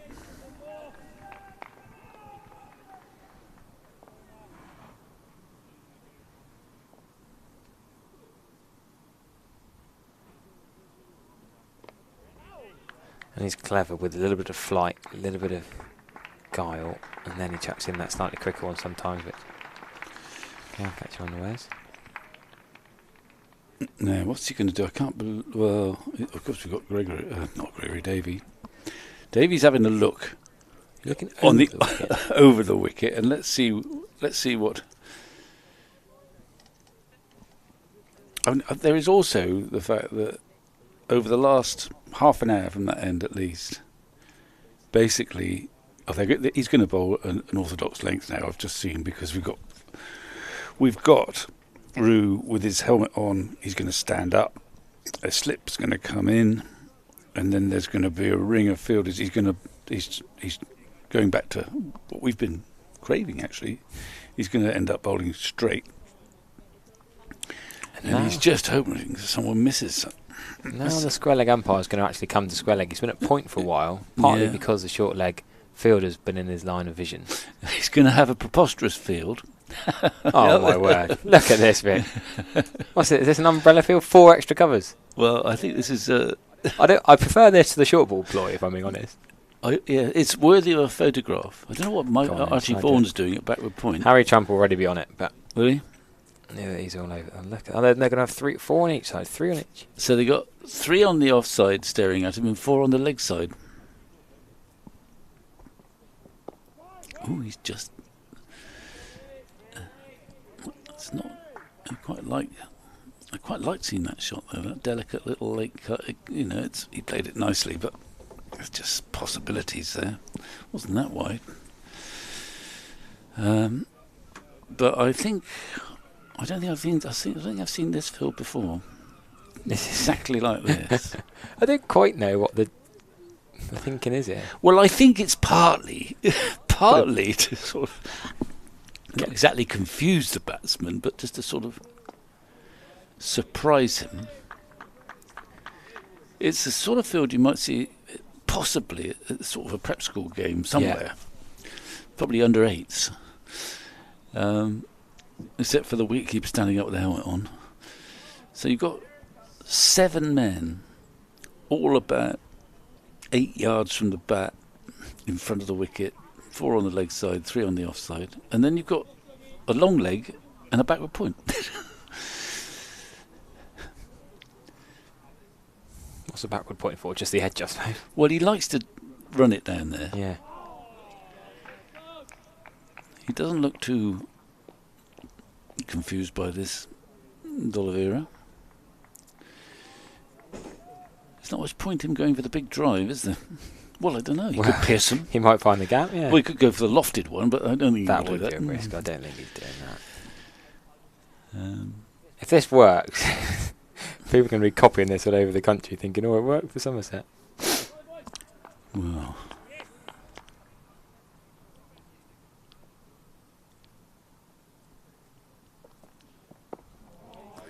I mean, the other thing I would like to see, and I don't know who can do it, that I don't think I have seen, is I know this pitch is dead and not doing much, but you'd think one of them would be capable of trying these sort of medium pace cutters just to see if one just grips a bit. We've had the orthodox finger spinners, just the occasional ones turned. But I'm not sure we've got anyone who's able to do that.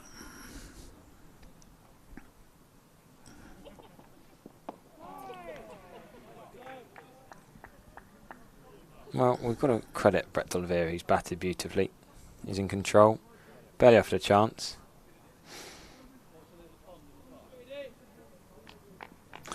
And the other thing that I'm now looking for positives for Somerset, and here's a sort of counterintuitive one, is that from the Worcester perspective, you get to a stage which they certainly haven't had for the last three days, where you are perhaps favourites to draw the game. Yes.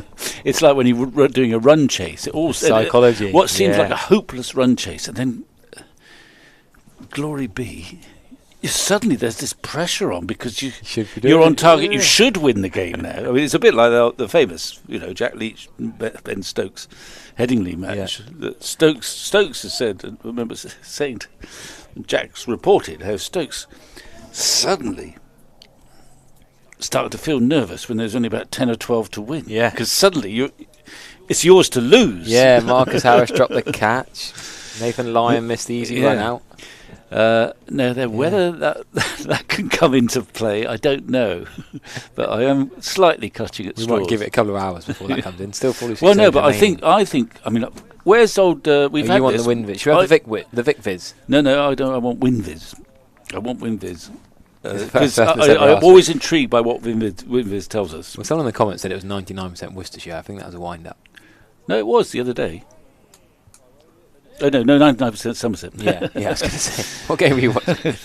Sorry, 99% Somerset. But even that was a weird one. We were querying that yesterday. Yeah, 99. So how do you dial up WinViz, Harry? We'll have a word with our technicians. He might be sleeping. It's a calculation. Sleeping? Watching the cricket? Never. You would never send anyone to sleep. Well, WinViz might be. He might be. You having a cup of tea? I see. We used to have WinViz on the Somerset website. I'll have a look. Is it on the Somerset website? You going there? 14% draw now. 14. Worcestershire have 0%. Yeah, I think that's a bit. I think Worcestershire. Well, not of winning the game, but I thought draw would be a little bit higher than 14. Jack Leach wide of the crease there. I find that amazing. Given that one wicket has fallen all day. It's gone from 2 to 14% though. So that shows. Yeah, but I'm not sure WinViz is having a great game. I think WinViz is from a die-hard Somerset supporter. Yeah, well, or a trolling Worcestershire supporter. Trade Nation have got buildings all over the country, so they could have feet in either camp. So thanks to Trade Nation for supplying us with that little percentage stat that gives us a topic of conversation when we don't decide who's on top.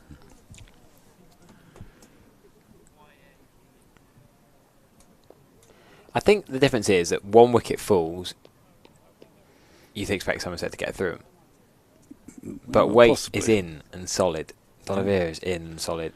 It needs a brain fade. Like, was it Ben Folkes? Yeah, it was. Ben Folkes triggered the collapse in September. Yeah, Lewis Gregory was about to shake hands. Yes. Well, you were absolutely on the ball on that match, and we were here, but it was turning. You could understand how wickets could fall. Yeah. The difference is that here, very, very rarely has ball beaten bat. Now, Davies had his 2 overs. You know he's got to have a bit of a break. He's tried body line and he's tried the umbrella field, but he's giving way to Vaughan. First time he's bowled from this end today, I think. Yeah, I think so. He's throughout his entire Somerset career, he's bowled a vast majority of his overs from this end. Yeah. Partly because Leach bowls, he likes to bowl the other end. But it's worth a go. He's coming round the wicket.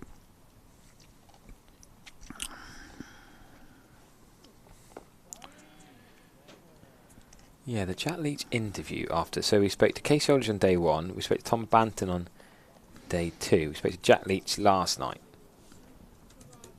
And I'll run you through a few of his quotes. Archie Vaughan gets through so quickly, you don't have much time to talk about anything else, but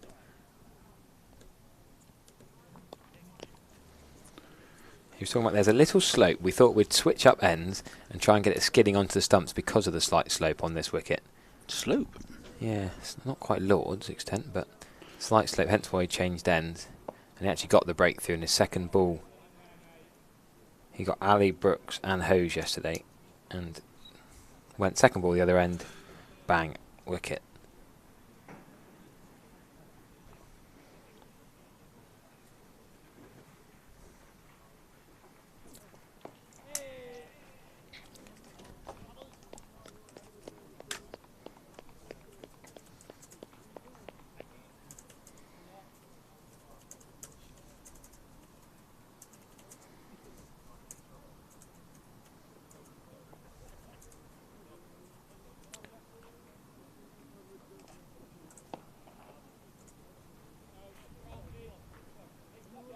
Well, that was a pretty normal over. No funky fields, nothing daft. We've had some overs with bizarre fields and changes and tinkering and discussions. Sean Dixon's going to let Jake Poole come on. He's saying, Jake, go over there for now, but Lewis Gregory may put you in a wacky position at any point, so just be ready.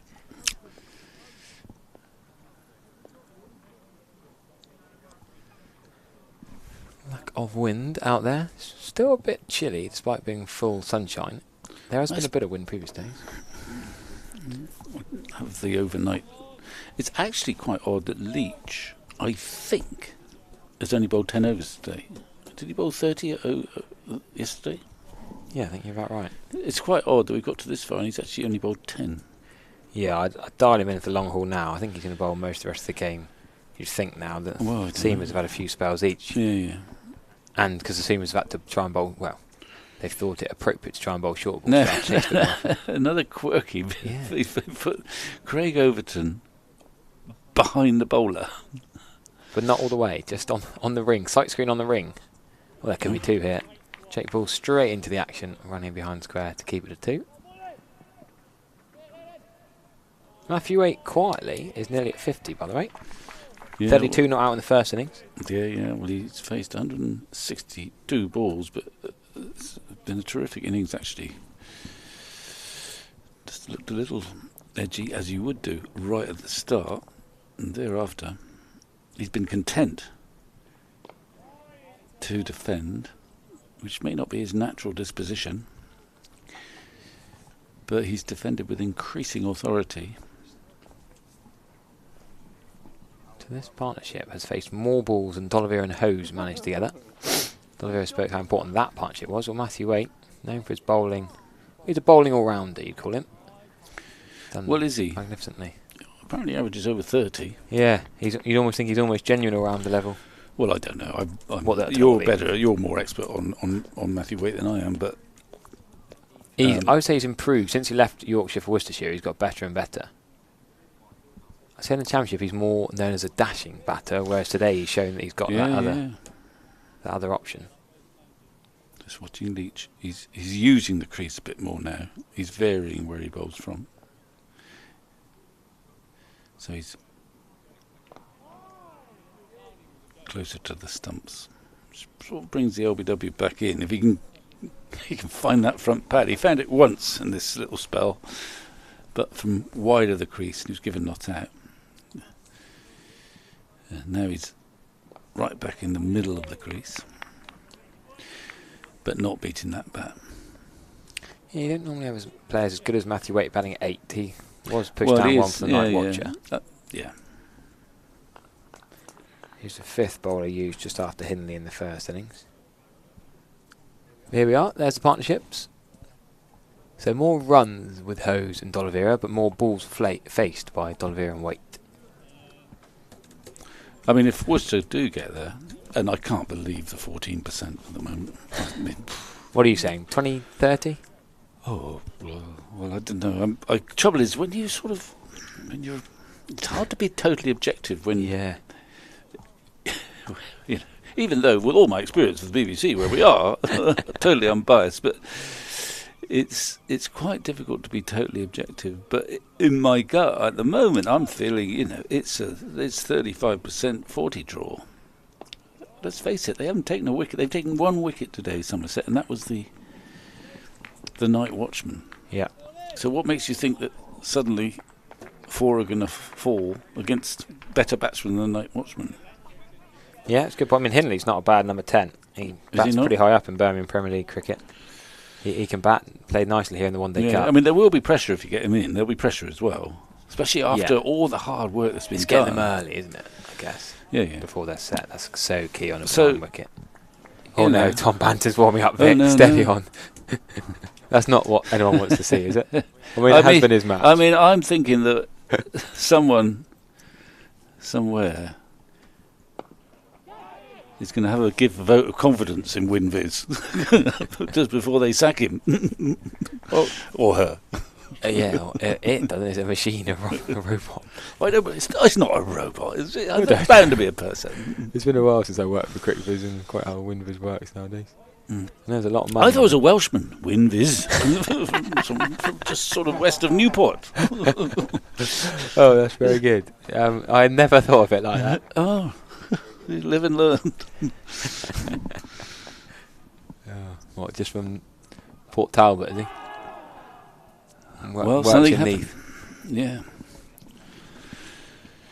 Talking about that, St Helens has gone, isn't it? St Helens is no longer going to be a cricket ground. The Ospreys have taken over St Helens, where the famous 6-6s were. Yeah. Mr. Nash will no longer have to be reminded of that again and again, I suppose. Well, he's no longer alive.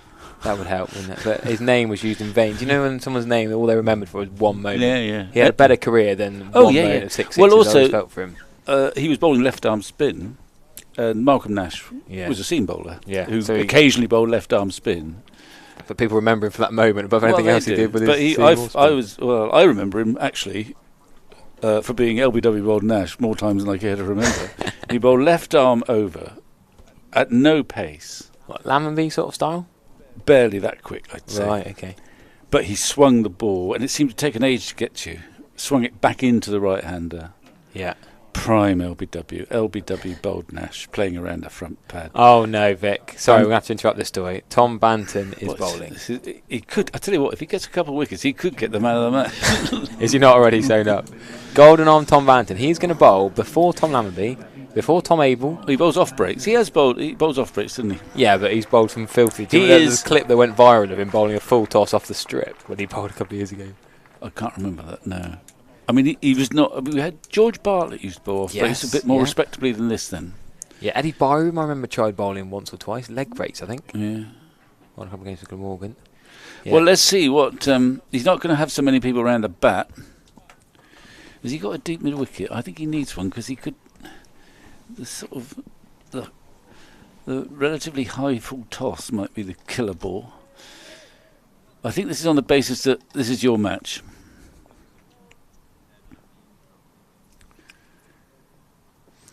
It's not the best to start. He could be bowling for run-outs. Tell you what, yeah. Tom Hayward's got pads on, turn him down, mine. Has he taken his shin pads off? You can't bowl in shin pads, can you? Don't know. Tom Bannon can do what he wants this game, can't he? Well, that was slightly better. He's getting there. He's dialing in. I don't think he would have bowled in the nets for a long time. I don't think he's warming the England team up in the Champions Trophy with these off breaks. They don't like finger spinners. Well, unless they're 6'7", they have a high release point.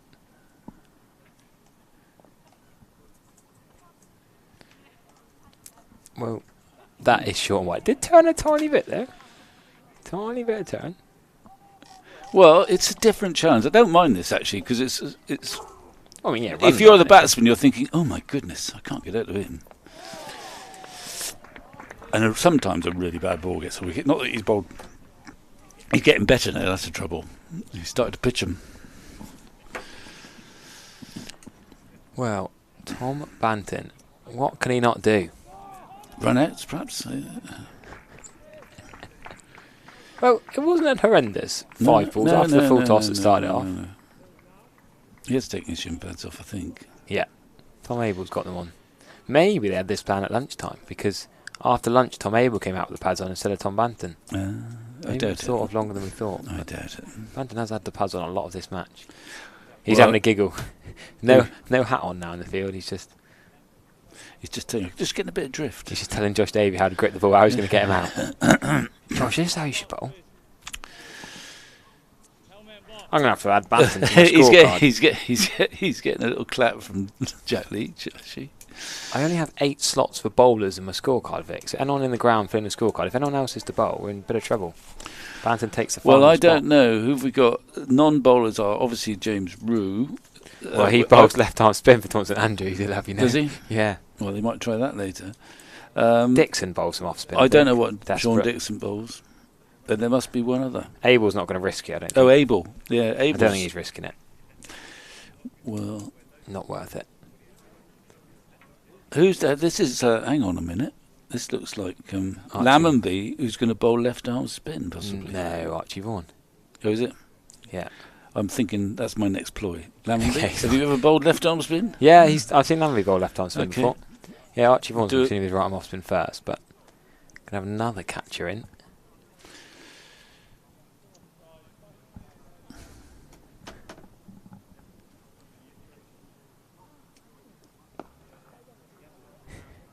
A little bit of insight from Press Day there. Will Martin asked Sean Dixon what would he bowl if he were forced to bowl, and the answer was simply, I do not, I don't. I do not bowl. There's not many cricketers who just don't bowl at all, but Yeah. David Gower was one. One of the great batsmen of all time. Just didn't bowl. Well, you've got a fan, Vic. Lady Blamebinder said, can we sub Vic on? I'm sure I could get it up the other end. When's the last time you bowled a cricket ball?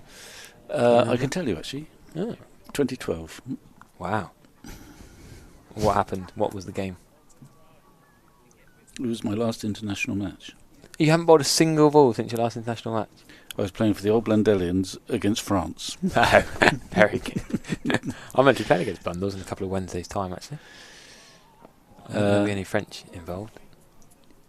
Well, we were playing France in Olympic year because a few Old Blundellians played in the Olympic Games that was in Paris in 19 something or other. Yeah. Tom Banton, brilliant bit of fielding, scampering from mid off. And the team, they happened to be something sort of the West Country, Southwest something or others, were touring France during the Olympics. And someone had the bright idea, well, let's see if we can go and compete in the Olympics. They let them compete in the Olympics. There were only 4 teams. I think they won it. So to commemorate that, the English team was made up of a few Old Blundellians and people from Curry Rival Cricket Club. Right. And yourself? So in 2012, France came over touring, and they played against the Old Blundellians and Curry Rival Cricket Club, I think, and perhaps someone else, I don't know. Oh, brilliant. So I played in this fixture, and it was won, actually, by the home side, under my careful leadership. Did you? After which, I announced my retirement from international cricket. That was it? Yes. And you've not played any... So how many people have bowed out their last ball ever in international cricket? That's pretty cool. That's your claim to fame. Yeah. Did you bowl and bat? Go on, If what I were your batted, stats? I batted at 9, and if I'm not sure, I suppose I bowled, but if I did, it was only 2 overs. Right. Give everyone else a go, kind of captain. Well, no, I was creaking. Ooh, it's gentle, this. But we had quite a good leg spinner. I discovered. Gave most people a bowl. This leg spinner looked quite good, so I kept him on.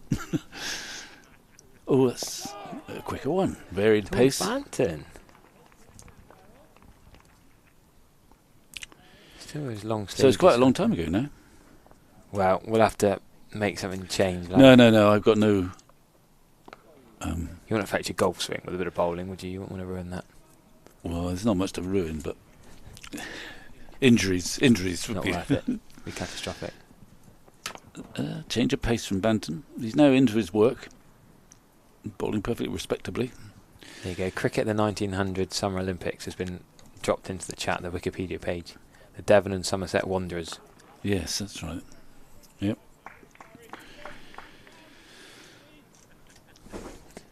Right, shall I make way? We'll see if Sam Dalling can bring in any change to this match. I'll be back with you later on. Well, it's not exactly resignation. I mean, Somerset have been trying what they can, but I mean, it's sad to relate from a Somerset perspective. Yet again, they're sort of looking at the next new ball as a possible means of making the breakthrough. I think Leach is going to go back to his favoured end, the river end, and maybe Vaughan will come back this end, or maybe Banton. I don't think he'll continue much longer. But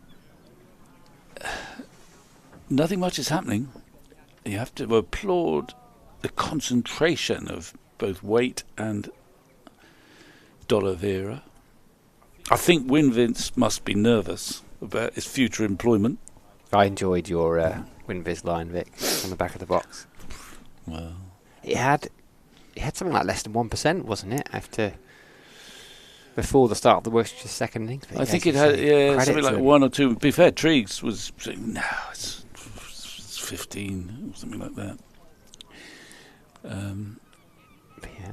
I mean, as you say, it has been magnificent from D'Oliveira so far.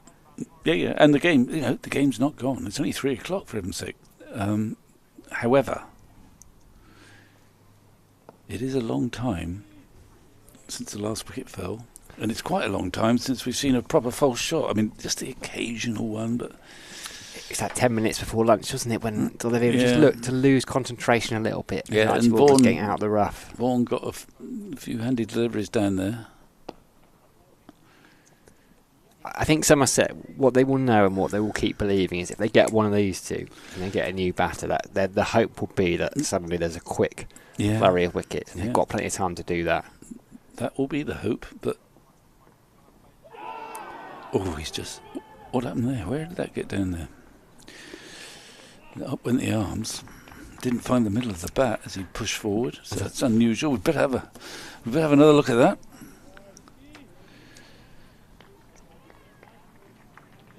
Oh, it's a beautiful ball. It's spun. It turned too much. It hasn't done that very often, and I think Rue was so taken aback that he didn't take it.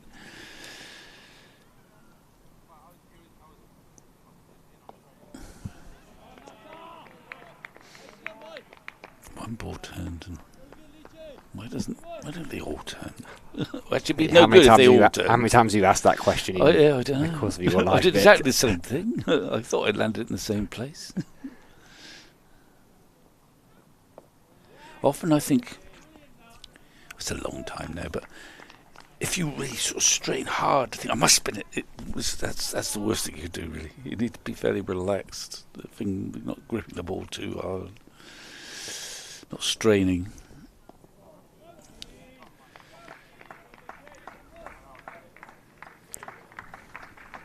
.389 for 6. 146 overs. Somerset about been out there fielding.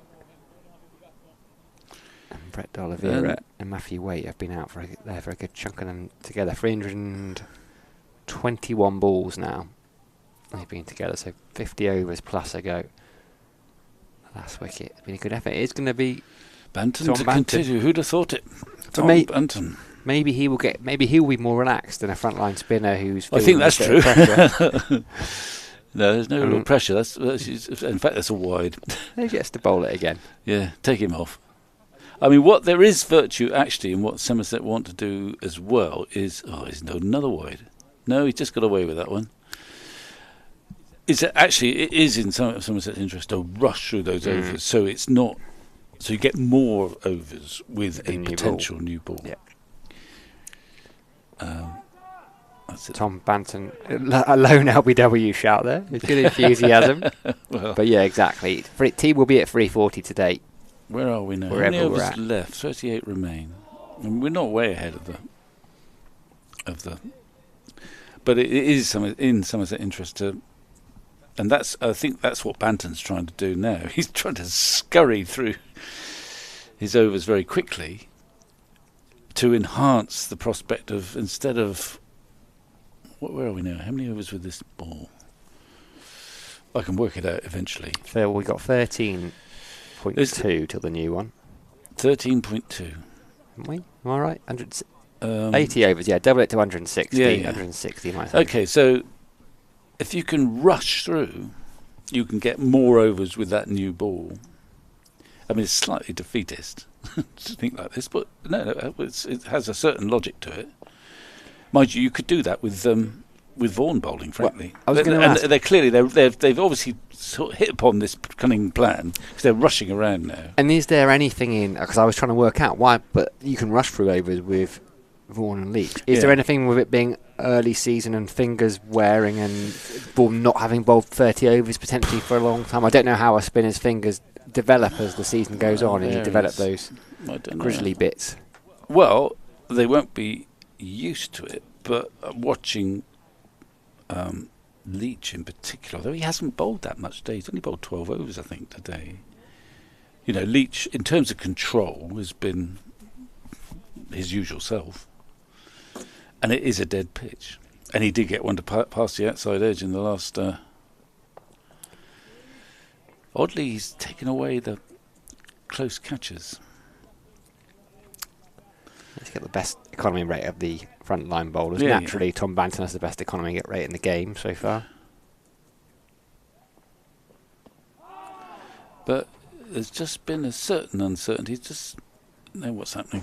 A certain uncertainty. They're changing. They're changing the first slip cunningly. I wonder why that is. Maybe.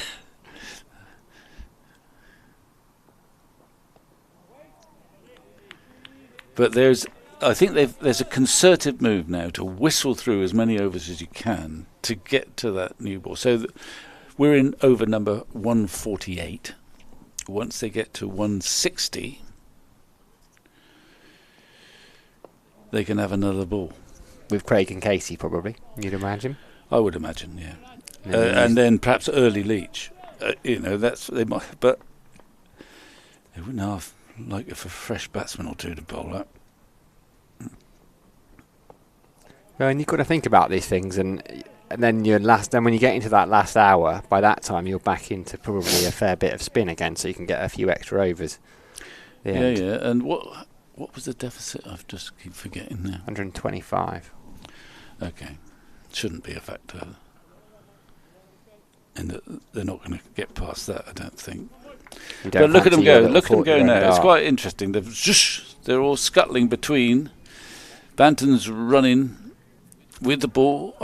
Maybe they just feel Vaughan needs a little break. But I think I would be wanting Vaughan to be bowling now. But nonetheless, there is a clear, and you can almost sense the batsmen are just trying to have a little chat. Not quite ready. Fielders are ready.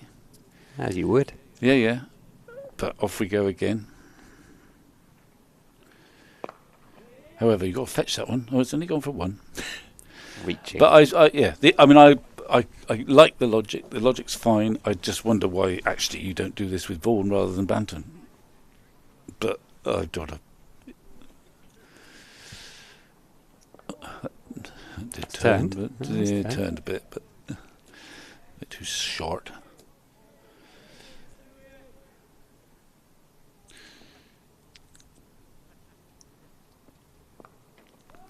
Maybe this is his way into a test side. Maybe in 5 years' time we'll be talking about all-rounder Tom Banton batting at 5, England's second spinner. Yes, indeed, Harry.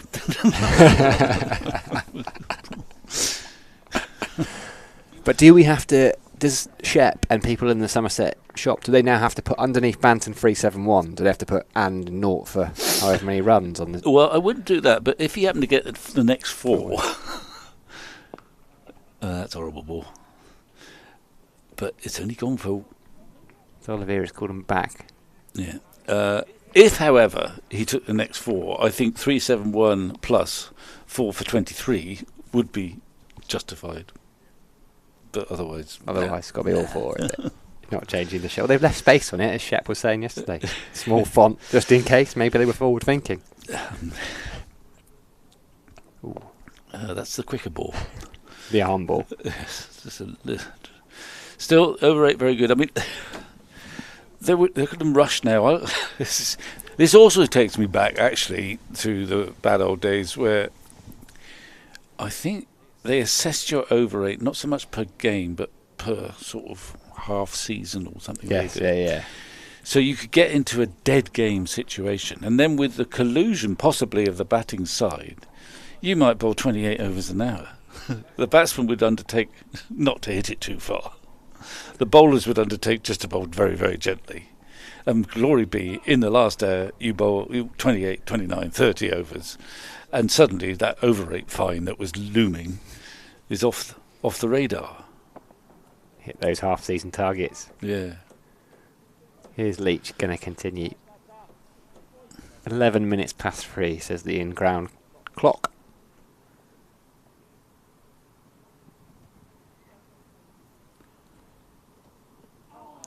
Just, he's not. He's hardly causing mayhem, but he's actually sort of a bit of uncertainty. He did beat the bat not so long ago with one that did turn.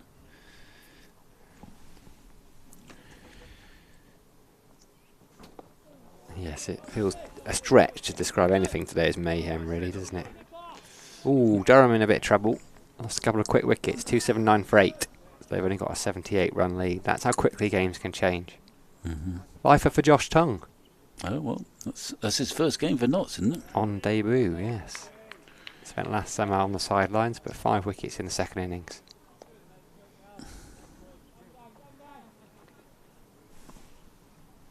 Seven in the game.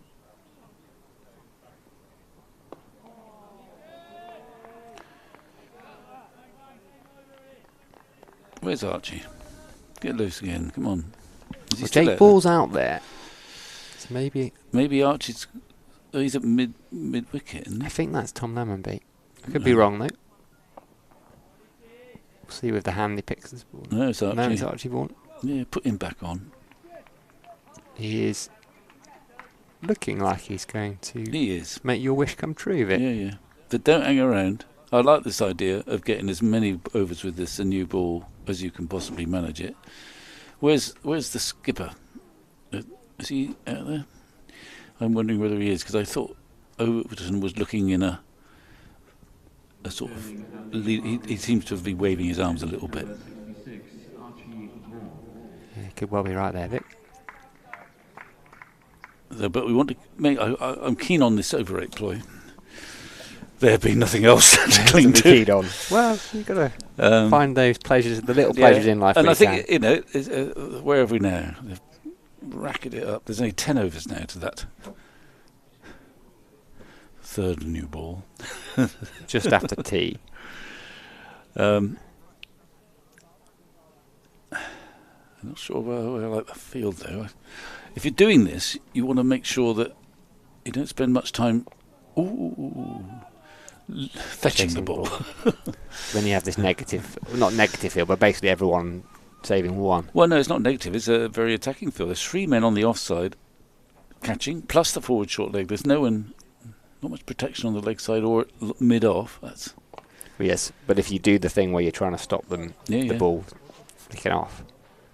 Hang on, another man's coming in. Nearly Overton's taken charge. He's getting this field right. There's 5 men round the bat now. He's trying to seduce some stroke play. He likes that. 48 from 188 balls now, Matthew Waite's been at 187. Yeah, no, well, it's a Brilliantly stout patient. knock, isn't it? You've got to admire it. Just for the powers. Oh, that just did almost the right thing. But you have to admire just the focus and the concentration and the sound technique, albeit not in the most trying of circumstances, but nonetheless, you can, one mistake and you go on, as we know.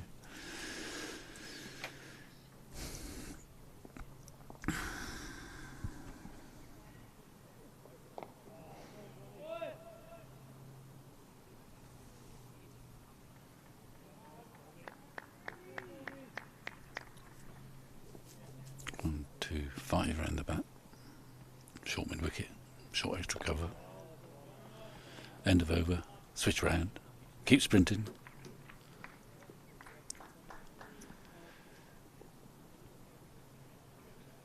Jack Leach having a quick drink. Just a single drink brought on. Leach and Vaughan. Yeah, one for Vaughan as well.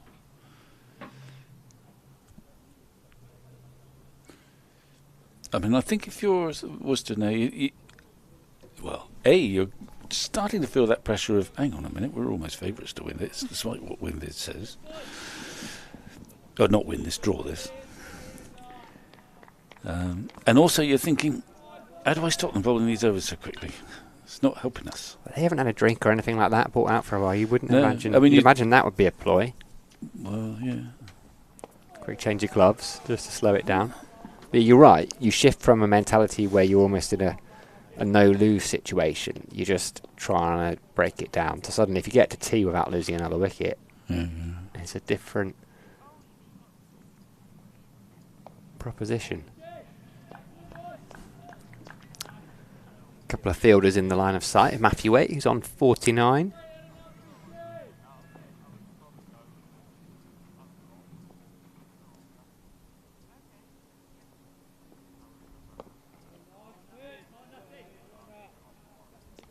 So what would you?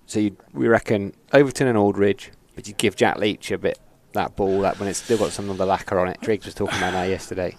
Yeah, I think you might skid on. You mean? Get that LBW. Yeah. He's taken the new ball in a Test match before, hasn't he? Oh, lots of times now in the subcontinent. Yeah, it's quite accustomed to doing that.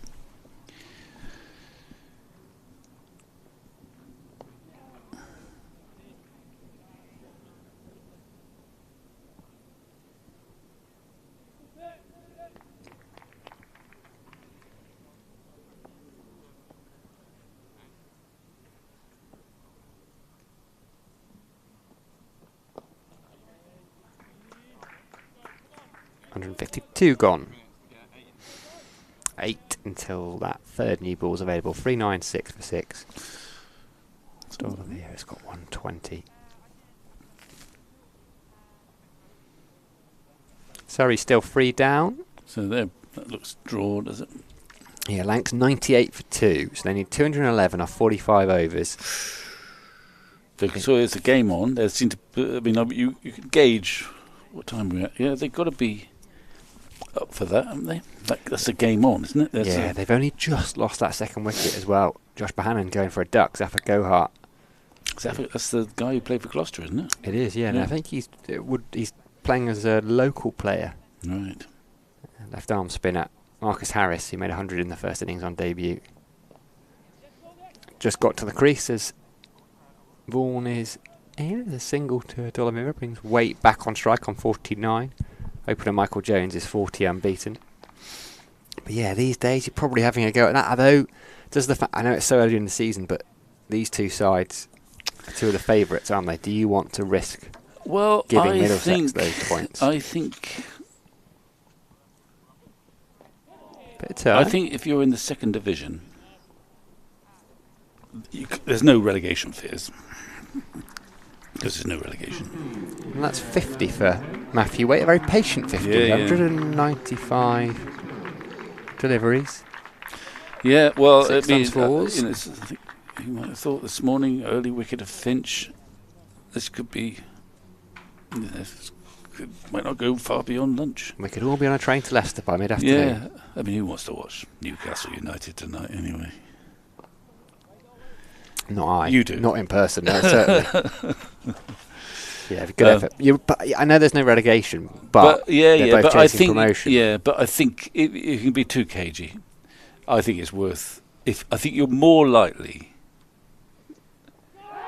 He won't give that. He's given it. He's given it. My goodness me! They're chasing after Ashley Vaughan, and the batsman, who is Damien D'Oliveira. After all this time, I mean, it's a big decision. That he's padded up to an off break that was significantly wide of off stump, but he is gauged.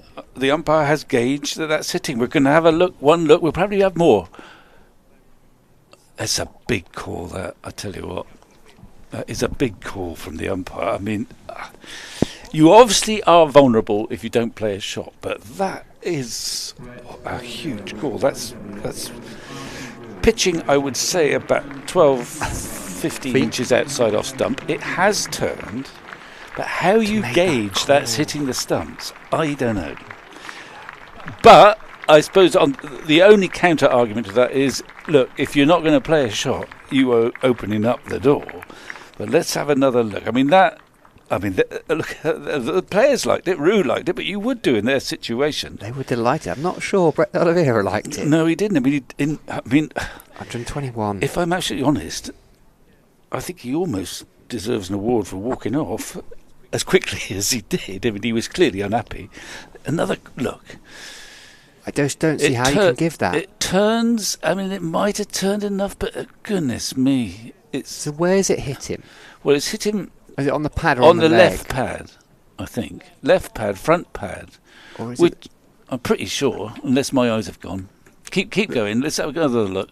Can we see? Has it turned in and hit him underneath the left knee there? Ah, right. Well, maybe it's. But still, if it's hit the back pad, then there's more. Well, I don't know if it's hit the front leg, almost there, underneath the buttock. But it's such a big call, that. It is a huge call. And now, suddenly, Winvis is a bit more smug. 121. What an innings, by the way, by Brett D'Oliveira. He's brought Ben Allison out. 121 from 340 balls.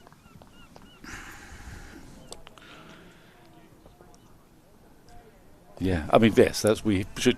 Well, I've praised D'Oliveira for walking off pretty well, actually, but it is also worth saying that was a terrific innings. It was. Albeit in benign conditions, but nonetheless, the situation Worcester found themselves in. To bat with such composure, I mean, it's a very mature innings. It's a sort of captain's innings, but it's quite a controversial end. Nonetheless, you do leave yourself open if you don't play the shot. You do leave yourself open. And usually I'm with the Bowlers Union here, but that looks such a big call. It'd be fascinating to have the old Hawkeye tracker, what that would have said. Yeah, I could probably tell you what it wouldn't have said.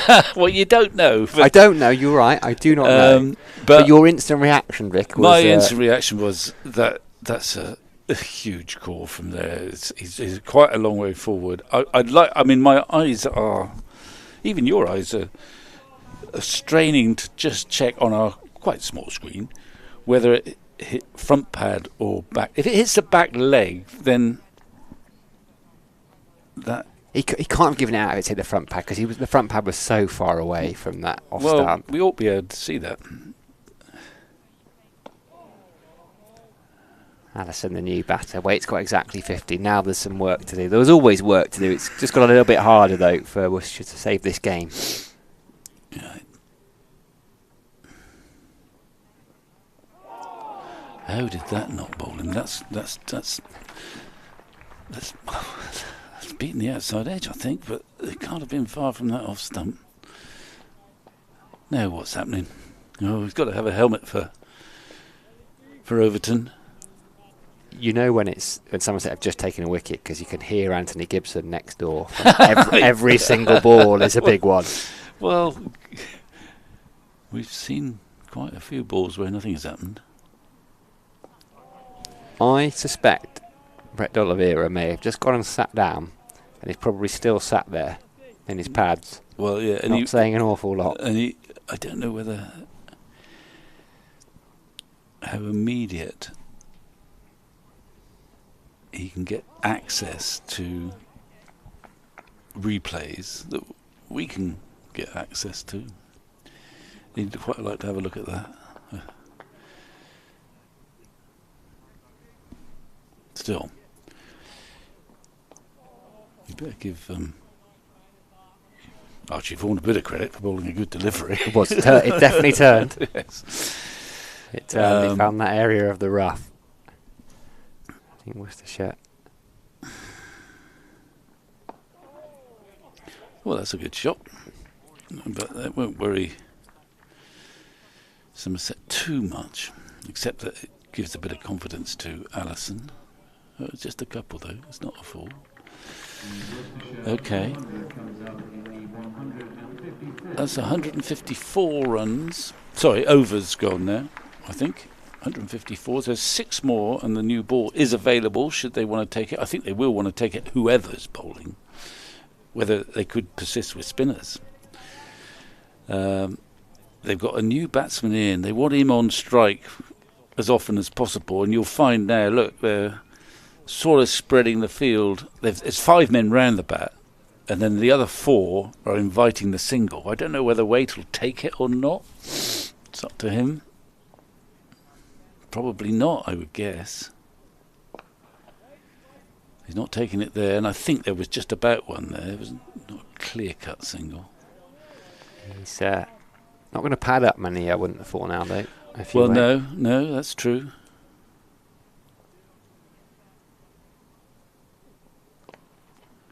Yeah, he's going to take that though, and that'll sort of that won't worry Somerset greatly. Now the field comes in. Now you don't want to be too gung ho with your field placement here, because in the sense that I'm not sure I like the short mid off there, because I want to make sure that there's no easy way for him to get away. So they're just a little. Okay, he's played that nicely. But you take my point that you've got the 5 men round the bat, and you want to make sure that the other 4 keep the weaker, newer batsman on strike.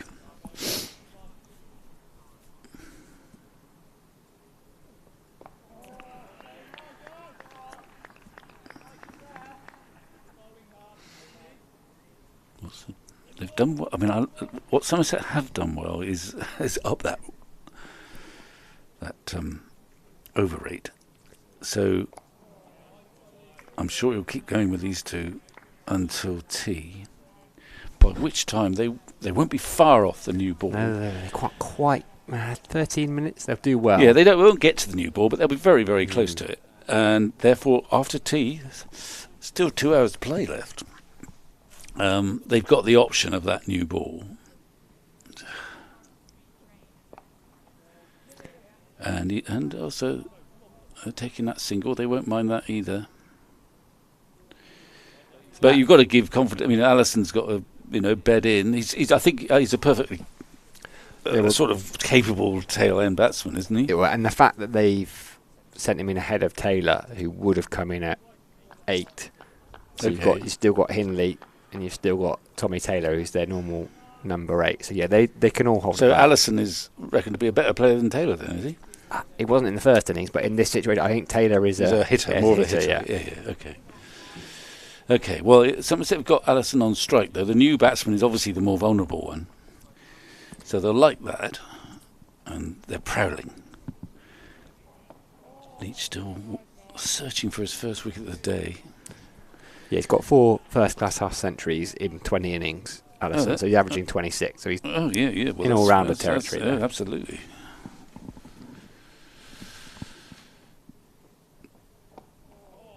There is a certain amount of pressure, of course, especially in the knowledge that this game is not dead. If it was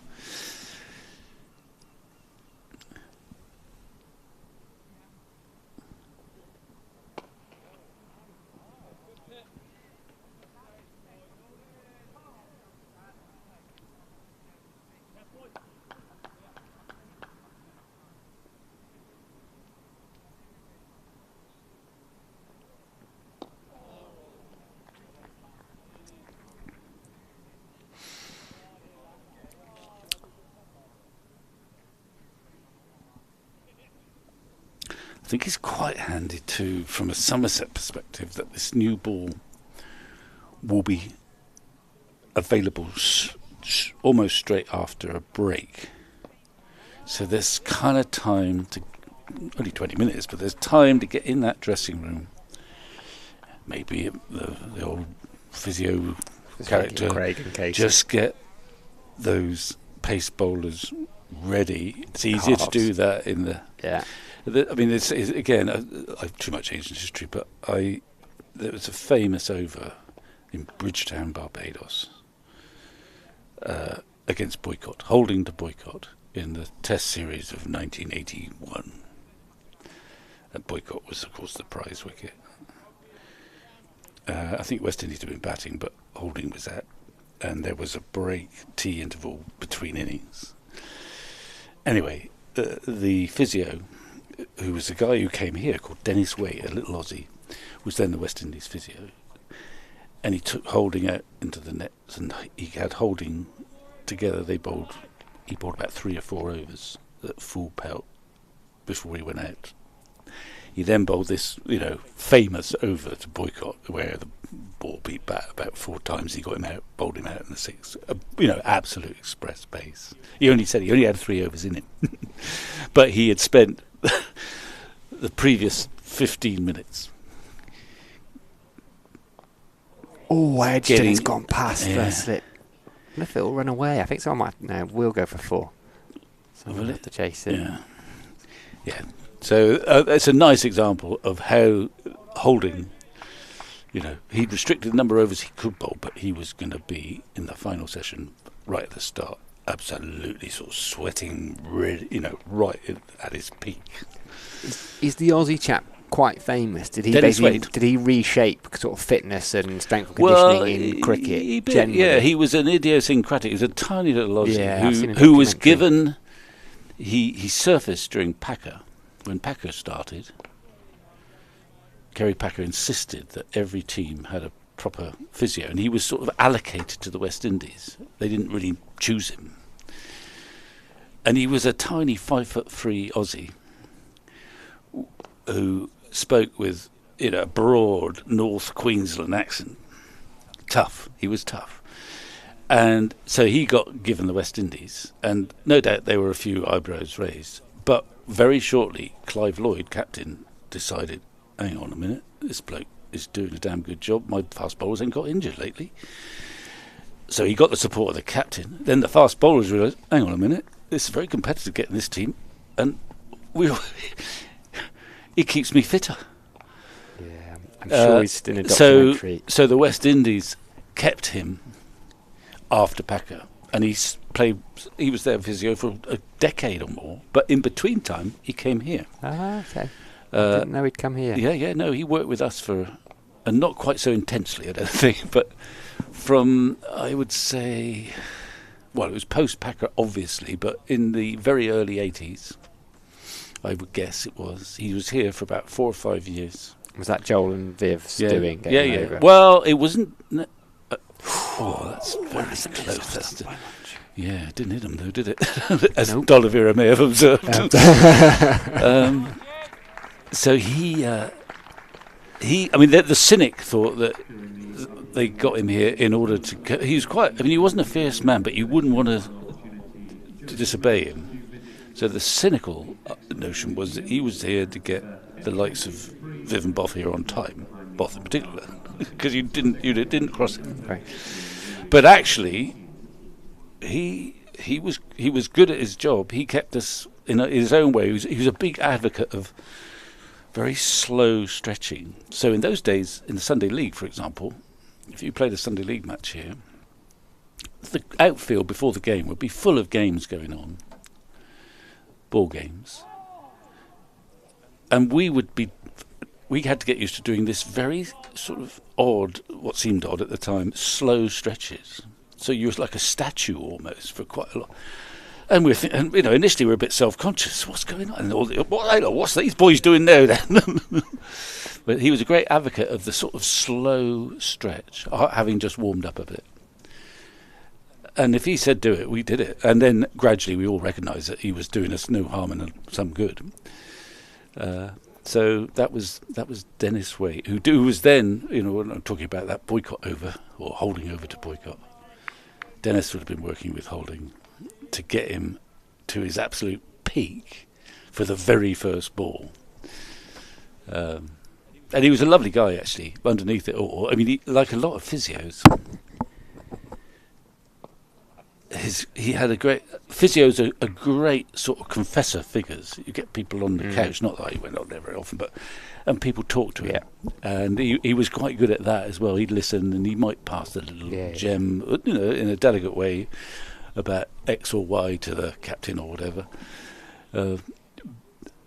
So we have very fond memories of him. But he was a sort of larger than life figure, even though he was only about 5'3". Used to go running in the morning. Drank like a fish. But also would then get up at about 6 o'clock and run for about a couple of hours. So Dennis Waite, and had a great career. I mean, he was with the West Indies for a long time, and he kept their fast bowlers pretty damn fit. And he kept us reasonably fit. Were you on board with that regime quite quickly? I wasn't very athletic. I mean, he wasn't as fierce as you felt he might be.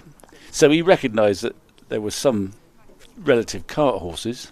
I might have been more in that category, and some natural athletes. But provided you engaged and did your best, and I'm sure he put the West Indies through some more severe, pre-season stuff than we had, but. So he was sensitive to everyone's capabilities, let's say. And we soon, like the West Indies. Oh, I tell you what, that's the line, isn't it? Just a fraction more spin, please. Or not so much bounce, even. 4 minutes till tea, Vic. We might get to the 160 over mark. If one can get through this one quickly, might be new ball straight after tea. They prefer a wicket. But that would be an advance. Yeah. So anyway, we have happy memories of Dennis Waite. It was quite a clever signing. A couple of years did he do, you say? Well, more than that, I think. Okay. I can't exactly remember, but more like 4 or 5, I think. In the era where we were playing in finals mostly. I'm not sure whether he was here in '79. I'm not sure, but. And he popped back occasionally. We haven't seen him for a while. I presume he's still going strong. He'd be quite old now. But he had a very distinctive Aussie accent.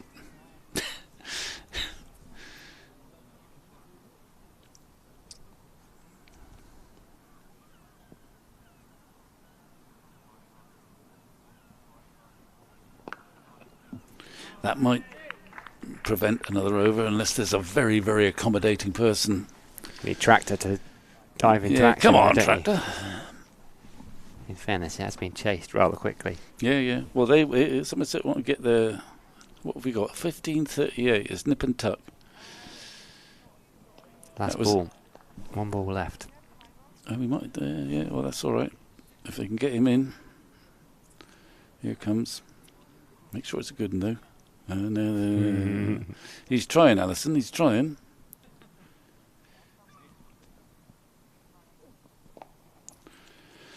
Okay, round we go. It's still 15:38, so there will be. I think they're bound to start another over now, aren't they? Looks like it. For Jack Leach, probably his last over of this spell. Anyway, he's got 3 for 91, 414 for 7. We are in the 160th over. So after this one, the second new ball, third new ball is available. Third new ball. Third new ball is available. I would imagine it's taken straight away. Well, I think so. Yeah. And when did all this start? Oh yeah, Craig Overton and Casey Aldridge getting massage, loose. Yes, that's sorry. I've went off. And an energy. I thoroughly enjoyed it. Nick, I always do. Yeah, but I think there is something in the notion just of having that little break. So the batsmen have had the break, so their concentration is, and there's time for those fast bowlers to get pampered a little bit if they need it, and for. He's a pretty laid back, actually, skipper, isn't he? That's one of his great virtues. But for Gregory and whoever, just to get everyone focused, well done. we haven't had many rewards, but we're right in this game. Let's keep going. Let's just turn the fraction. I mean, to be fair, they've never really been resigned. I mean, it has been a real hawk, but yeah, I mean, in terms of the fielding and all sorts of, that's. They haven't looked resigned, but it has been a long, long time for not much reward. Okay, bro.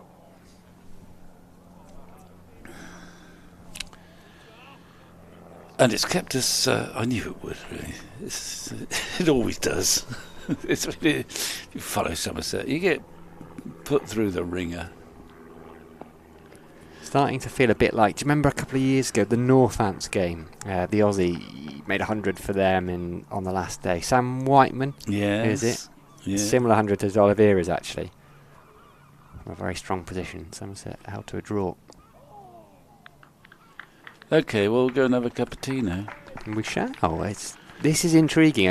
Over 4,000 of you on the stream. For a third session in a row, Somerset have taken just one wicket, that of Brett D'Oliveira, LBW to Archie Vaughan. It's one of those where everyone describes it as a judged LBW to Archie Vaughan. 414 for 7. We have, a minimum of 24 overs remaining. Somerset have a third new ball available. This is a spectacular 4-day cricket, Vic. Well, it is, and curiously, if you look at it in isolation, you think 3 weeks to get final session. Somerset strong favourites. Or you look, we've had 2 sessions so far, and Somerset have taken 2 wickets. Now I know we're nearly at the tail, but we've seen Allison can bat a bit as well. All I know is Worcester won't win. I mean, that's a fair call win, Viz. Our Welsh cousin would not have much on Worcester winning. Right, we'll leave you in peace. We'll be back in 20 minutes for what promises to be an intriguing final session of this opening game, the Rothesay County Championship season.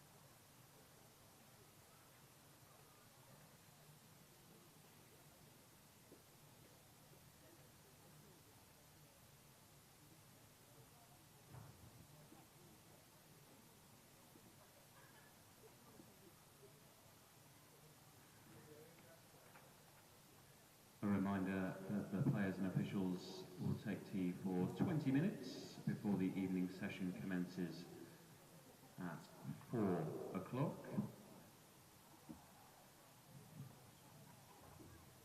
To bring you up to date with scores from around the country, starting in Rothesay County Championship Division 1 at Chelmsford, where Surrey are following on in their second innings against Essex, who made 582 for 6 declared.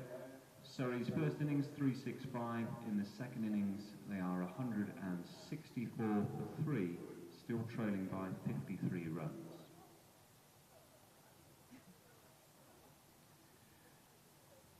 In the match at Edgbaston, Warwickshire against Sussex, Warwickshire have been set a victory target of 388 to win after Sussex declared on 313 for 7.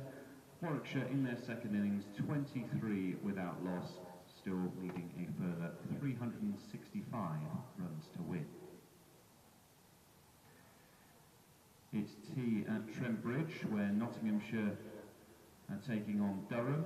Durham were bowled out for 289 in their second innings, setting Nottinghamshire a victory target of just 89 runs, which they will start after the tea interval.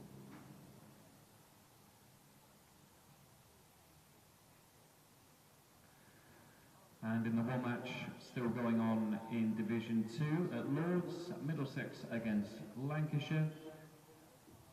Middlesex were bowled out for 407 in their second innings, setting Lancashire a victory target of 309 to win. Lancashire are 109 for 3 after 28 overs of their second innings, still needing a further 200 runs to win.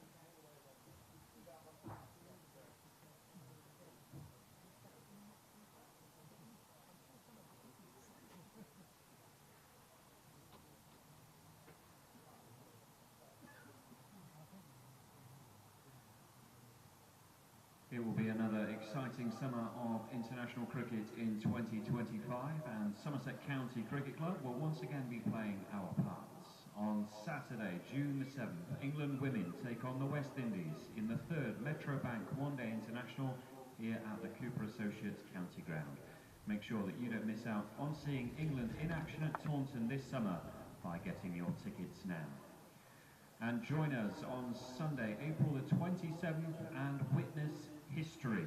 That is the date that Somerset women play their first professional competitive fixture at the Cooper Associates County Ground. Lancashire are the visitors for this historic Metrobank One Day Cup 50 over match, and tickets are on sale now.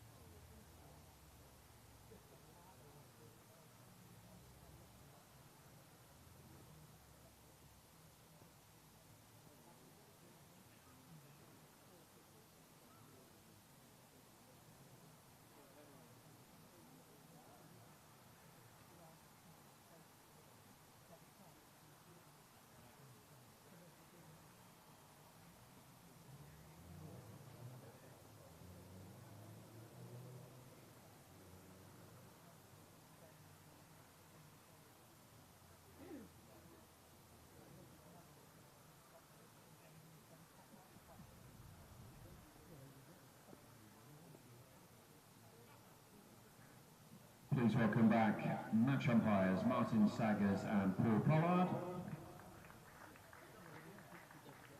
And led out by Captain Lewis Gregory, please welcome back Somerset.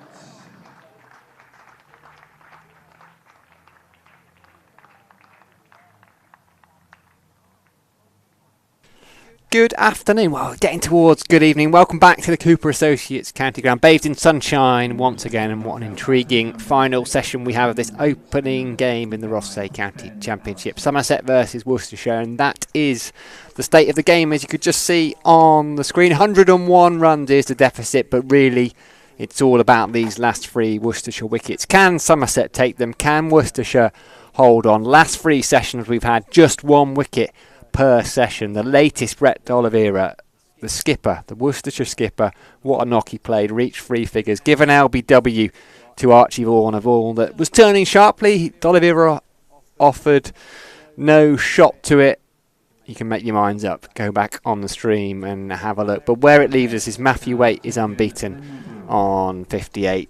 Ben Allison is unbeaten on 9. Somerset have a 3rd new ball in hand. I'm Sam Dalling alongside Harry Everett. What are your thoughts, H? Yeah, I think Somerset got a little bit lucky there. I didn't think that was out. I said straight away and watched a few replays since, and you know, it's a hard job umpiring, and when you don't play a shot it always looks worse. If a batter plays a reverse sweep or doesn't play a shot, they're slightly more likely to be given out LBW, but Archie Vaughan makes things happen. Brett D'Oliveira batted beautifully. Let's not take anything away from his knock. That was a great effort. Craig Overton makes stuff happen too, and he has that 3rd new ball in his hand. 2 slips and a gully. Wait on strike, 58 he's got. Tom Abel, bit of a spring in his step as well. There'll be a spring in the step of all those Somerset fielders. They'll want to push hard here. They've had 20 minutes in together. Craig Overton might have had an energy gel or 2. Bit of a rub down. Doesn't take much to get his juices flowing, H. No, he'll be right up for this. I tell you what, before the tea interval, I sat on the balcony chatting to Casey Aldridge's dad, and he tells me he bowls a fine bit of leg spin. That was the next resort. So we were going through the options. This is before the D'Oliveira wicket, and like, what can Somerset go to next? He said Casey bowled a proper bit of leg spin. He's too nice to think about it, too nice to offer his services, but bowled some beautiful left, even in Whipple for Brislington, I think it was, youth cricket. So because actually Somerset haven't got a wrist spinner. That's one thing slightly lacking nowadays. It used to be Eddie Byron bowled a bit of part-time wrist spin. What are the wrist spinners there been? Piers Chowler a few years back. That was a long time ago. Monday. Cool, we're going way back here. Flicked away just for a single. Don't mean to shoot you down, H. I don't think there was ever a point where Casey Aldridge was going to bowl leg spin today. I don't think it got that desperate. But the fact that Tom Banton bowled, I'm not sure if that was a get to the new ball quicker or a or it was actually a wicket taking option. I thought he might bowl 1 over and see what happens. The fact that he got through a couple was a slight surprise. Didn't think Somerset were quite that desperate. For Tom Banton to be bowled before Tom Lammerby, I think was partly the golden arm. Everything's gone for him in this game. I was getting to that new ball quicker. They wanted to be in this situation they're in right now. They got the wicket of D'Oliveira. They would have liked another wicket, but if you're Craig Overton's 3rd new ball in hand just after tea, right? Yeah. That's what they wanted. That's why it wasn't Lammerby. Oh, left alone. Good from Craig Overton, that. I get that, but what I was slightly surprised, we haven't actually seen Vaughan and Leach in tandem that much today. Yesterday they bowled together quite a lot. Today it's often been one of them plus a seamer. So if they were on about getting to new ball quicker, I thought they would have just bowled your 2 spinners in tandem a bit more. Well, they did at the end there. I don't know if it was anything to do with giving Archie Vaughan's spinning finger a little bit of a rest. I don't know. That I can't tell you. You have to ask Lewis Gregory afterwards. Maybe you go, oh, well, Banton's had this wonderful game. Could it be? Could Shep need to add 3 for 20 underneath his 3-7-1? I think that was what it was. I think it was more that, the golden... sometimes just everything goes to you. You buy a raffle ticket, you get the ones. But, Azraeli bowled off spin. I know he did take a few wickets of Somerset, got that. So are you equating Tom Banton's 371 to buying a raffle ticket? You know when they say, when you've done really well, you got to buy a raffle ticket? It's normally when you're lucky. But it's just everything's going your way. After that bit of shape there from Craig Overton. Good take from James Root. First over after tea with that 3rd new ball. Worcestershire 4-16 for 7. What do you reckon, Aldridge here? Yeah. Or is Lewis Gregory got his jumper off? Yeah, it's going to be rolling back the years. Well, if you go to the Test arena, you think of Mitchell Johnson and Stuart Broad. How often do they bowl really well with their tails up after scoring runs? Obviously, Tom Banton's very different. A batter, a wicketkeeper that's coming bowl. But sometimes you've done so well in the game, you're pumped up. Something else might work for you. But to his credit, Tom Banton bowled an awful full toss first ball. He didn't actually bowl that badly after that. Credit where credit's due. It is going to be Lewis Gregory from the River End. He has bowled so far 17 overs, 3 maidens, 0 for 60. He's actually been the most expensive bowler in terms of economy rate per over for Somerset. The most economical one? You know that, surely. Tom Banton. No, Jack Leach. Jack Leach. Oh, just that Tom Banton is below. Tom Banton is second. 1.1 at one some point. To be fair, he is second. Leachy's dipped it below 2 with those. You would expect Jack Leach to be the most miserly. Brilliant bowler, isn't he? Cards. Still on 499, first class wicket. Yeah. What did you say earlier? The nervous 499.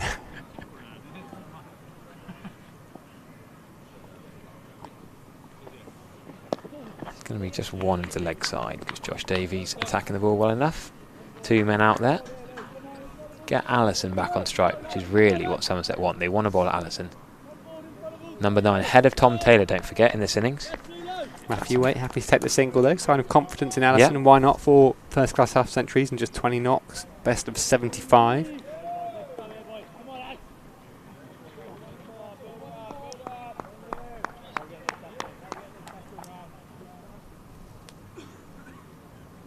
Slightly ruined my scorecard when Finch and Taylor and Allison are swapping positions around between innings.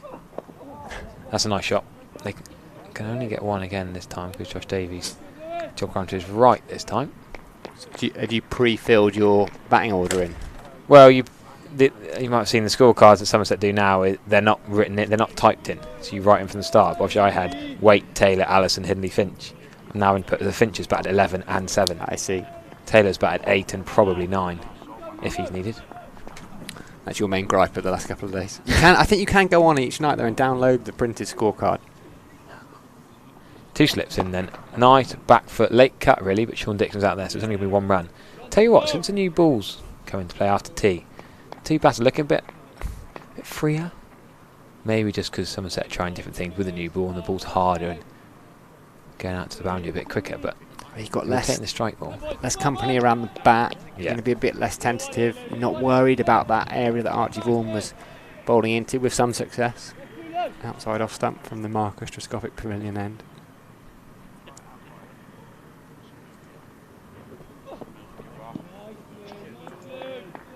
I like that Lewis Gregory is, you can't return to yourself, can you? But has decided he's going to have that new ball. Probably the most experienced bowlers, and certainly of the seamers. Gregory and Overton, how many games, how many fifers, how many games have they won, how many fifers have they taken between them over the years? Well, indeed, yeah. Long off is 20 yards off the rope. Deep cover we talked about. Giving Allison the 1 if he wants it. That's a lovely shot. That's thumped down to mid-off. Does want the 1.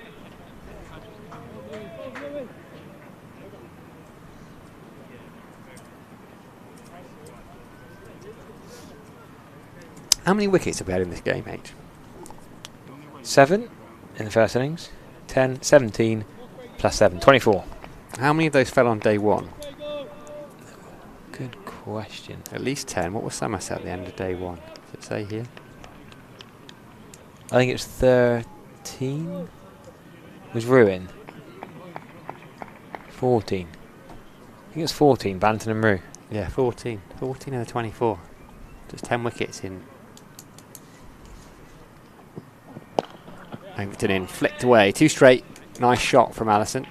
Is that going to race away toward the boundary? Well, it is going to race away toward the boundary. The question was whether it would reach it, and it has. 4 more. So yeah, just 10 wickets in 8 sessions of cricket. Pitch has got better as the... yeah, don't forget, we don't normally get this dry conditions in April. It's not rained for about 3 weeks, other than that tiny bit of rain the day before. The Thursday evening. And it's set to be stunning the next week as well.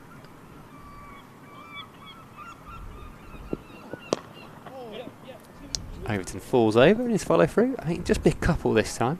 Would that be the medium roller? We talked about that. That's the medium roller, is it? Not sure that's Craig would like being placed between the light and the heavy roller. Chat on Twitter. We need Alfie Ogborn for situations like this. Yeah, I don't disagree with that. The left arm option, but plenty of bowling options. I think just want something different, a different angle, which Alfie would would offer that. Has improved massively over the last couple of years. Really impressed the lads on the pre-season tour as well. Gully comes out, catching mid-wicket. So there's 2 catches at mid-wicket, Sean Dixon and Tom Lammonby. Lammonby's a bit straighter, as is Allison's bat. And Tom Hayward does the fielding at cover. Worcestershire off to Yorkshire next Friday. A bit of Headingley. They've had a tough start to life back in Div 1, Yorkshire. Well, it's a shame that Worcestershire, they decided to not play games at home in April because they thought it might be flooded, but actually it's been the most stunning April since COVID. A new road would have been an absolute picture this week or next week. So it might end up raining in May when they've got to try and play at home then. I think it was less about the amount of rain in April and May and more about the January to March. Yeah, but that was the point, wasn't it? It didn't even March was so dry. March was a record dry. Yes, January and February had some wet. But Somerset are away 3 on the trot now, aren't they? Sussex, Hampshire, Oval. Surrey. Yeah. Not until that Essex game, May bank holiday.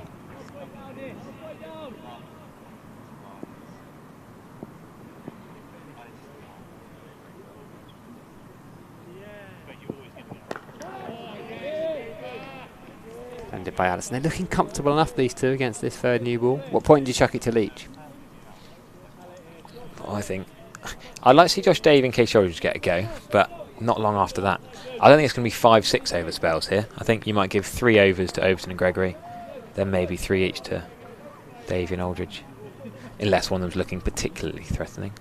They're also going to be pretty tired. It's day 4. You don't want to be bowling a massively long spell. Happy to give the 1 to Allison. Field spreads. A couple of slips there and a catcher in mid-wicket. Happy to leave that one alone. Keeps a bit low. James Root does well. I think if that ball's straight, that's threatening, because it stayed low and gone away a bit. Yes, it might have done that because of the rough patch outside the stumps, but if you can get that to start on middle, that's in a bit of trouble maybe. What's your predicted outcome from here? What's Everett Viz saying? It could be almost, I was saying earlier actually, it could almost be not as good as the Surrey finish, of course not. You'd do well to top that. But it could be a last hour, a last ditch effort that Somerset just clinch it. Plenty of men round the bat. Yeah, I mean Tom Taylor worries me coming in next. They reckon Allison is better than Tom Taylor in this situation. He's a pretty useful low order player. Some more funky fields going on. 2 slips in the gully. All that space on the leg side, and Allison and Waite look comfortable. A lot of members have said to me over the winter, oh, I'm worried. What's the pitch going to be like? Is it going to be too flat? Are we going to take 20 wickets? And of course, a lot of those same members were delighted, buzzing with Tom Banton's knock, as we all were, phenomenal.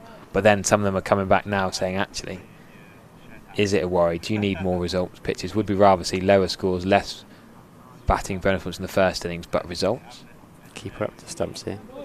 If Somerset win, then they'll be happy enough. But they've only got, well, minimum of 21. Let's say 25, rough guess, overs remaining today.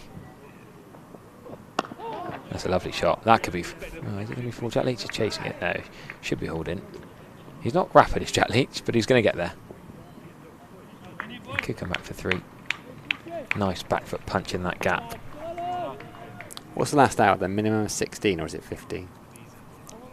16 would be, if you did, it's 96 divided by 6 hour session, so that would be how they plan it. Okay. I'll give Polly a message just to check we're left up to date with everything.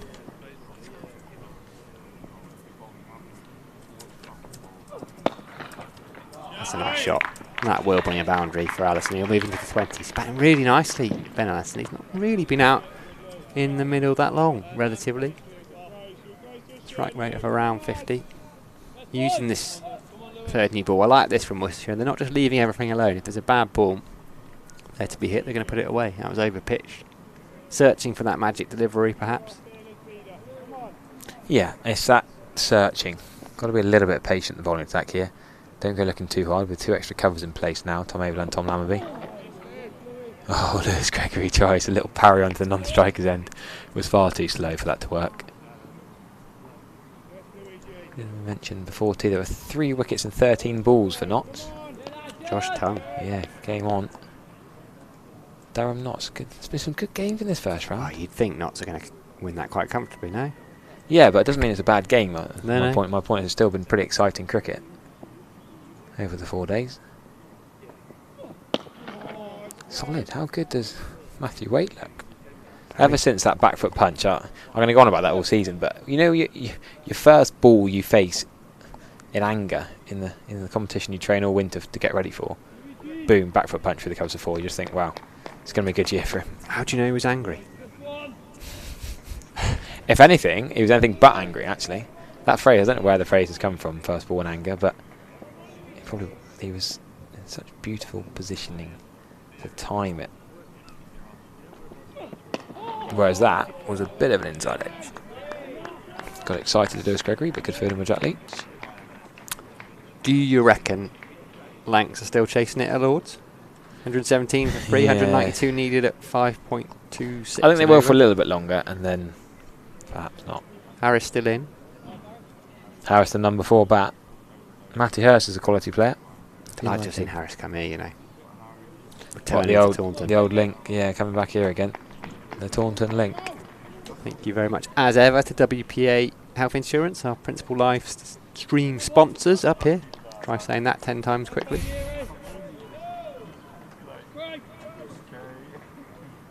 There you go. So they've just lost another wicket at Lords. Probably not be chasing it anymore. There you go. Here's Craig Overton. Fuller. That's what we like. Make them play at this stage. Second wicket for Zafar Gohar. Good signing he's going to be, isn't he, for Middlesex? Yeah. Not sure we mentioned before too as well though that Somerset have actually bowled more overs in this innings than Worcestershire bowled in the Tom Banting innings, which shows, well, one, how quickly Banting scored. D'Oliveira has spent a lot of time on the pitch.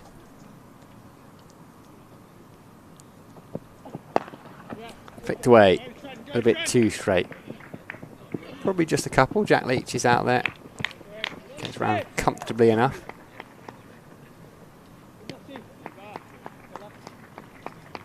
Allison on to 22. What's that lead? 80.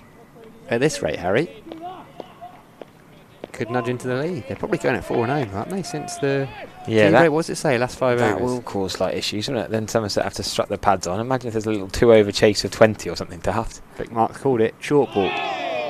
That's a better short ball than we saw before the team, wasn't it? I know it's got a new ball now, it's a bit easier, but yeah, exactly 4 and over after the last 5 overs. That would be a nice little finish, wouldn't it, for everyone? Yeah. Little dash, sent on Banton out as an opener. yeah, why not? Had to be done. 340 balls in 407 minutes. That's the stats for D'Oliveira. Fair play to him. I have to keep crediting that knock. Jabs the bat down there. There's Allison, good bit of work by Lammonby. Where are we? Was it 2 balls left in this over, Harry? Is that what it's saying? Yeah, so 19 remaining as a minimum after that. So what's 19 sixes, 114? Your maths is on fire today. So a minimum of 116 balls, but we reckon there's probably another 30 in there somewhere. Yeah, I'd like to think the over rate's only going to improve as the day goes on, as there's more spin. And Somerset get more desperate, they can't waste any time. In that last hour, they want to get some overs in.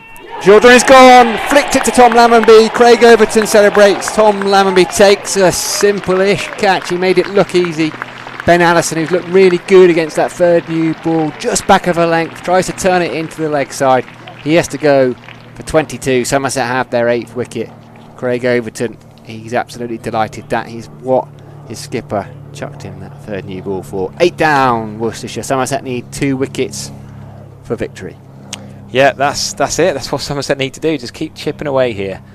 Good catch. Tom Lammonby always had a good pair of hands. In fairly close at mid-wicket. I think Allison's middle of that, you know. He's not meant to get it in the air, I suppose. He's trying to control it into that mid-wicket area. Tom Lammonby concentrating right into the depths of day 4, expecting the ball to come to every ball. And Somerset's fielding again comes up trumps. You know, if they drop that, how frustrating would that be? You're not going to get many chances on this pitch, but Craig Overton has provided the talisman, the vice-captain.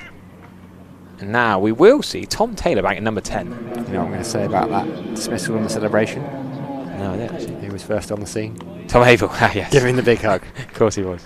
We need a I really need a button that I can just push. Tom Abel buzzer. Say that. If he's at deep cover and he still gets in first, that really deserves it. He's sharp. Yeah. He is sharp. Good length that though from Craig Overton, wasn't it? Just back of a length. couldn't quite get it down quickly enough. Here's Ben Allison trudging off. Dropping his helmet in dismay. He looked good as well. He looked decent, Ben Allison. 1 ball left. The 165th over. It's taken quite an effort from Somerset. Massive credit to Worcestershire, and it's not over yet. Still 2 wickets to take. They've been absolutely exceptional. They had a good first hour of the game. They had a bad day and a half probably, but they have properly dug in and showed some fight. Good job, Tom Lambert, who's got a coffee shop. The amount of coffee he's been drinking lately, keeping him up all day, keeping him awake and concentrating, ready in the field. He's got There's the face, yeah. A couple of runs at least. Archie Vaughan's going to chase it. Did Lambert lose his hat in the celebration? I don't often see him field without a cap on. I'm sure he had a hat on when he caught that, and the next ball he's not. Oh, good, Harry. That doesn't look right with Good that. little spot. No, you're right. It doesn't. 438 for 8. That third new ball was brought the 8th Worcestershire wicket. Craig Overton, the man to get it, the man in screen. On screen, just stretching that knee out. He'll keep going. Now then, change at the river end edge. Yeah, it is. Quicker over. Now, I think now the wicket's fallen, I think it makes sense to bring Jack Leach on. I think if the wicket hadn't fallen, then they might have gone Davey or Aldridge first, but Taylor's not actually on strike. Is he going to wait? Yeah, waits on strike. I don't know if that makes a massive difference. Jack Leach on day 4 pitch. There's not much between a new ball bowler or Jack Leach with a new ball. With 2 balls shy of 1,000 deliveries in this innings. And Jack Leach is still 1 shy of 500 wickets. It is. Is that first class or Somerset? First class wicket. Yeah. 142 Test match wickets. Knowledge. I wouldn't know that off the top of my head. I'll give you that. I only know that because he was on the point. It's either 142 or 144. Will he add to them is a separate debate for another day. But he's got a deep square leg in place for the sweep probably. I think if he drags anything short, it's going to go through mid wicket, which is vacant. He's not worried about that. Long off his back. Nice back foot punch again from Waite. How many times have I complimented his back foot punch?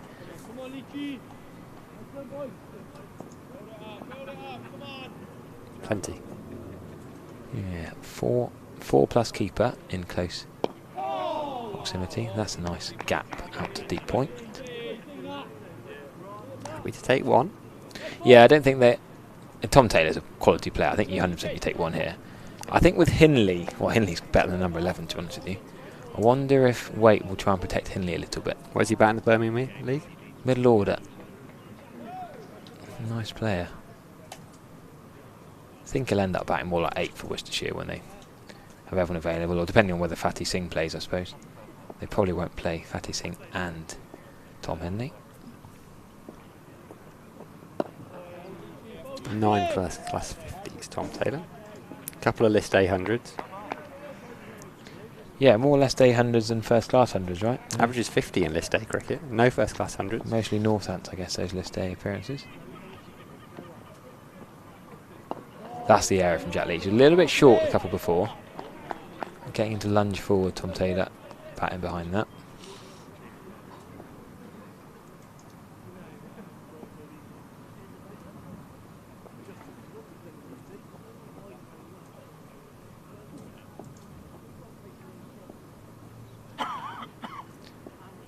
Extra fielder coming in for company, extra cover. Well bowled, well defended. Matthew Waite deserves a lot of credit. Tom Taylor just needs to stay with him. Oh, did we mention a couple of birthdays today in the County Championship? Dennis and Mrs. 82nd, and Rocky Flintoff 17th. Either end of the spectrum. He's injured, isn't he?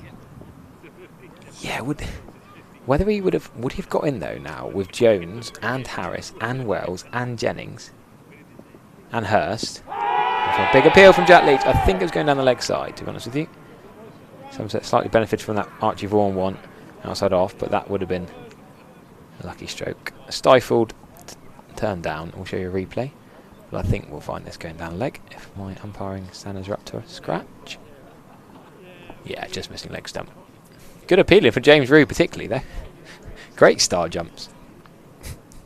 Can't remember, did we... Are you a qualified? No, you're not officially a qualified No. umpire, is what you said. I have umpired in friendlies, but fortunately my body just allows me to play just about. While my body can still manage playing, I don't think I need to be umpiring. Weight on strike, he's got 67. Short the ball again, weight quite doesn't really get up that one. Just pushes it down into the ground. Prediction question then. If Worcestershire do this, does weight get 100? Is that Rue appeal? Good Star airtime. jumps. 3, 4 star jumps? Yeah, weight could get 100 here actually. I don't think he'll be bothered about it. I don't think he'll even consider it. But it might just naturally happen if he bats at least another 18 overs. Searching for that Yorker, doesn't quite get it though. James Rue does well. Fresh from his star jumps. Could take down the leg side. Still trailing by 77 Worcestershire, but they won't really, well, they won't at all be thinking about that. Comment, he jumps like a 90s video games character, yes. I Yeah, like Mario sort of thing. Yeah, I like that. Very good chat. Tell you what, the chat's always on form, isn't it? And into the leg side. The capless Tom Lammerby chases after it. Yeah, it doesn't look right, does it? Field without a couple, especially when it's this sunny. There's that win viz. It's remarkable, isn't it? 12% draw. Thank you very much, Trade Nation, for that one. What was it before Worcestershire started the innings? About 1% draw, wasn't it? Somerset searching for those final 2 wickets. Helmet is out. Tom Lammonby has it on. He's going to go in under it because Tommy Taylor is on strike. Is he Tommy Taylor rather than just Tom? Because I know Matthew Potts doesn't like Matty at all, even though people got a limit. Overton searches for that Yorker again down the leg side. I'm not aware of TT being offended. I'm not sure whether he liked that either. We'll have to ask him after, but Tom or Tommy Taylor, I'm sure will be okay. Miggy P. Miggy P's nice fine. ring to it. Yeah, it does. Miguel, just, is it Miguel? Miguel? Miguel? Miguel, yeah, just go Mickey.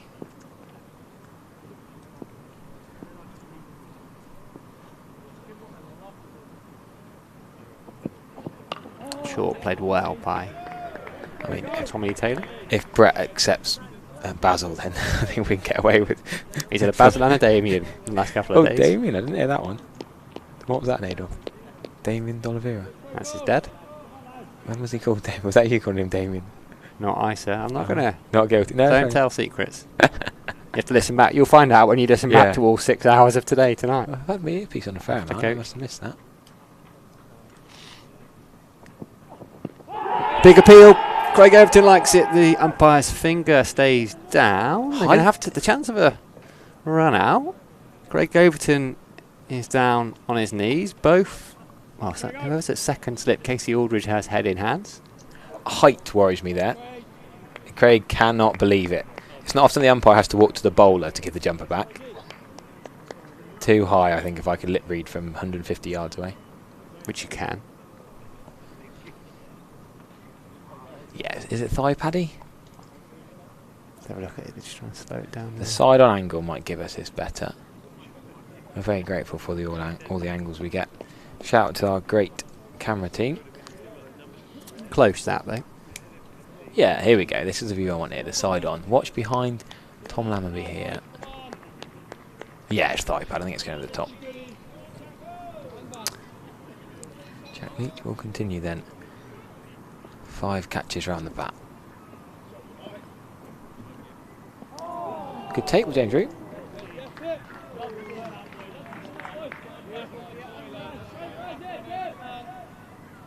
I think Somerset have used their quota of marginal LBW decisions. Marginal. Was it even marginal? One more bounce. Worcester should probably deserve a bit of benefit of the doubt. Where there is any. Yeah.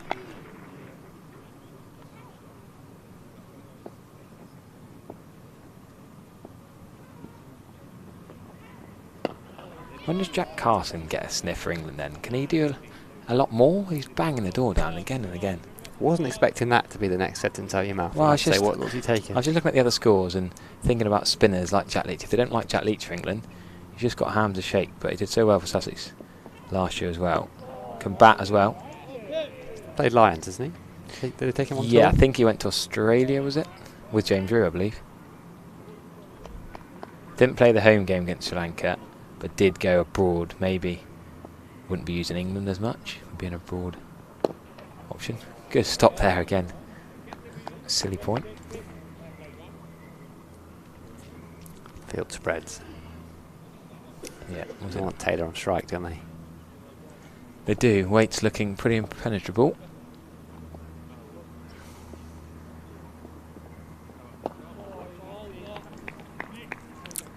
Right, half an hour into the session, so I'm going to make way, and Vic Marks is going to come back.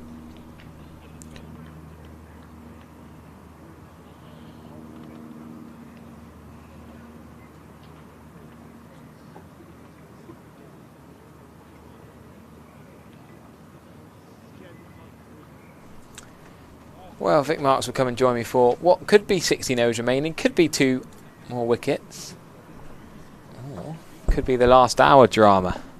Tom Banton just giving Craig Overton a bit of a lucky touch on the back.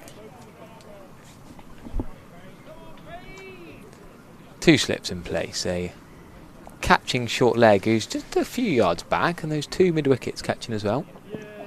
Outside, off stump and stifled. Craigo's doesn't want to wind the umpire up here too much. Doesn't want to do the boy who cried wolf. He probably wants to save his appeals when he's adamant. Don't let the drama get away from Somerset.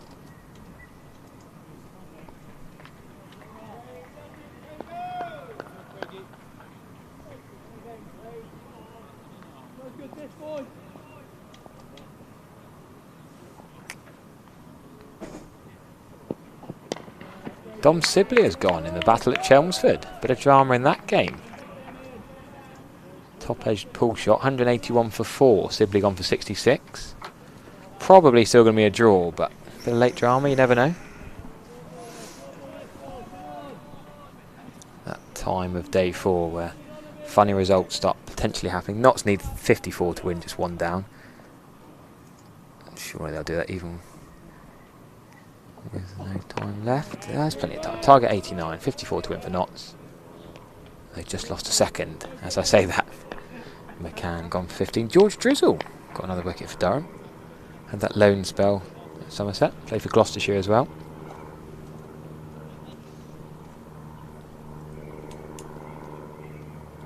Some of the YouTube chat coming in. Yeah, Foreign Armour's probably the next cab off the rank, having played in England under 19s and his batting being half decent.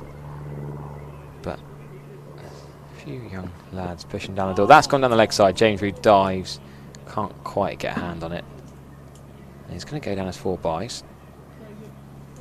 How much wider before that becomes a wide, do you think, Vic? That was a fair call as byes, wasn't it?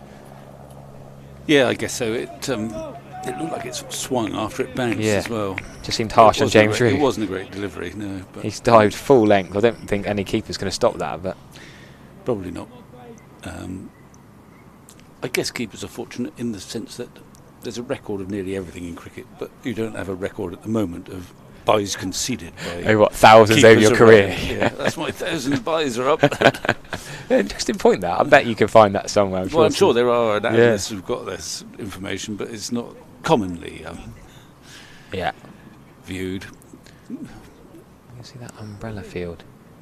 I think Andrew Gale enforced it for Yorkshire against Dom Sibley a few years back. The men in front of the wicket, extra cover in mid-wicket. Only 2 this time, Abel and Davey at mid-wicket, but still the short leg as well. Banton on the offside in a similar position. If you're Gregory, you're thinking, well, at least I'm thinking, who's been my most dangerous seamer? It's probably Aldridge in this match. Yeah. So you're thinking, well, maybe I've got to give him a go. From this end after Overton? Possibly, although he seemed to have preferred the river. Yeah, exactly. Do you swap Leach again? You might do, you might. Get Archie Vaughan on. So many options. Yeah. Lewis Gregory has to make the decisions. Well, he makes a lot of good decisions, I think it's fair to say. Yeah. Can't be a successful captain without that. But for the moment, Leach is marching in. There should be many more than 16 overs available. 15 it's down to, it says remain on the scoreboard, but there is more significantly an hour and 25 minutes left. So you can if necessary, you can bowl a dance like more than 15 in around 25 minutes. If, What do you reckon? How do you reckon they could bowl? well, if given the situation, that you are desperate to get as many balls down without rushing. You mustn't rush too much because you've still got to maintain control. You can certainly get 20, if not more. Well, I wonder if we're going to see some of the Surrey antics of tying a shoelace or changing a bat. Remember Dan Worrell tried to change his gloves just before he got out? Yeah. Well, we could get the towel out. If it gets that tight. Good from Jack Leach, but there's not loads going on. No, I think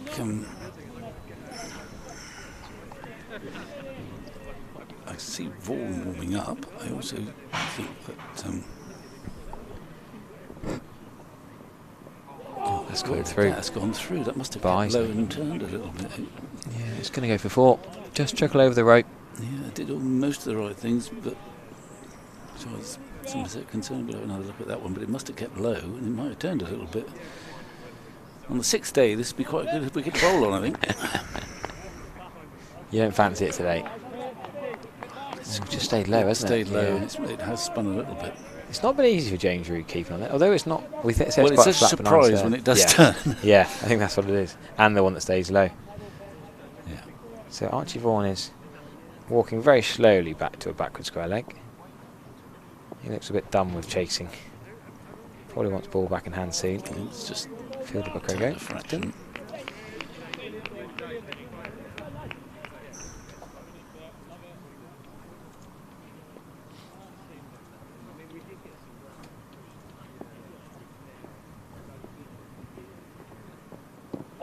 There, it's a bigger appeal. James Reed's done 4 star jumps. It's this desperation. Jack Leach didn't look convinced. We'll have a look.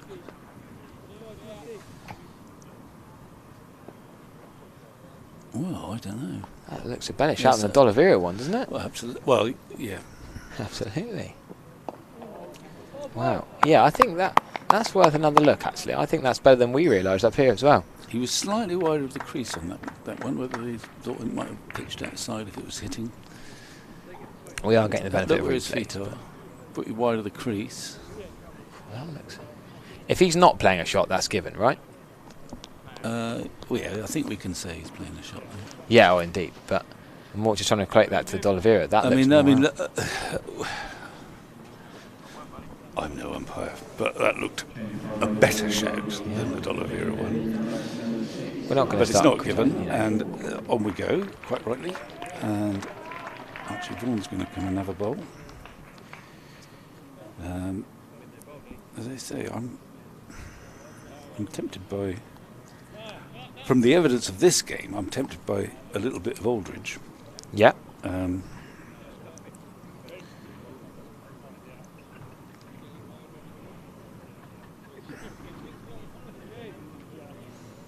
Still in some interest to get as many overs as they can in. And then at 5 o'clock, we get to a stage where a minimum of, I think it's 15, isn't it? Yeah. 15 overs have to be bowled, but you can bowl 18. I have text scorer Polly to keep us up to date if she lets us know anything. She's quite good at things like that. It's a no ball. Somerset been a little bit sloppy with the no balls. Archie and Lewis Gregory and Jack Leach and Josh Davey and Tom Lammerby have all bowled no balls in this innings. The only consolation is that none of those deliveries have taken wickets. Yeah, well, I think saying you get another ball to bowl on them. And the runs don't matter too much, but they're not too far away from being Somerset back again here. Well, that saves, of course, that saves 10 minutes. I make it 451 plus 154, 605. 605 Worcestershire's total, is that right? Oh, right. Yes, so 65 behind. Okay. It shouldn't be relevant. No. So Somerset could still win by an innings, but it's been hard work.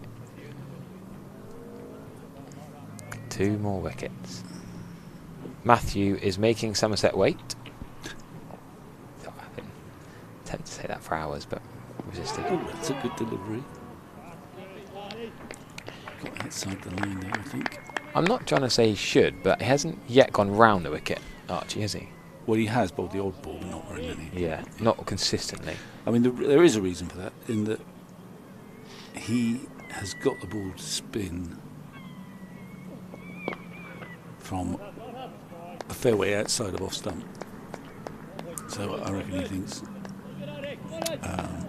to hit the wickets off that patch that seems to offer more turn, you've got to be over the wicket. Yeah, because of Lewis Gregory bowling around the wicket, etc. I don't think it'll spin that. You wouldn't be able to go bowl so wide from around the wicket and get it to turn back to be anywhere near the stumps. But of course, you'd think that makes LBW when the ball is turning less likely. Yeah. So for the moment, it's spin, spin. I would have thought. I don't know what I think. Well, I do think that if he's fit and firing, given what's happened in this match, he's taken 7 wickets so far. I'd be tempted by the possibility of Aldridge, which is a great compliment to him. In the past, you think, well, he's not making up the numbers, but he's not at the forefront. Quick change of bat. That might be the first sign of. Why? I mean, does he want a worse bat so it doesn't go as far, so he might get caught? He wants a deader bat and just drop at his feet.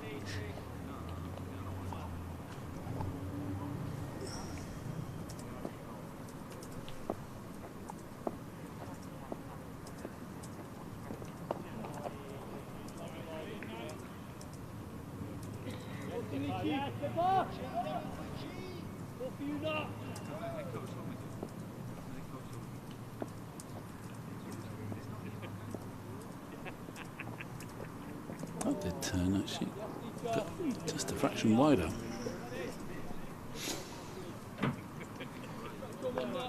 And we'll get some fizzing straight one now. It's gone sharply.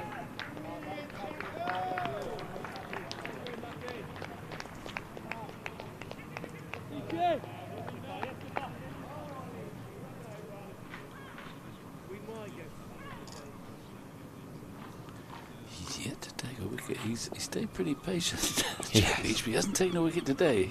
Do you think he's been too patient with variety? Or at this stage now, if you're in Jack Leach's shoes, are you trying cricket balls? Are you trying different varieties? I don't know. I think one of his virtues in the past, and we've seen him Yeah. bowl Somerset to victory quite often now, on the 4th day, is his patience. And usually the knowledge that you'll get him in the end. And he's not a natural sort of flighty, full of variety bowler. Yeah. So he's trusting his old technique. But there will be some frustration that, he's not showing it, but it'll be there that today I reckon he's bowled 20 odd overs for not very many runs.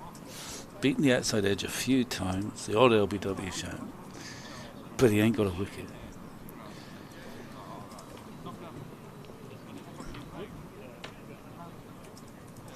Much polishing of that ball, just try and keep it shiny. There hasn't been much swing in this match, it has to be said.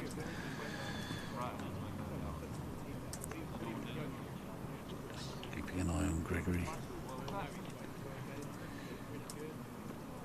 Also keeping an eye on Aldridge. Where's he gone? Mid-off? Yeah. Quite deep mid-off. Well, in part he's deep because Waite's on strike. If he wants to have one, they won't worry. That's a substantial innings. There's 238 balls he's faced.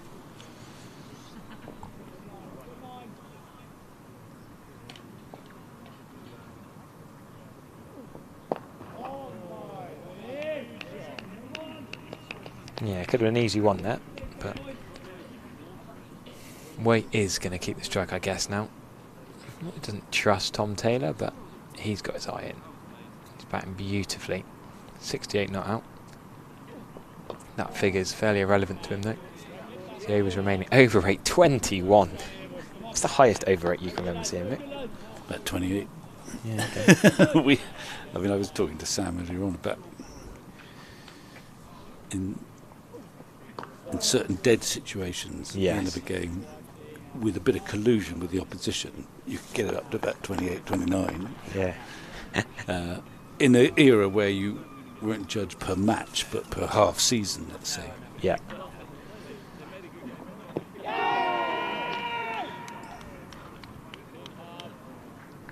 It's actually better to do it by match, really, because you don't have that element of preposterous collusion and nonsense cricket, I suppose. Just coming up a bit tighter, except for the man at cover. Why isn't he coming to save the single as well? And he's just been alerted. Who is it?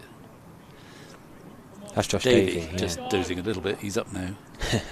We haven't bowled much, actually, Josh Davey. 2 overs. 2 overs today, which I'd be worried. That's if a I bit were harsh. Davey, I'd be hurried. I'd be worried. Yeah, I'd be a bit offended by that. Agreed. I'm leaning towards Miggy P coming in for Josh Davey for Hove on Friday, but Josh didn't do a lot wrong in that first innings. I say again, 10 overs, 2 maidens, 26 runs, a lot of beating the bat. Well, a lot depends on the surface too. Well, it's going to be flat Hove in the weather we've got forecast this week, you'd think. What do you think so? But you can leave grass on or whatever. But Yeah. it tends to.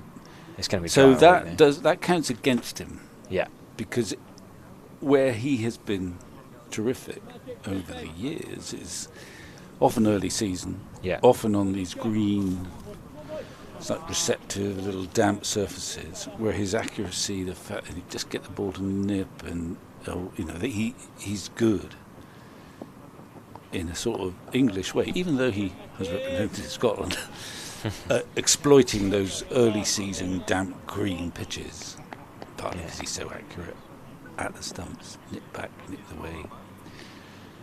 But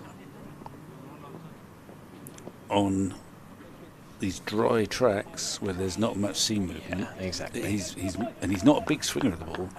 He's therefore more limited, and he's only bowled about a dozen overs in the match. Yeah. And Somerset have bowled a lot of overs. Ooh. It's turned a bit as well, isn't it? Yeah, getting more turn now as the evening goes on. Well, harder ball, that helps a little bit, and a bit more. But they're still there. So I think if you turned up at Hove and it was green and damp and seamer receptive, you might think, well, this is Davy country. But if you turn up at Hove and it's dry and pretty brown, then I think you try looking for other qualities. It's still hard work though for any of the seamers, but someone like Pretorius who hits the wicket hard might be a better bet. Yeah. Three. And there'll be an element too, I don't know, I haven't spoken to him, but there always is, of rotation, trying to preserve. There's a lot of championship cricket in a rush at this time of year. Yeah. And they'll have their ideas about how they juggle. They've got Pretorius on the wings, who had a really good time for Somerset last year. If you think it's going to swing, you think, well, Alfie Oldbourne might be a good option. And he's obviously getting better and is in the shake-up and should be in the shake-up. And the rough then comes into the equation a bit more as well. Who's that? If Alfie bowls with a rough outside, the right-hander's off stump comes into it. So, I mean, there's all sorts of... they'll see what happens in this game first of all, I'd have thought. Of course they will. Jake Ball's around. There's no Matt Henry even, sadly, but... Yeah, I think Ogborn and Pretorius will be ahead of Jake Ball now for the county championship. Yeah. But we'll see. There you go. Don't forget the 150th anniversary book. Both myself and Vic featuring that. Worth a read. You can get those and the Somerset Almanac through the website or the shop. Notts need 25 more runs to win to beat Durham. Archie Vaughan. That's short. Well, back of a length. That's turned out. Yeah. Doing slightly more when it is that back of a length, it seems. Onto the thigh pad, spitting. 66 on his back as ever. Slightly Joe Root inspired, but just brought his 100 up as Archibald in the previous over. 1 for 101. Busy, hasn't he? 28 maidens, 37 overs. Yeah, forget he's bowled that much in this innings. Well played. There's a 1 there. In this innings. Yeah, no, Jack's bowled In this 54 day, in this today. day. Sorry, yeah, I think he's not far off. And he's got his 1 wicket, which is a source of some controversy. I think there's Jake Ball warming up. He can't bowl. He had a good bowl at tea time with Steve Kirby. Get his seam position going. Where's he going to come in now? Now, Casey Aldridge is going to come in closer. Sort of almost a silly mid off. Not quite that silly. Short mid off. Here's a question then. If you could have 2 bowlers in the world to come and take these final 2 wickets in this situation, who are you picking? Currently? Well, I guess, yeah. Haven't specified, but go on. Yeah, you can't use your era. That's cheating.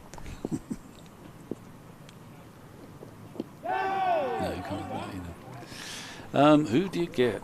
In this exact situation, Hazelwood and Kuldeep Yadav. Is it That's not variety. a bad combo. Yeah, good combo. And I think the idea of Kuldeep Yadav is a nice one. I think Hazelwood's a bit too metronomic, is he? You almost want someone to rip through you like a Bumrah. Yeah. Hazelwood, could you just leave? Or block, you know. Well, you can't keep leaving him. He Yeah, bowls bowl straight it, wouldn't he? Bumrah could be more but threatening. Hazelwood is, I mean, they're not identical, but Hazelwood's not far off from Craig Overton. I was going to say, He's similar a sort of release point as well. Slightly upmarket Yeah. Overton. I think you're right. I think Bumrah's quite a good call. Stark? Yeah, if it's you need it swinging really, but Yeah. he's quick enough. But you need it swinging. If it's swinging, you want Stark. Ben Warren is another shout in there. Ben Warren's left arm mediums. I didn't know Ben bowled left arm. Does he swing it? Yeah, he does actually, yeah. Well, there you go. There you go. We've just not seen much swing in this match. Partly because we haven't seen many out-and-out swing bowlers. Anyway, we are now seeing Casey Aldridge. Here we go, the magic man who's made the difference when needed. First innings bowling figures, 8 overs, that's all. 2 maidens, 5 for 36. I mean, we had a moment yesterday when he dismissed Hose. Yes. Where our esteemed colleague, Triggs, blurted out, well, he's got him with an accidental Yorker. Well, I don't know whether it was accidental. But on these sort of surfaces, the Yorker Down the leg side has straight away. much merit because you're taking the surface out of the equation. To Wacko Eunice wouldn't be a bad shout. Well, Wacko, particularly once he got the reverse swing, Yeah. going, if there was reverse swinging. Wacko and Wazim wouldn't be bad. Yeah. So they were terrific on dry surfaces, but I suppose the outfield here is so green. And anyway, this ball is quite new. Yeah. We haven't seen any reverse swing. We haven't seen much swing in the air at all. No. Just a little bit, curiously, from Aldridge in the first innings, which was very encouraging. I guess someone like a Chakravarti, these spinners of the googly might not be picked. Yeah. I think Kuldeep's not a bad shout. Yeah. Someone else wants Kagisa Rabada. I mean, we're just going through good bowlers in Test cricket. Well, here, aren't we? on these sort of Who's gonna take a surfaces where wicket? there's not much obvious help from the pitch, you look for extreme pace Or big spin. or big and possibly unorthodox spin. Which is often what T20 leagues want, don't they? They want wrist spin or mystery spin. Yeah. Or extreme pace. But then extreme pace now seems to go what's Jofra Archer going for in a T20 game in the IPL. Extreme pace needs other qualities allied Yeah, to exactly. it. And I think you can found that a bit in the Champions Trophy. Yeah, definitely. Wood and Archer. Wayward extreme pace in short form cricket is a liability. Jamie Overton had a bit of he got 5 for 80 or something silly. I remember once down here in a white ball game. Went for a lot of runs, but got the 5 for. Yeah. Well, Somerset got a few runs to play, but not loads left now. so yes, extreme pace, and a bit of mystery on these flat surfaces. Nice combo from each end. Casey But you Aldridge. can't have it all. No, I mean, Casey Aldridge has got the attributes. He's not extreme Well, pace, not but he's getting extreme quicker pace. and quicker. But I was intrigued by that Yorker. That Yorker Yeah. is, I mean, there's a famous game. I keep quoting things from so long ago, but Michael Holding at the Oval in 1976 on a flat pitch where Dennis Ames got 200, Viv Richards got 290. It's his birthday today, isn't it? Tennis? Is it? I think so, yeah, there you go. You didn't realise you were telling that story at the right time then. Well, I'm not sure. No. But the point is, Michael Holding got 15 or 16 wickets in the match Yeah. on a brown flat surface because of sheer speed through the air. He was yorking, not Ian, Tony Craig and others. So it was sheer speed through the air that got him all his wickets. Yeah. And he took, therefore, that's what I mean by taking the pitch out of the equation. Just via speed through the air. But not many bowlers can do that.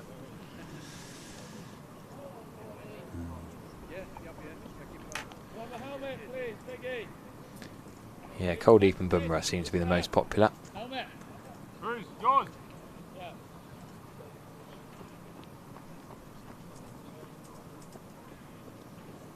Well, some of our esteemed backroom staff toss out Garner and Warren, and we don't quibble with that, but we thought we were restricted to this era. Yeah, I thought we were trying to say. I would have If we're going SF back over all the Barnes years. and Yeah. Harold Larwood. Yeah. Some of the YouTube chat have started mentioning players who are long since retired. And John Howell's just messaged in saying, what is the highest ever fourth innings score in a Somerset County Championship match? That's the question. I'll leave that one with you, Harry. And, all the fielders around the back nearly, just three not really close. We've got an extra man on the leg side catching now, so 3 leg side, 3 offside. They're just about all in the camera frame. Yep, you can all see. Well played that, really. I mean, it's just stayed on the back foot and watched it turn a little bit. They're going to keep us here up to the end, aren't they?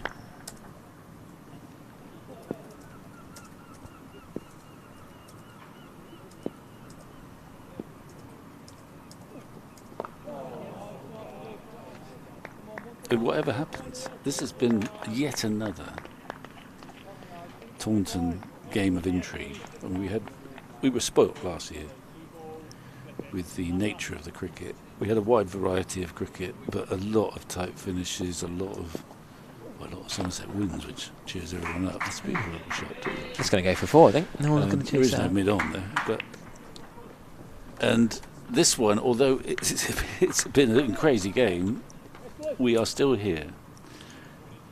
We're an over away from the last 20. Well, no, last 15 nowadays. Is it 15 or 16? I've forgotten. I have text Polly just to try and get confirmation. But it'll come up on the board in a second. And We're still unsure how this game's going to finish. it would be unbelievable, wouldn't it, if the first game since that... Oh, no, there was a Hampshire game in between them, which we forget about. If we forget that Hampshire game, if the next game at home here is close to that Surrey last hour finish, I mean, it can't be quite as exciting as that, surely, but... I don't think so.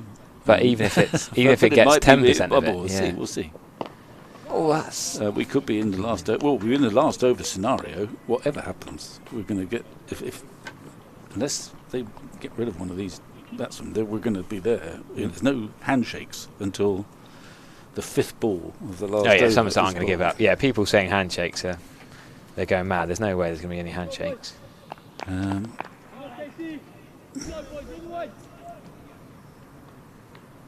So I reckon this will be the last over. Let's have a look. It's 16:58. This will be the last over before the last hour. So in normal circumstances, you think you've got a whole hour to go and just 2 weeks to get, but It's been we've a whole had day. 5 hours and only 2 wickets have fallen.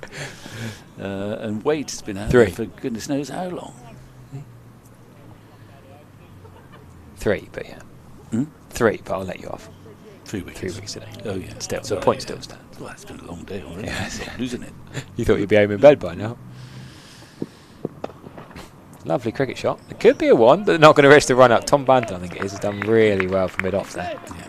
A run out would be. That would be We haven't calamitous. had a run out this match. There we have it. There you go. How often is there not? I don't know. Well, there's not going to be 40 wickets worth, is it? Because Somerset have only lost 7 wickets all match. Jack Leach has not had to pad up. Neither is Josh Davey or Craig Overton.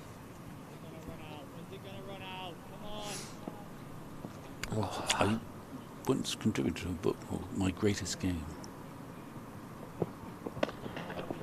And I don't think if I do one with Josh Davey, and he'll pick this one. Yeah, he's put 12 overs and had a bat. Yeah, bowled quite perfectly well. Yeah, and he's a good bat as well, really. For Somerset's tail today is one of the best tails you could look at, actually. Yeah. Davey, Overton and Leach Yeah. have all scored many a first-class 50. And one of them would have batted to 11. Probably Jack Leach. There was a test match 92, would have probably been 11. Yeah. Overton 8, Overton 9 probably. Davey at 10. I mean, Overton batted at 6 a few years ago. Did he? Yeah, he batted Lewis Gregory for 1 year. Well, there was Which is moments where interesting we thought that he might be a more solid batsman than Lewis Gregory, but that hasn't quite come to A pass. bit like Dom Bess, who's almost become a batting all-rounder at Yorkshire. He's been batting 6 quite often at Yorkshire. Then Not that in his Dan current Mori, game. no, was it last year? Dan Moriarty was bowling before him when he was on loan there. Bess wasn't always bowling, but was batting a lot more. Often it depends on the pitch or who's left-handed, right-handed, all sorts of different things. But he's in the team now, isn't he? Yeah. YouTube comment: bowl a nice big full toss. I say the batsman will not be expecting it. Well, a Yorker. I like the idea of a Yorker. Yeah. And you might have to pepper him with it a little, the odd short ball as well. Mind you, Waite has dealt with just about everything that's come his way. And it's been a terrific innings. It's not quite so convincingly defended, but it's a rarity.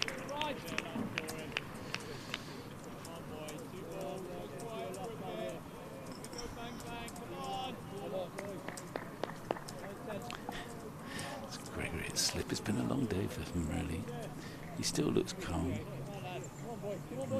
relatively confident, not looking too anxious. Not sure all the spectators feel quite the same. It's a lovely little that's a shot of a man who's been out there a while and has seen the ball well.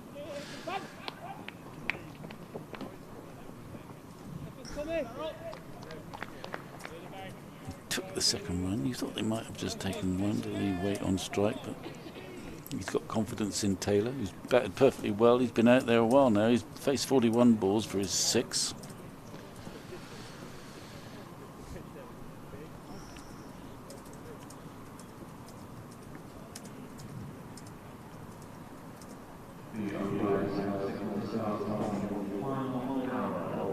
There we go.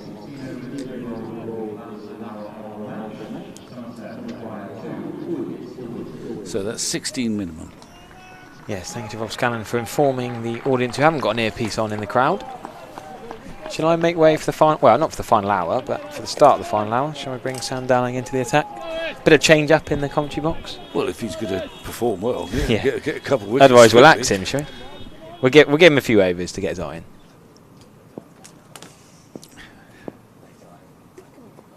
Ooh, that's just kept a little bit low, but it's so slow coming off the pitch. And it's well played by Taylor.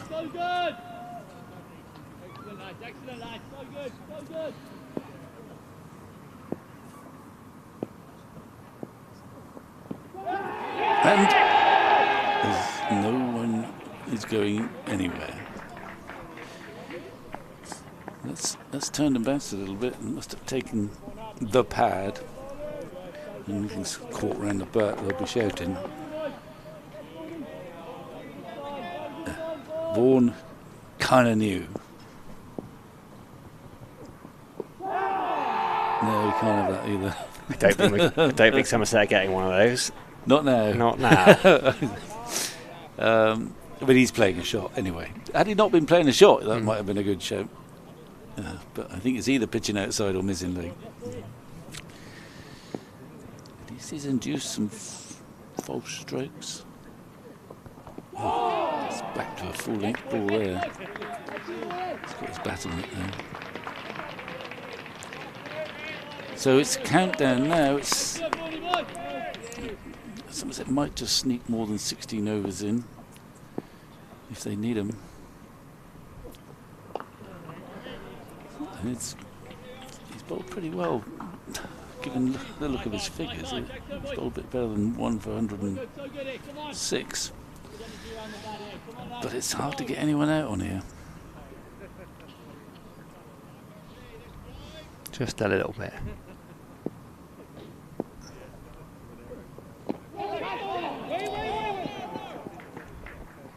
Once again, not quite off the meat of the bat. It stayed down.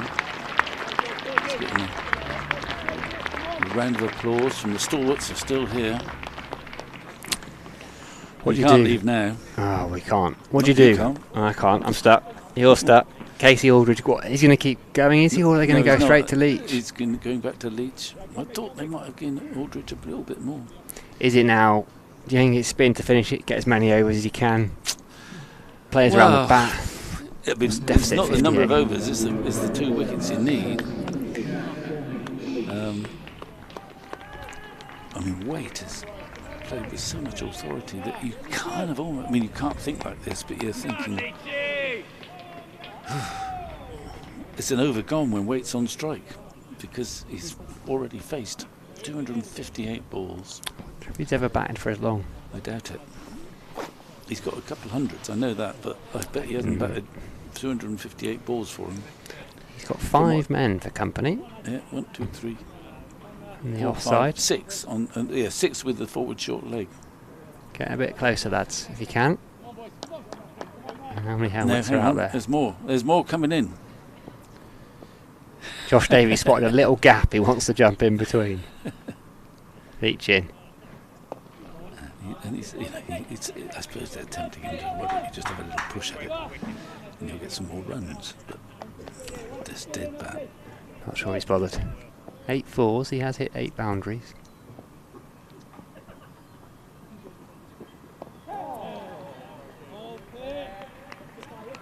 This has been a monumental effort, really, from Worcestershire. 179 overs they've batted for. Reaching to his 54th. 20 maidens, 3 for 93.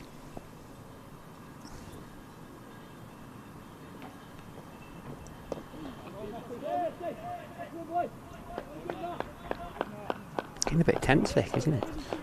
It's been pretty tense all day, really. It just felt like it's ramped up. I've never taken victory here for granted from a Somerset perspective. Now, how many is he going to get there? You can have a couple. Run out would be handy from the Somerset perspective. It would be catastrophic Yeah. from a Worcestershire perspective. Good numbers on the stream, 6,500.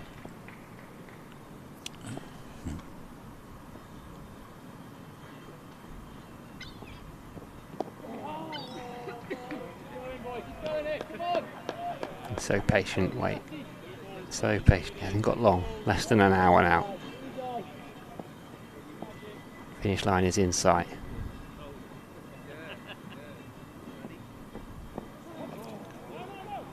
The old cliche. I don't like to deal in cliches, and this sort of it'll feel like a win. It won't. It'll feel like a draw. Yeah, they are for a reason. After a long day. They feel it will feel like a draw, which is what it will be if they hold out. But I mean, No, it feel they like can take so feel much. like a loss or a win. Feel like a loss for Somerset, maybe. But will it feel like a win for Worcestershire? I don't know. Oh yeah, absolutely. Oh, they were dead and buried after 2 days. They will be very proud of what they've done. They should be, given that Ho's made 81. There's Andy Harry on top of the pavilion. Is he looking Pavilion. calm? He looks quite calm, yeah. Who's that on the top deck with him? Jason, I can't see.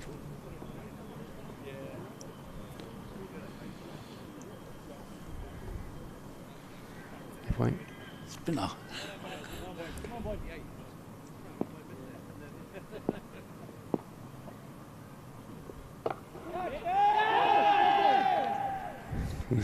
There must have been a rebound there somewhere, but Archie Vaughan had his hand on the ground and was just picking up a bit of dust. He had zero interest. Got a side-on angle of that.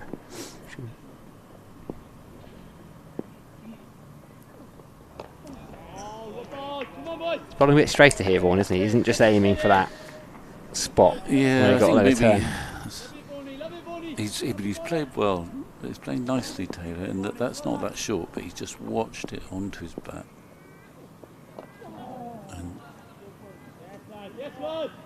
He seems to be picking up the length pretty well. And again, I believe he's renowned as a bit of a hitter, but he's showing he can deliver some old-fashioned virtues as well. Pick up. Goodness me, that's... He's quick, isn't he? Aldridge. He must have put him on. He's got a lot of energy left. I'd still fancy him. Could get one. He's a serious athlete, isn't he?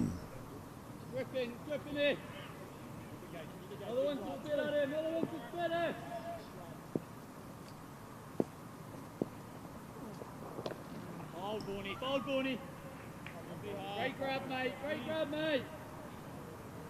All good.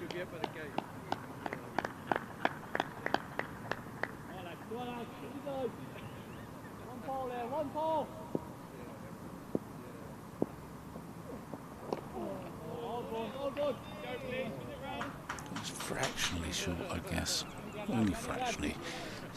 Once the batsman's in, he can go back and he's got time because it's just double declutching. It's an old phrase. I don't think cars double declutch now, do they? But just decelerating off the pitch somehow. Yeah, I must confess, driving an automatic. So I've been borrowing Mum's car the last couple of days and having to change gear and not having a camera when I'm reversing. I'm like, oh no, I actually have to look here. I actually have to look. Yeah, I've never had a car with a camera that helps me reverse. Oh, it's lovely. Is it? We'll have a conversation. It's a conversation probably for another day, another time. But yeah, well worth. Okay, well, it's spin to continue. We keep an eye on the clock and the number of overs remaining. The clock says 11 minutes past 5, so there's time to go till 6. Overs remaining says 13. They should bowl, especially if they keep the spinners on, they'll bowl a bit more than that.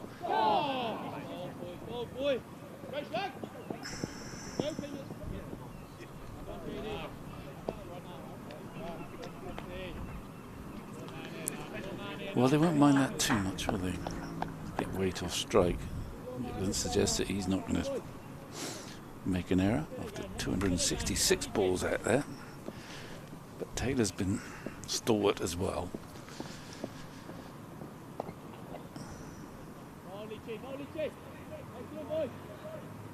Very good, eh?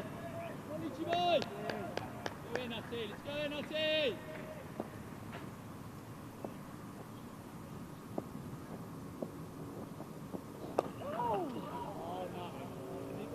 Sneak one through, early G. Excellent, boys. So good, Nat. So good, Nat. Good work, early G, boy. We got 6, 7 fielders in shot there. A couple of them, one on his knees. Tom Banton. He's getting ever so he's stretching his body forward, trying to get that little bit closer, isn't he?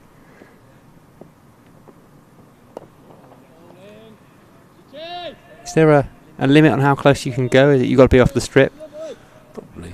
And it's getting to that time of day where the shadow of forward short leg, he's got to keep still, theoretically.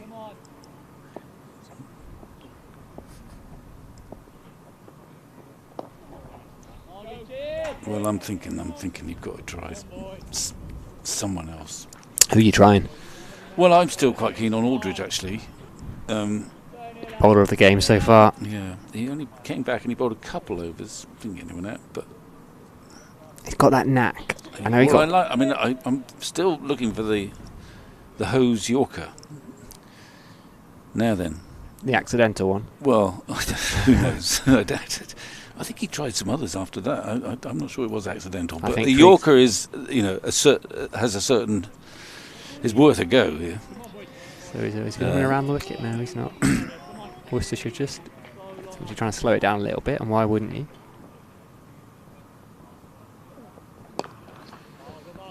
Just seems they're into a pattern at the moment. The batsmen are not really bothered. Well, they are inwardly bothered, but they're combating this pair now pretty comfortably. And he's just fractionally short. It's an easy defensive shot there. You want to try and get them coming forward. I'm not quite sure whether to come forward, but he's just loitering on the back foot there and watching it come gently off the pitch. That's another. He's just waiting there. And it's very good batting in its own passive way, because you've got all these men huddled around you, trying to appear like vultures, but they don't feel like vultures at the moment. Who will that? I don't know, turtle doves. Around the wicket. Something a bit different. It feels like a little bit of energy has gone out of the fielding side. And you can understand that, 183 overs in. But yeah, you're right. Batters are in this sort of zone where they're just doing the same thing on repeat. So you've got to try something a bit different. Try him around the wicket.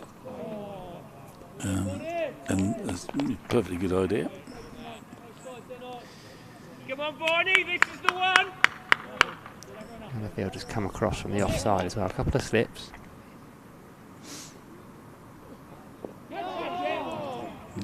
That was a few hands on head. Seen plenty of those. I mean, you do tend to get a little more variety from Vaughan than you get from Leach. And we've noticed Vaughan has, he occasionally come around the wicket. He's also adjusted his line a bit more. He had a phase where he troubled D'Oliveira, bowling a little bit wider of off stump, getting the odd ball to turn. Then he got him out, of course, by hook or by crook. Leach, I mean, his rock solid method is to essentially bowl straight, wicket to wicket, and probably his most common dismissal in the modern game is LBW foot half, but he's struggling to get them to miss the ball. If he bowls a bit wider,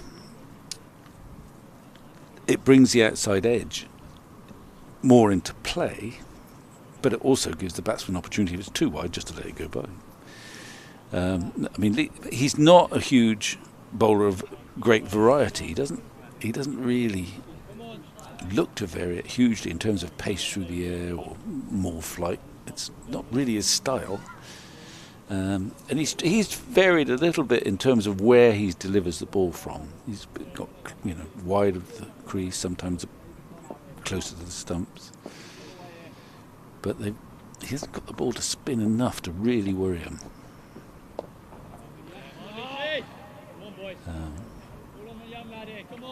And he hasn't managed to induce error.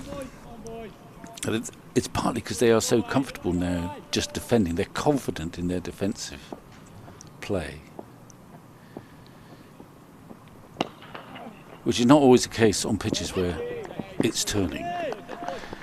And then when batsmen lose confidence in being able to defend on turning pitches, then they try and spread the field or upset the rhythm of the bowler by becoming more aggressive.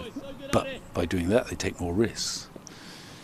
These batsmen, even though they're low-order men, are just confident at the moment that it doesn't matter if there's 6 people around the bat. I'm seeing it. I'm playing with soft hands. I'm just defending it. I'm not feeling too threatened that I'm going to offer a catch there.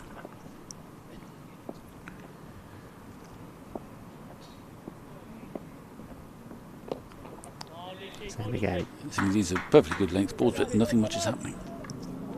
He's faced 61 balls now. Yeah. Tommy Taylor, so he's been out there a while. Yeah. I mean, it's a gutsy performance. There's no question about that. It may be a benign surface offering little to the bowlers, but you've still got to concentrate like fury, just not to make the odd mistake. Henley's getting ready.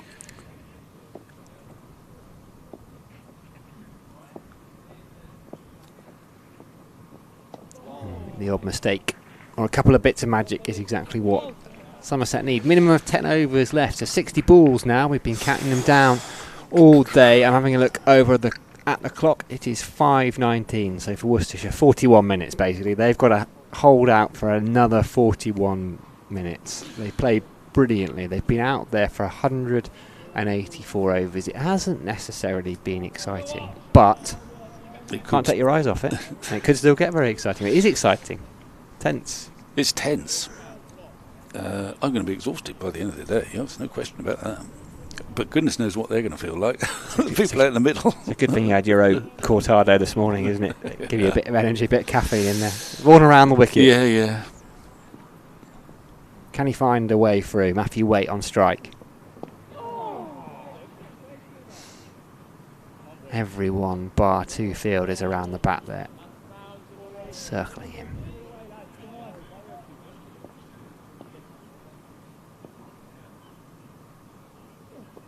Flatter, push to Jack Leach. This is I would have thought you're thinking about one of your seamers now, and I'm thinking Aldridge really, but we'll see. to go to Craig Overton, try and get him fired up, make something happen. They're going to run? Yeah, I think they well, will. they're take a Come back couple for there. 2. Yeah, well, it just cheers everyone up if you can get a couple. Just a run out, though, wouldn't be a bad. They've only taken 1, in fact. Jack Leach too quick to the ball. Someone has suggested this is the highest ever second innings total from Worcestershire. I've no idea. Me neither. I could see it probably potentially up there. They make 464 many Second, times. well, you remember probably if Worcester have chased that down. Ignore my comment. They made 484 for 7, so it's not. Oh, yeah, okay, we'll ignore it. We will.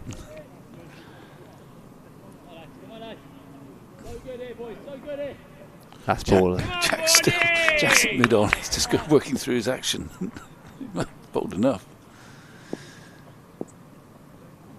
Oh, that could be 4, I think.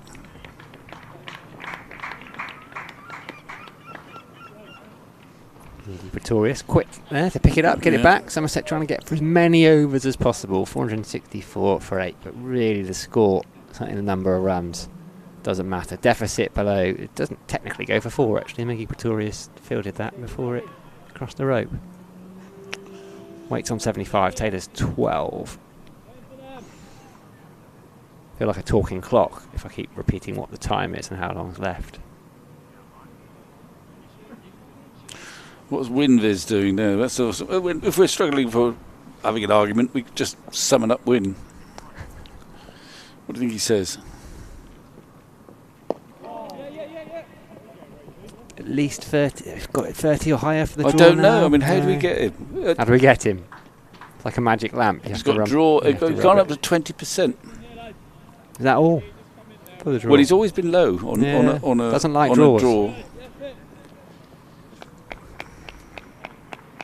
I mean, he might be right, or she. But we like to keep an eye on her or him.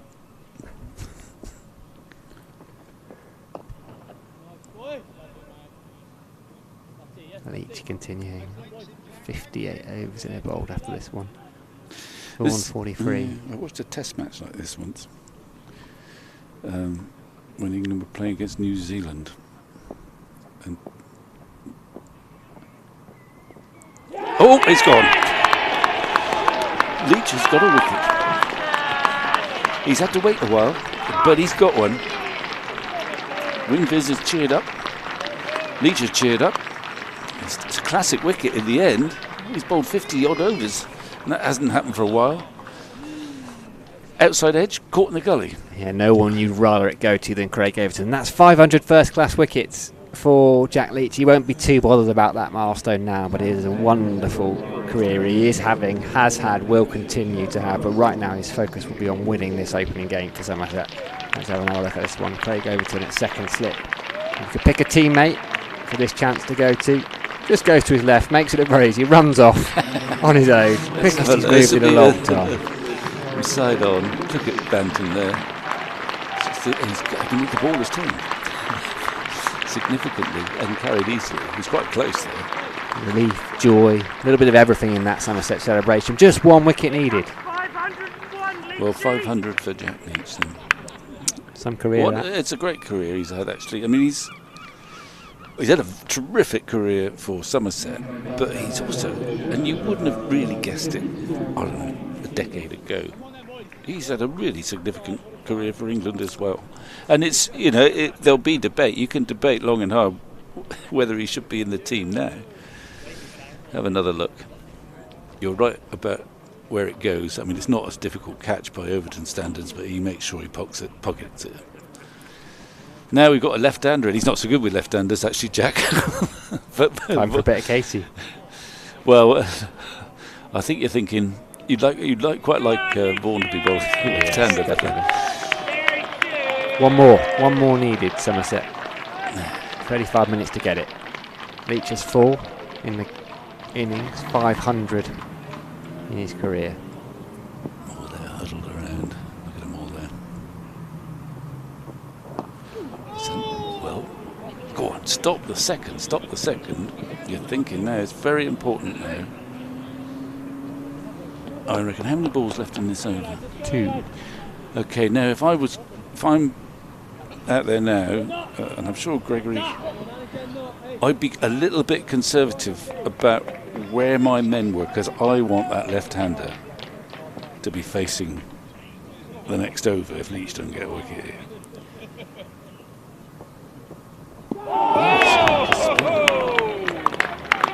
He's just found it. It's just breaking up now. It's fine. Never too late. I still want to be cagey here, but he's not bothering. I want to make sure he's still on strike. Come on, Jack, get it in the right place. Just that's it. Sorry, I'm almost losing my objective. Just snuck into it. Just very briefly. Still, eventually he's got the perfect ball just about to get rid of Taylor. What a game, what a sport. 186 overs, 470 for 9. Matthew Waite's still there, 76 of 278. He's down at the wrong end. Tom Hindley is more than capable batter, but pressure. This will be a very different situation. There is pressure. There is pressure. I think, who's that? Is it? I'm not quite sure it is, but there's someone there at the silly point just pointing to that little bare patch as if that's where it's going to be turning from to the left hand. The first left-hander we've seen from Worcester. Here comes Vaughan. He quite likes left-handers. Ooh. That actually was just a little bit wide, but not that wide. Doing it a bit, Hindley. Yeah. Turned and bounced.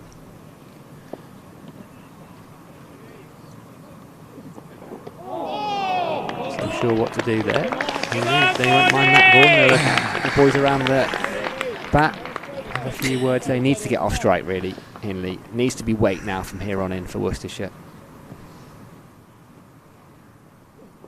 How did that not? That's gone past the outside edge, but it didn't hit the stumps. Well, tricky times for Hindley just at the minute.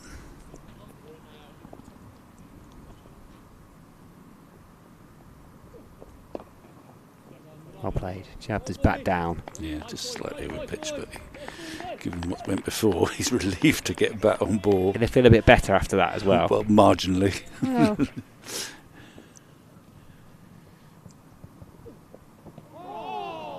Well, that's not missing off stump by very much. Be careful about padding up. In.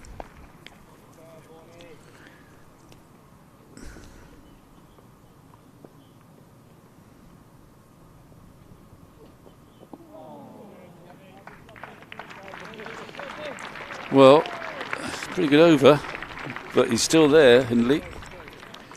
Hit one of them, I think. And he's down the non-striker's end, so Matthew Waite will be delighted. He's probably going to face Vaughan's figures. 44 overs, 11 maidens, 1 for 113. It was a big one, though. Brett D'Oliveira, Centurion, Worcestershire captain. Looks like Jack Leach is going to continue. Would you be tempted to turn to Craig or Casey for an over at some point? No, not not just after that over. I think I'll keep these boys going. Leach actually beat the outside edge of Waite's bat a couple of times. I think got that wicket.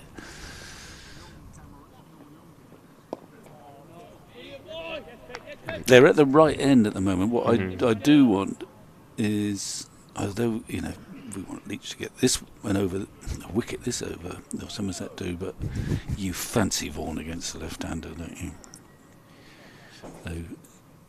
So the batsmen are sort of at the right ends for Somerset at the moment. The left arm spinner coming round to the right hander. But having said that, Waite's been out there for a long, long time now.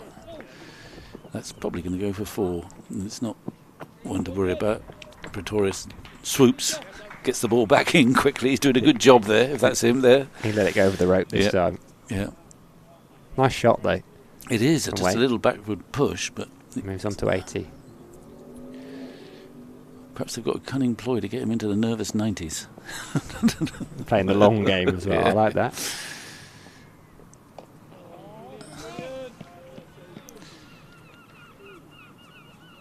How many balls going? Because I would be very concerned just to make sure you've got the batsman Hindley at that end for the next over. But Gregory's, he's not going to change the field. He trusts his bowler, I guess. And maybe, Waite might be thinking, well, I've got to get one and try and... There's a slight adjustment. Mid-on is, well, just going fractionally deeper. So there is a sort of concession. Go a bit straighter, I think, at mid-wicket.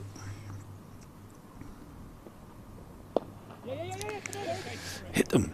Oh, could be a chance here. It was good running because it was to Craig over to the left hand side. I'm thinking that actually they could have been a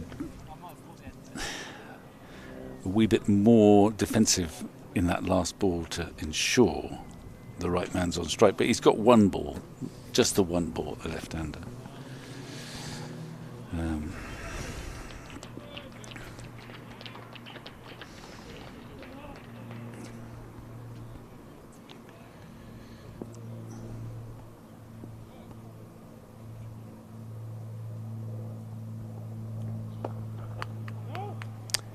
Like him to run, but they're not going to, and they're quite right too. I think it was muscle memory that saw him push for it, and he just looked up and went, yes, my partner hasn't moved there, and he has his hand out, yes, I'm going to say still. And the 187th, 476 for 9. I'm mildly frustrated because I think they could have done a bit more to make sure Waite stayed at Leach's end for that last... prior to getting that you single. would have been mildly frustrated if you were of a Somerset persuasion, but as you're neutral, well, you're just putting your mind in the... No, let me just rephrase that. I think Gregory would be mildly frustrated that he allowed them to change ends. Ooh.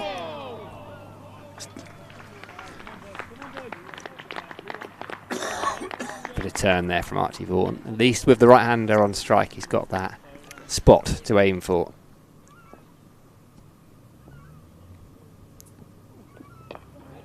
Yeah. Waite's played brilliantly so far. He has. They've just sort of found a little bit more turn in the new ball perhaps, and the knowledge that they're nearly there. How many is that? Oh, run out perhaps? No. Waite is recognised that he's got to take as much of the strike as he possibly can now. Prior to this, he's just taken what runs are available. Hindley has not filled him with confidence so far. Could have had one there too, but where are we now? You just keep an eye on the scoreboard. That's 4 gone in the over. 4 gone. Was it 3? I might have gone early. No, I think it's 4. So it's a question there. Now they're going to try and they just put one extra fielder there, stopping the single. Plenty of other gaps. Of course, it can induce error too, this farming of the strike. As you try and manipulate the ball to get that single. And in doing so, you take a slight risk. Now, they've been a bit more careful about trying to make sure that Waite doesn't get away. A bit more pressure on the bowler too. I mustn't let him get away.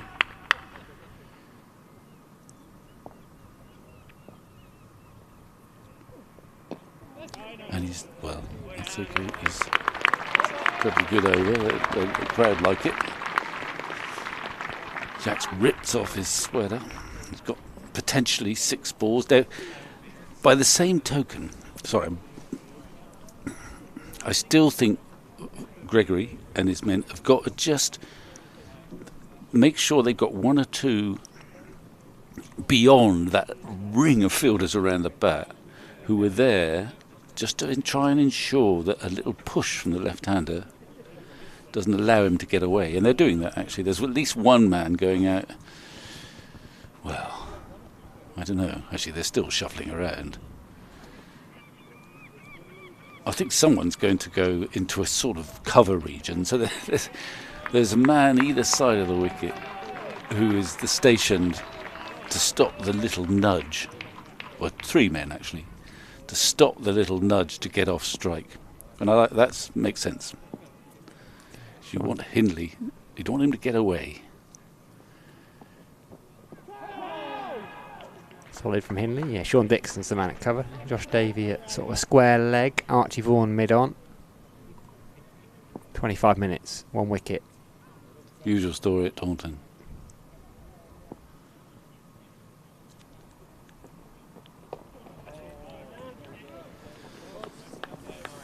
See, from a Worcester perspective, they're almost at the right end, these two. Yeah. Yeah, you want to keep Hindley away from that off spin of Archie I think Vaughan. so, yeah.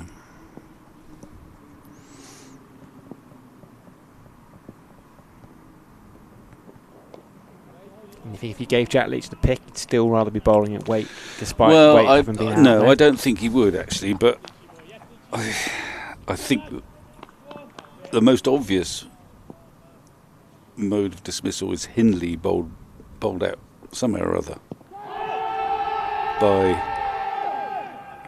the off spinner. Jack Leach down. Hard work for Leach to get a LBW, and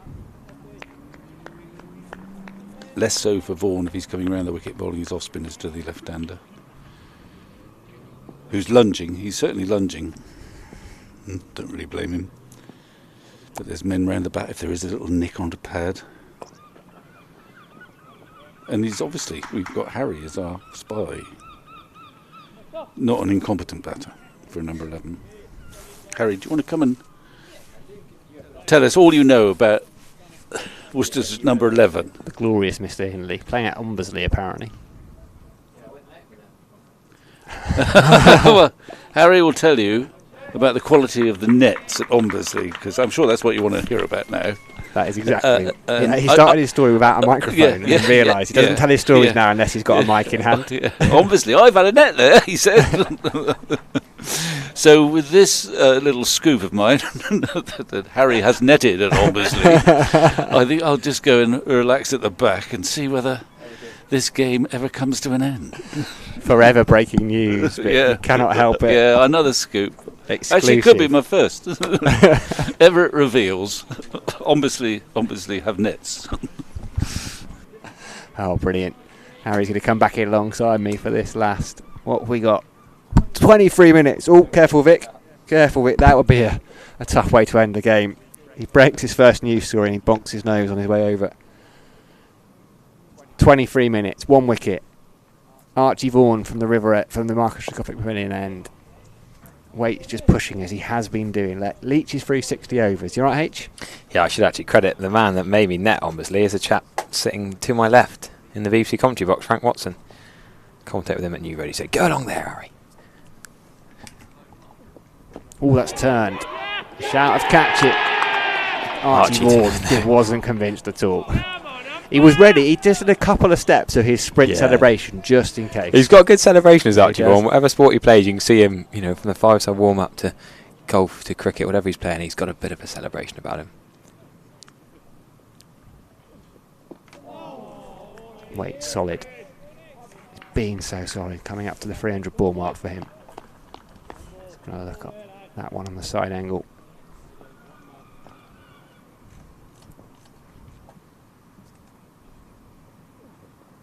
Flatter batted back at him. 2 balls left in the over. Field spreads a little bit now, as Vic was talking about. Vaughan's going to come around the wicket to wait. He would have wanted to be bowling at Hindley.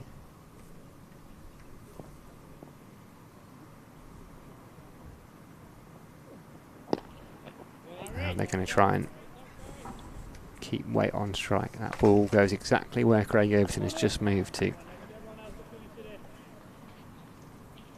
Will Waite try and force the single. No, it pushed it mid on, 475 for 9, 191 overs gone. The sun is shining. Somerset need 1 wicket to win. Jack Leach is bowling, so it feels only right that Harry Everett takes that end. Ah, thank you, Sam. That's a nice line, that. Dan Worrell not here just to complete that story. Yeah, I did enjoy watching that back, reading that back, actually, even the accounts of the Surrey game in September. Everyone you're chatting to is still here today. Just it couldn't be nearly the Surrey game again, could it? We are in that position. Yep, 1 wicket remaining. Not long left. What, 20 minutes? 3 men not close around the bat. Jack Leach from the River End. Hindley solid, showing that batting prowess. He's not looking too nervous. He didn't look particularly good. He did look nervous, let's be honest, when he was batting in the first innings. 0 off 2 balls, a big whoosh outside the off stump. Don't think he'd be expecting to be blocking out for a draw. His first first class appearance of the year. That's a big pad away, James Rue. Can keep doing star jumps. I don't think that's going to be given. We've got to keep calm up here, Sam, haven't we? Always. 20 minutes left. A couple of you asking. It's a minimum of 2.4 overs. So we play till 6 o'clock, right? Yeah. In this last hour. Last hour's called at 5. As many overs as Somerset can get in, which will be more than 16, given 2 spinners are on. Jack Leach again from the River End. Any ball now, it could happen. Don't turn away for a second. Whatever you're meant to be doing this evening, just pause it for 20 minutes. Could be less.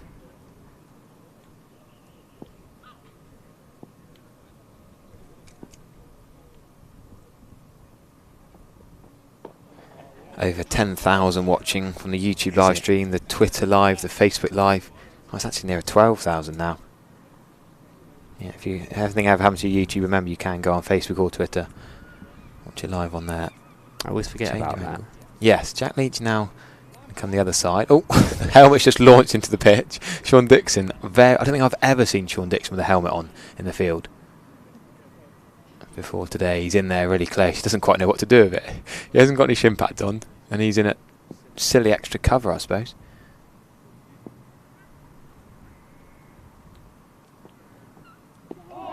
Archie Vaughan and Josh Davey, the 2 left out. I mean, Archie's bowling at one end, so he can't really be in close. He can't put any protective gear on. Josh Davies never given the protective stuff. Liz Orty, brilliant. She sat in the expensive car park in Milton Keynes waiting for this to finish. She's driving all over the country. She'll be enjoying this. Well, bowled Jack Leach again. Quickly round between the overs. Archie Vaughan will continue. There's not going to be a change here. There won't be any seam bowl, I'm pretty sure. It'll be as many spin overs between Leach and Vaughan as they possibly can.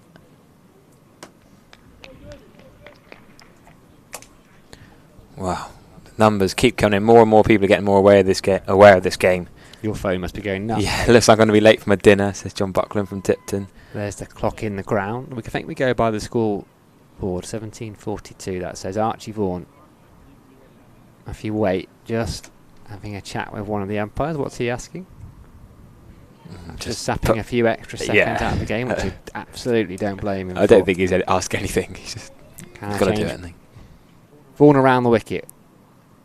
Waite steps away. Or went a bit too early.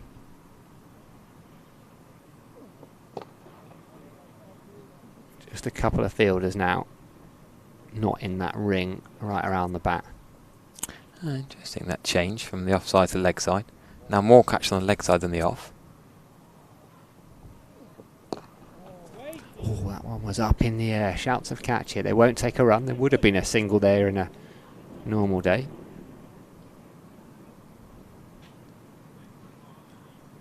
Yeah, don't need to describe the field because you can see it.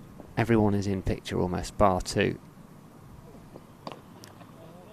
Looks comfortable though so far for Waite. It's been a brilliant effort from him. 297 balls he's faced now. Archie's really trying to get the ball down there quicker. Back over the wicket.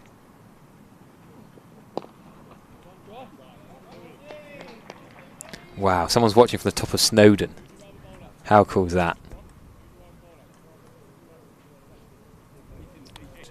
Drop one fielder out to start with, Dixon. I think there's Gregory, a couple more going to go out as well. What they don't want is Matthew Waite to scramble a single. 2 slips in still, and a ring of 3 fielders on the leg side close to the bat.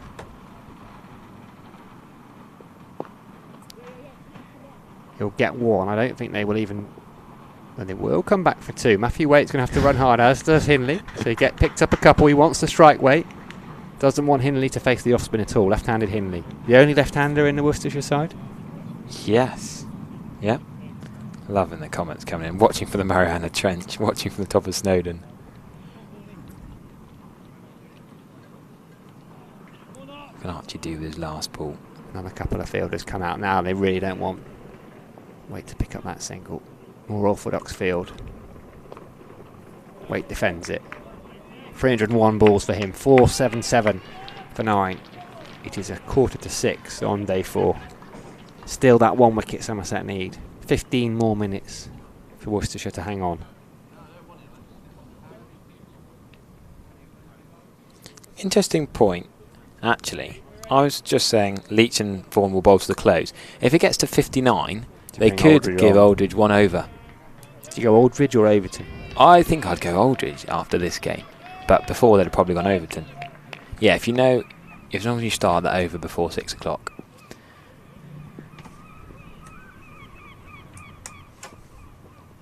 Hindley defends that beautifully. Looks solid enough. We've got to give credit to this Worcestershire lineup.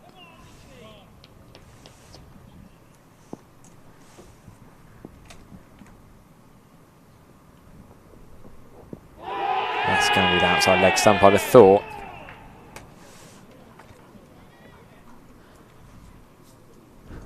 The nerves. Watching with my eyes closed. There's a lot of watching from. Comments coming.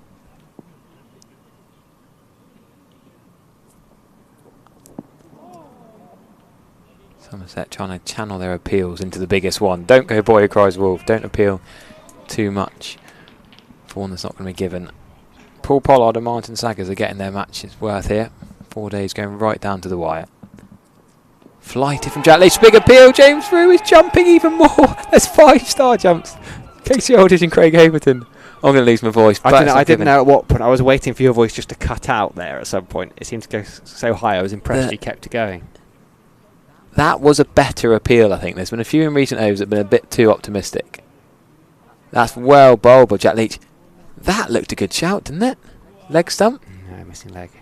You think it's turned too much? Well played by Hindley again. I think that's a better shout than the Brett D'Oliveira one. It's a low bar, isn't it? Frank Watson, you can see he's next door. He's got a smile on his face, but I think he's feeling a bit of tension inside. He's nervous, isn't he? Frank's the keeper in his day. He knows he's pushed the lads well. Hindley's looking good. He's not a normal number 11, we should say. Don't forget, Adam Finch was night watcher.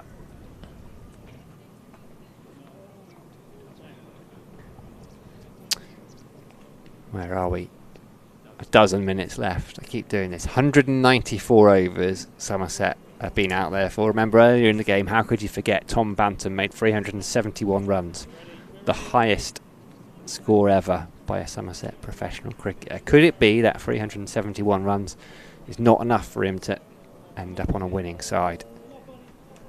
12 minutes. And we'll have the answer. Archie Vaughan around the wicket. Matthew Waite's got 83. Yeah, I mentioned a while back they might get 100. Well, it takes 2 here. He's going to get a bit closer. Comfortable 2. Moved into 85. He could finish 99 now, couldn't he? I don't think it'd bother him. He will not mind one little bit. Brett D'Oliveira, was he on there for 20 balls on 99 out? I reckon an hour over the inside leg. Yeah. What an effort. Around the wicket, Vaughan. This one is hit to Leach. He's at a deep mid-on. They've just dropped mid-on and mid-off. They're quite deep. They're quite wide. Waite will not be taking a single any time this early in the over. Vaughan would love to bowl at Hindley, the left-hander. He's going to change. He's going to come over the wicket. That gives him permission to take his guard, which takes a couple of seconds out of this as well. A couple of seconds could be a whole over.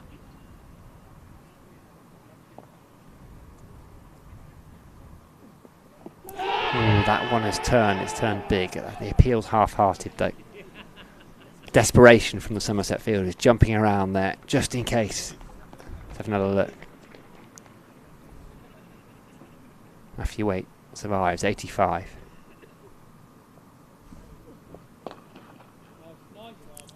£305 balls he's faced. What a job he's done for his team. 305 balls he faced. Brett Oliveira soaked up 340 balls for his 121. Adam Hose 151 balls for his 82. Field spreads. As Gregory just tells Jack Leach to come up a little bit closer at mid-on. Mid-on, mid-off, more orthodox.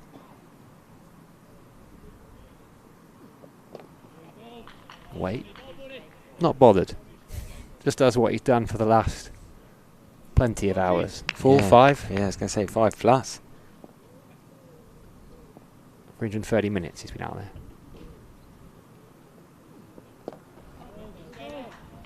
And what point is Josh Davey invited to don a lid? When's he invited to the party? Even Sean Dixon's been getting in there close, up close and personal. What a finish. Whatever happens here, what a finish we've had. What a 4 days cricket we've had here at the Cooper Associates County Ground. Sunshine in April. Yeah, what a week it's been. Cracking slabs, as everyone's been Cracking saying. the flags? Cracking the flag, sorry. It says I don't know the phrase. The sun's so bright it's cracking the slabs. I think that's a northern phrase. When I was in Yorkshire they use that quite a lot. Cracking the flags. Right, you can see the field. You probably can't see 3 men outside, but Sean Dixon's got a helmet on. He can't be bothered to take it on and off. He's at normal cover, but he's just kept his lid on. Archie Vaughan creeping ever closer at mid-off, or mid-on, sorry. That could be a single. Yeah, they could have got that single, you know. That wouldn't have been that risky.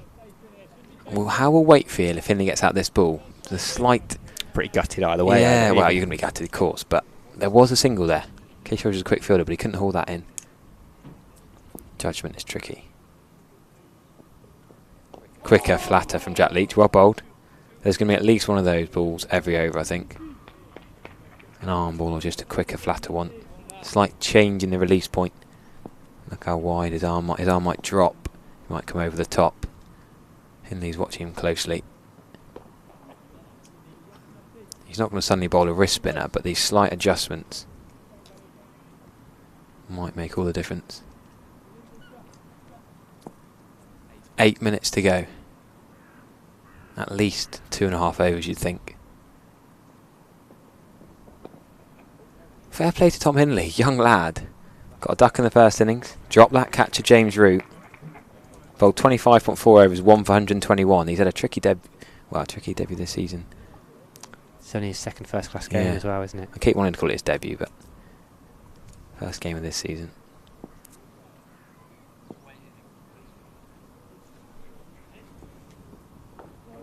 That's spitting a little bit from back of a length.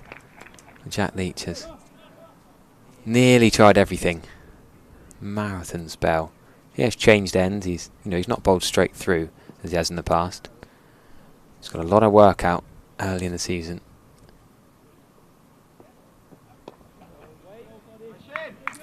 Decent over, but Somerset aren't bothered. They just want to get this wicket. Good over or bad over. Frank Watson's absolutely losing it next door. The sweat dripping off his forehead. Off his brow. 7 minutes. Archie Vaughan, cap in hand, passes it to umpire Saggers. What a first-class match this is. It's wonderful, isn't it? This First is what we've game been of waiting season. for all winter. Yeah. I've been dreaming about the Surrey game for the last 6 months. Now I've got a new dream option. Your dream option. Yeah. Select it before you go to bed, do you? I wish I Put a could. little token in. Here's Vaughan. Wait on strike. Defends. 1 wicket. Just takes that 1 ball, 7 minutes. Maybe this over. 1 more from Jack Leach, then who knows? Will they need it?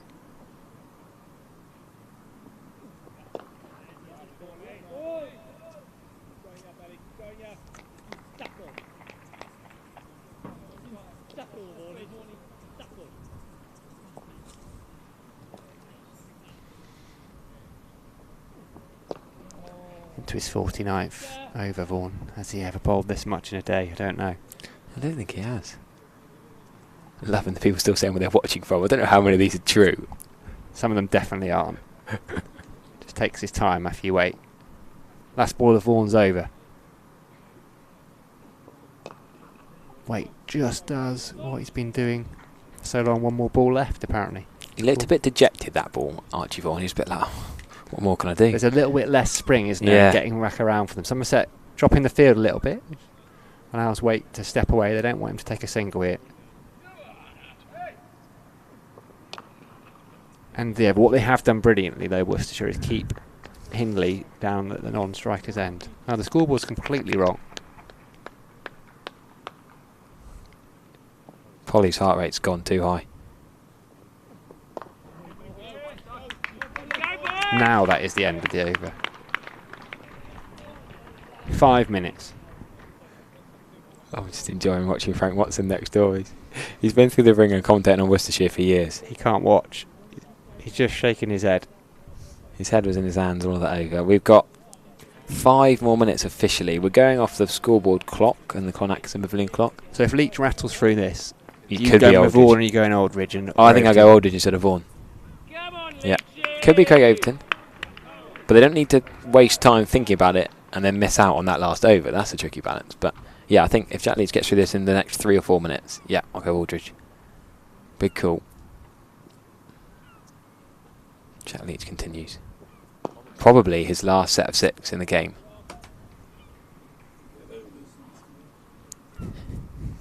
Getting heckled from the back of the box there, Harry. Not calling them sets. Well, it might be a set of 7 if it bowls an over ball, I suppose. His 64th over. Nearly 200 overs in his innings. Got to credit Worcestershire. Magnificent effort from them today. Led by their skipper, Brett D'Oliveira. Adam Hose batted well yesterday. He was a little bit unlucky yesterday as well. I reckon he might have hit his LBW off Jack Leach. Maybe. Somerset have had their fortune with LBW decisions. Yeah, two Jack Leach decisions. Hindley's looking brilliant. Solid in behind it. For a young lad. Is he going to change angle here? Yes.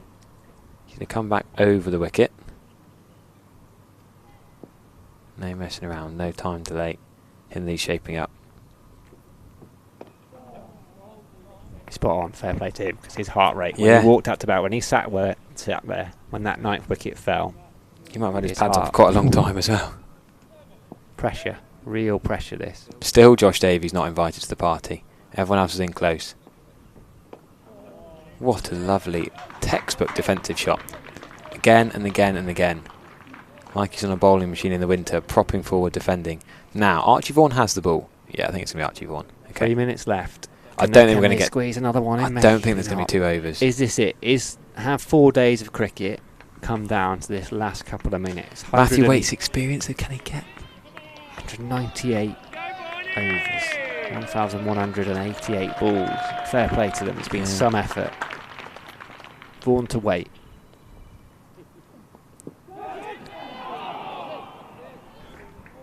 Bows down, Vaughan. Gets a bit of extra sawdust on those hands. What can he do? 5 balls left for him in this game. No more than that. Can he bring it to an early close? Wait, just jabbing back. He's happy to just sit on that front foot. Now Archie Vaughan is running through it. Do they fancy one more over? That was a good last ball, I thought. A bit more flight, a bit more dip. Better than the previous balls from Archie Vaughan. That'll take a bit of time out of the game as well. Will it go all the way to the boundary? Craig Overton is herring after it.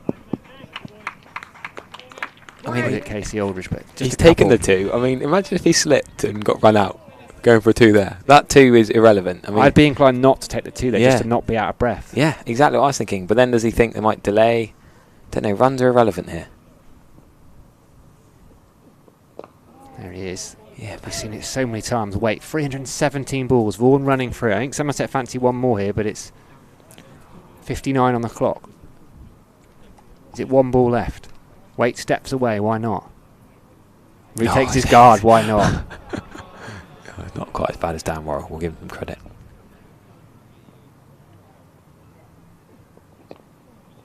Tickled away to the leg side. Still 1 ball left. this over. Over 199. We've had 3 new balls. And the D'Oliveira 100, 82 from Hose, 87 unbeaten from Waite. That's certainly Archie Vaughan's last ball of the day, but it looks like Somerset fancy another over, and they're going to get it. 481 for 9H. 200 overs just seems an apt number, doesn't it? A nice round number to finish it on. Jack Leach is going to get the final over of the match. He's ready. It's 5:59. Everyone's looking at the clock. To be fair to the umpires, they're off in position. The 2 batters are chatting as they have to. Massive cheer. We can hear that through the glass in the commentary box. I'm surprised Taunton hasn't emptied down to the Cooper Associates County Ground this evening. We've got thousands watching on the stream, on Twitter, on Facebook. What a 4 days it's been. Don't forget, this is the same game that Tom Banton broke Somerset's highest ever first-class record. I'm Harry Everett. Sam Dalling and Vic Marks have had a thrilling day forward to commentate on. Worcestershire have had the upper hand for most of the day. Can Jack Leach do it with the last 6 deliveries? It's going to be 2 for Hindley. Might even be 4. They've got to run 2, surely. They're just going to give Waite 1. It might go for 4, you know. Does he want it to go for 4? Case George is jogging after it. It's going to just... I think it's hit the rope, but don't actually know. Case George doesn't know. Oh, he's giving it as 4. I think he hit the rope. And then I think Somerset probably wanted that to go to the boundary. Oh, absolutely. Because then Hindley keeps the strike, the number 11 in this innings, as opposed to the man on 87 not out. So Waite is probably going to be stranded on 87 not out at the other end. He's probably powerless. It's up to Tom Hindley at number 11. Young lad in his second first-class match. Worcestershire, who did pretty well in Division 1 last year. They've yo-yoed between Division 1 and Division 2. They'll be delighted to take a draw out of this game. If Somerset take this last wicket, Worcestershire take just 1 point up the M5. Slow, flighted, but a dip from Jack Leach. That would feel harsh as well, wouldn't it? Yeah, 1 point does seem harsh. Even though that's the last couple of days. He's going to change now. He's going to come around the wicket. Hindley's not bothered. He's not going to waste any time. Not going to change his guard. He's in the zone. Even Josh Davies pretty close now. Sort of square mid-wicket. Well defended, Hindley. I mean, fair play to the young man. You can only credit him. Jack Leach then. It's not going to be the Surrey game, or is it? What, 2 more deliveries? The Surrey game September. That cannot be topped, but can Jack Leach do it? That was a bit edgy.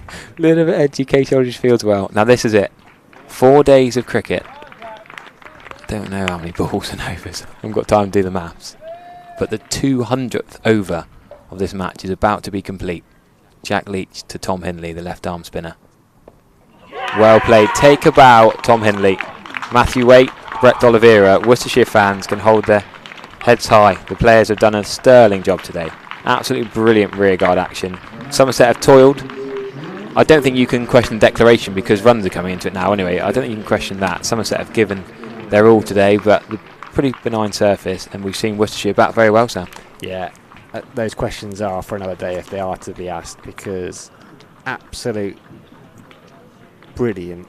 Hasn't been that entertaining in the traditional sense from Worcestershire, but 1,200 balls right when they started this innings. I don't think many people, maybe not even, they wouldn't have said this outwardly within their own dressing room, maybe they didn't fully believe. 1,200 balls. D'Oliveira, the skipper, led from the front. 340 of them he sapped up for his 121. Adam Hose, 151 balls from 82. Matthew Waite, 87 not out, 319 balls. Tom Hindley, 5 not out off 44. He'd only faced 46 balls in his first class career before today. He's walked out there. His heart must have been ticking. Very few alarms, really, from a Worcestershire perspective. Archie Vaughan's got through 50 overs. Jack Leach has got through 65 overs. Casey Aldridge 24, Craig Overton 26. They tried, they've thrown everything at them, Somerset. And Worcestershire just continued to resist. So Tom Banton, 371 runs, that Somerset best, highest ever scored by a Somerset batter. Hasn't been in a winning cause. Brett D'Oliveira the first to congratulate Matthew Waite. And it will, Vic and I were talking about cliches. I mean, they'll feel good after this, Worcestershire, right? This could easily have gone another way. No, definitely. They'll take a bit of confidence from this. And Matthew Waite's going to take personal confidence. Brett D'Oliveira is going to take personal pride and confidence in his individual scores and performance. Adam Hose did well. you know, Worcestershire, they fought hard. Yeah, they dropped Tom Banton a couple of times after 300. Hindley dropped through early on. But other than that, they've not done a lot wrong the last couple of days. It was that batting the first innings that got them so behind in the game, but they fought back valiantly, and it's been a cracking advertisement for Division 1 of the County Championship. Oh yeah, fantastic. 12,000 people plus watching, and we've talked about it a couple of times already, but they got some devastating news on the eve of the season. One of their own, John Curtis, passing away, and they'd fought anyway, but that it's a little bit extra special at 9 points for him. He would have loved watching this. He'd have been gripped by every ball, particularly that final hour. I'm tired, Harry. I'm exhausted. I feel dehydrated, tired. I haven't been out there for 200 overs. I've been sat here in an air-conditioned room. It's been energy sapping, hasn't it? Most of us thought Somerset would wrap it up by lunchtime today, and you've just got to credit Worcestershire. I say they go to Headingley Thursday night for Friday start. Yorkshire lost to Hampshire. It's going to be interesting to see how Worcestershire do this season, but this draw, that Hindley blocking it out, that might make a lot of difference for Worcestershire. You know, say they end up in a relegation scrap, how important could this bonus 8 points, bonus 8 points. One bonus point is nothing to take from 4 days, really. 1 point. Whereas to get that extra 8. Thanks very much to Vic Marks. Lovely to have him with us for these last couple of days. We've got Frank Watson next to us. He's a little bit more relaxed now. The smile on his face is not one hiding nerves. We'll give him a cuddle in a minute. But this is, we could talk for hours and hours about this game. You and I will talk for hours and hours about this game, I expect. We've still got 6,000 watching on the stream now. They don't want to leave. They don't want to go home. But yeah, we'll go and hear what the players have to say. I'll put a few out on my X account and let you know what the players' thoughts are. Probably Brett D'Oliveira we speak to, maybe Lewis Gregory, but maybe Matthew. Well, captains will come out. Matthew I'm sure Waite, Waite will come out. Anyway, congrats again to Tom Banton. Yes, let's not forget that. Tom this Banton. game. I mean, this game will forever go down in history for that. And congrats to Worcestershire, because I think probably escaping with a draw is probably a fair term, given where they were in the game. It's been brilliant. It's been wonderful to have you all with us for the last 3-4 days. Myself, Harry Everett, Triggs. Triggs was right, wasn't he, when Viz came up? Yeah. He said the draw had a better chance than you would think, and he turned out. He's predicting the future. We'll leave you the match summary. Thank you very much, everyone. We'll be back for a home game in 3 weeks' time. Somerset are off to Southampton, Hove and London for the Oval. Thank you very much. See you soon.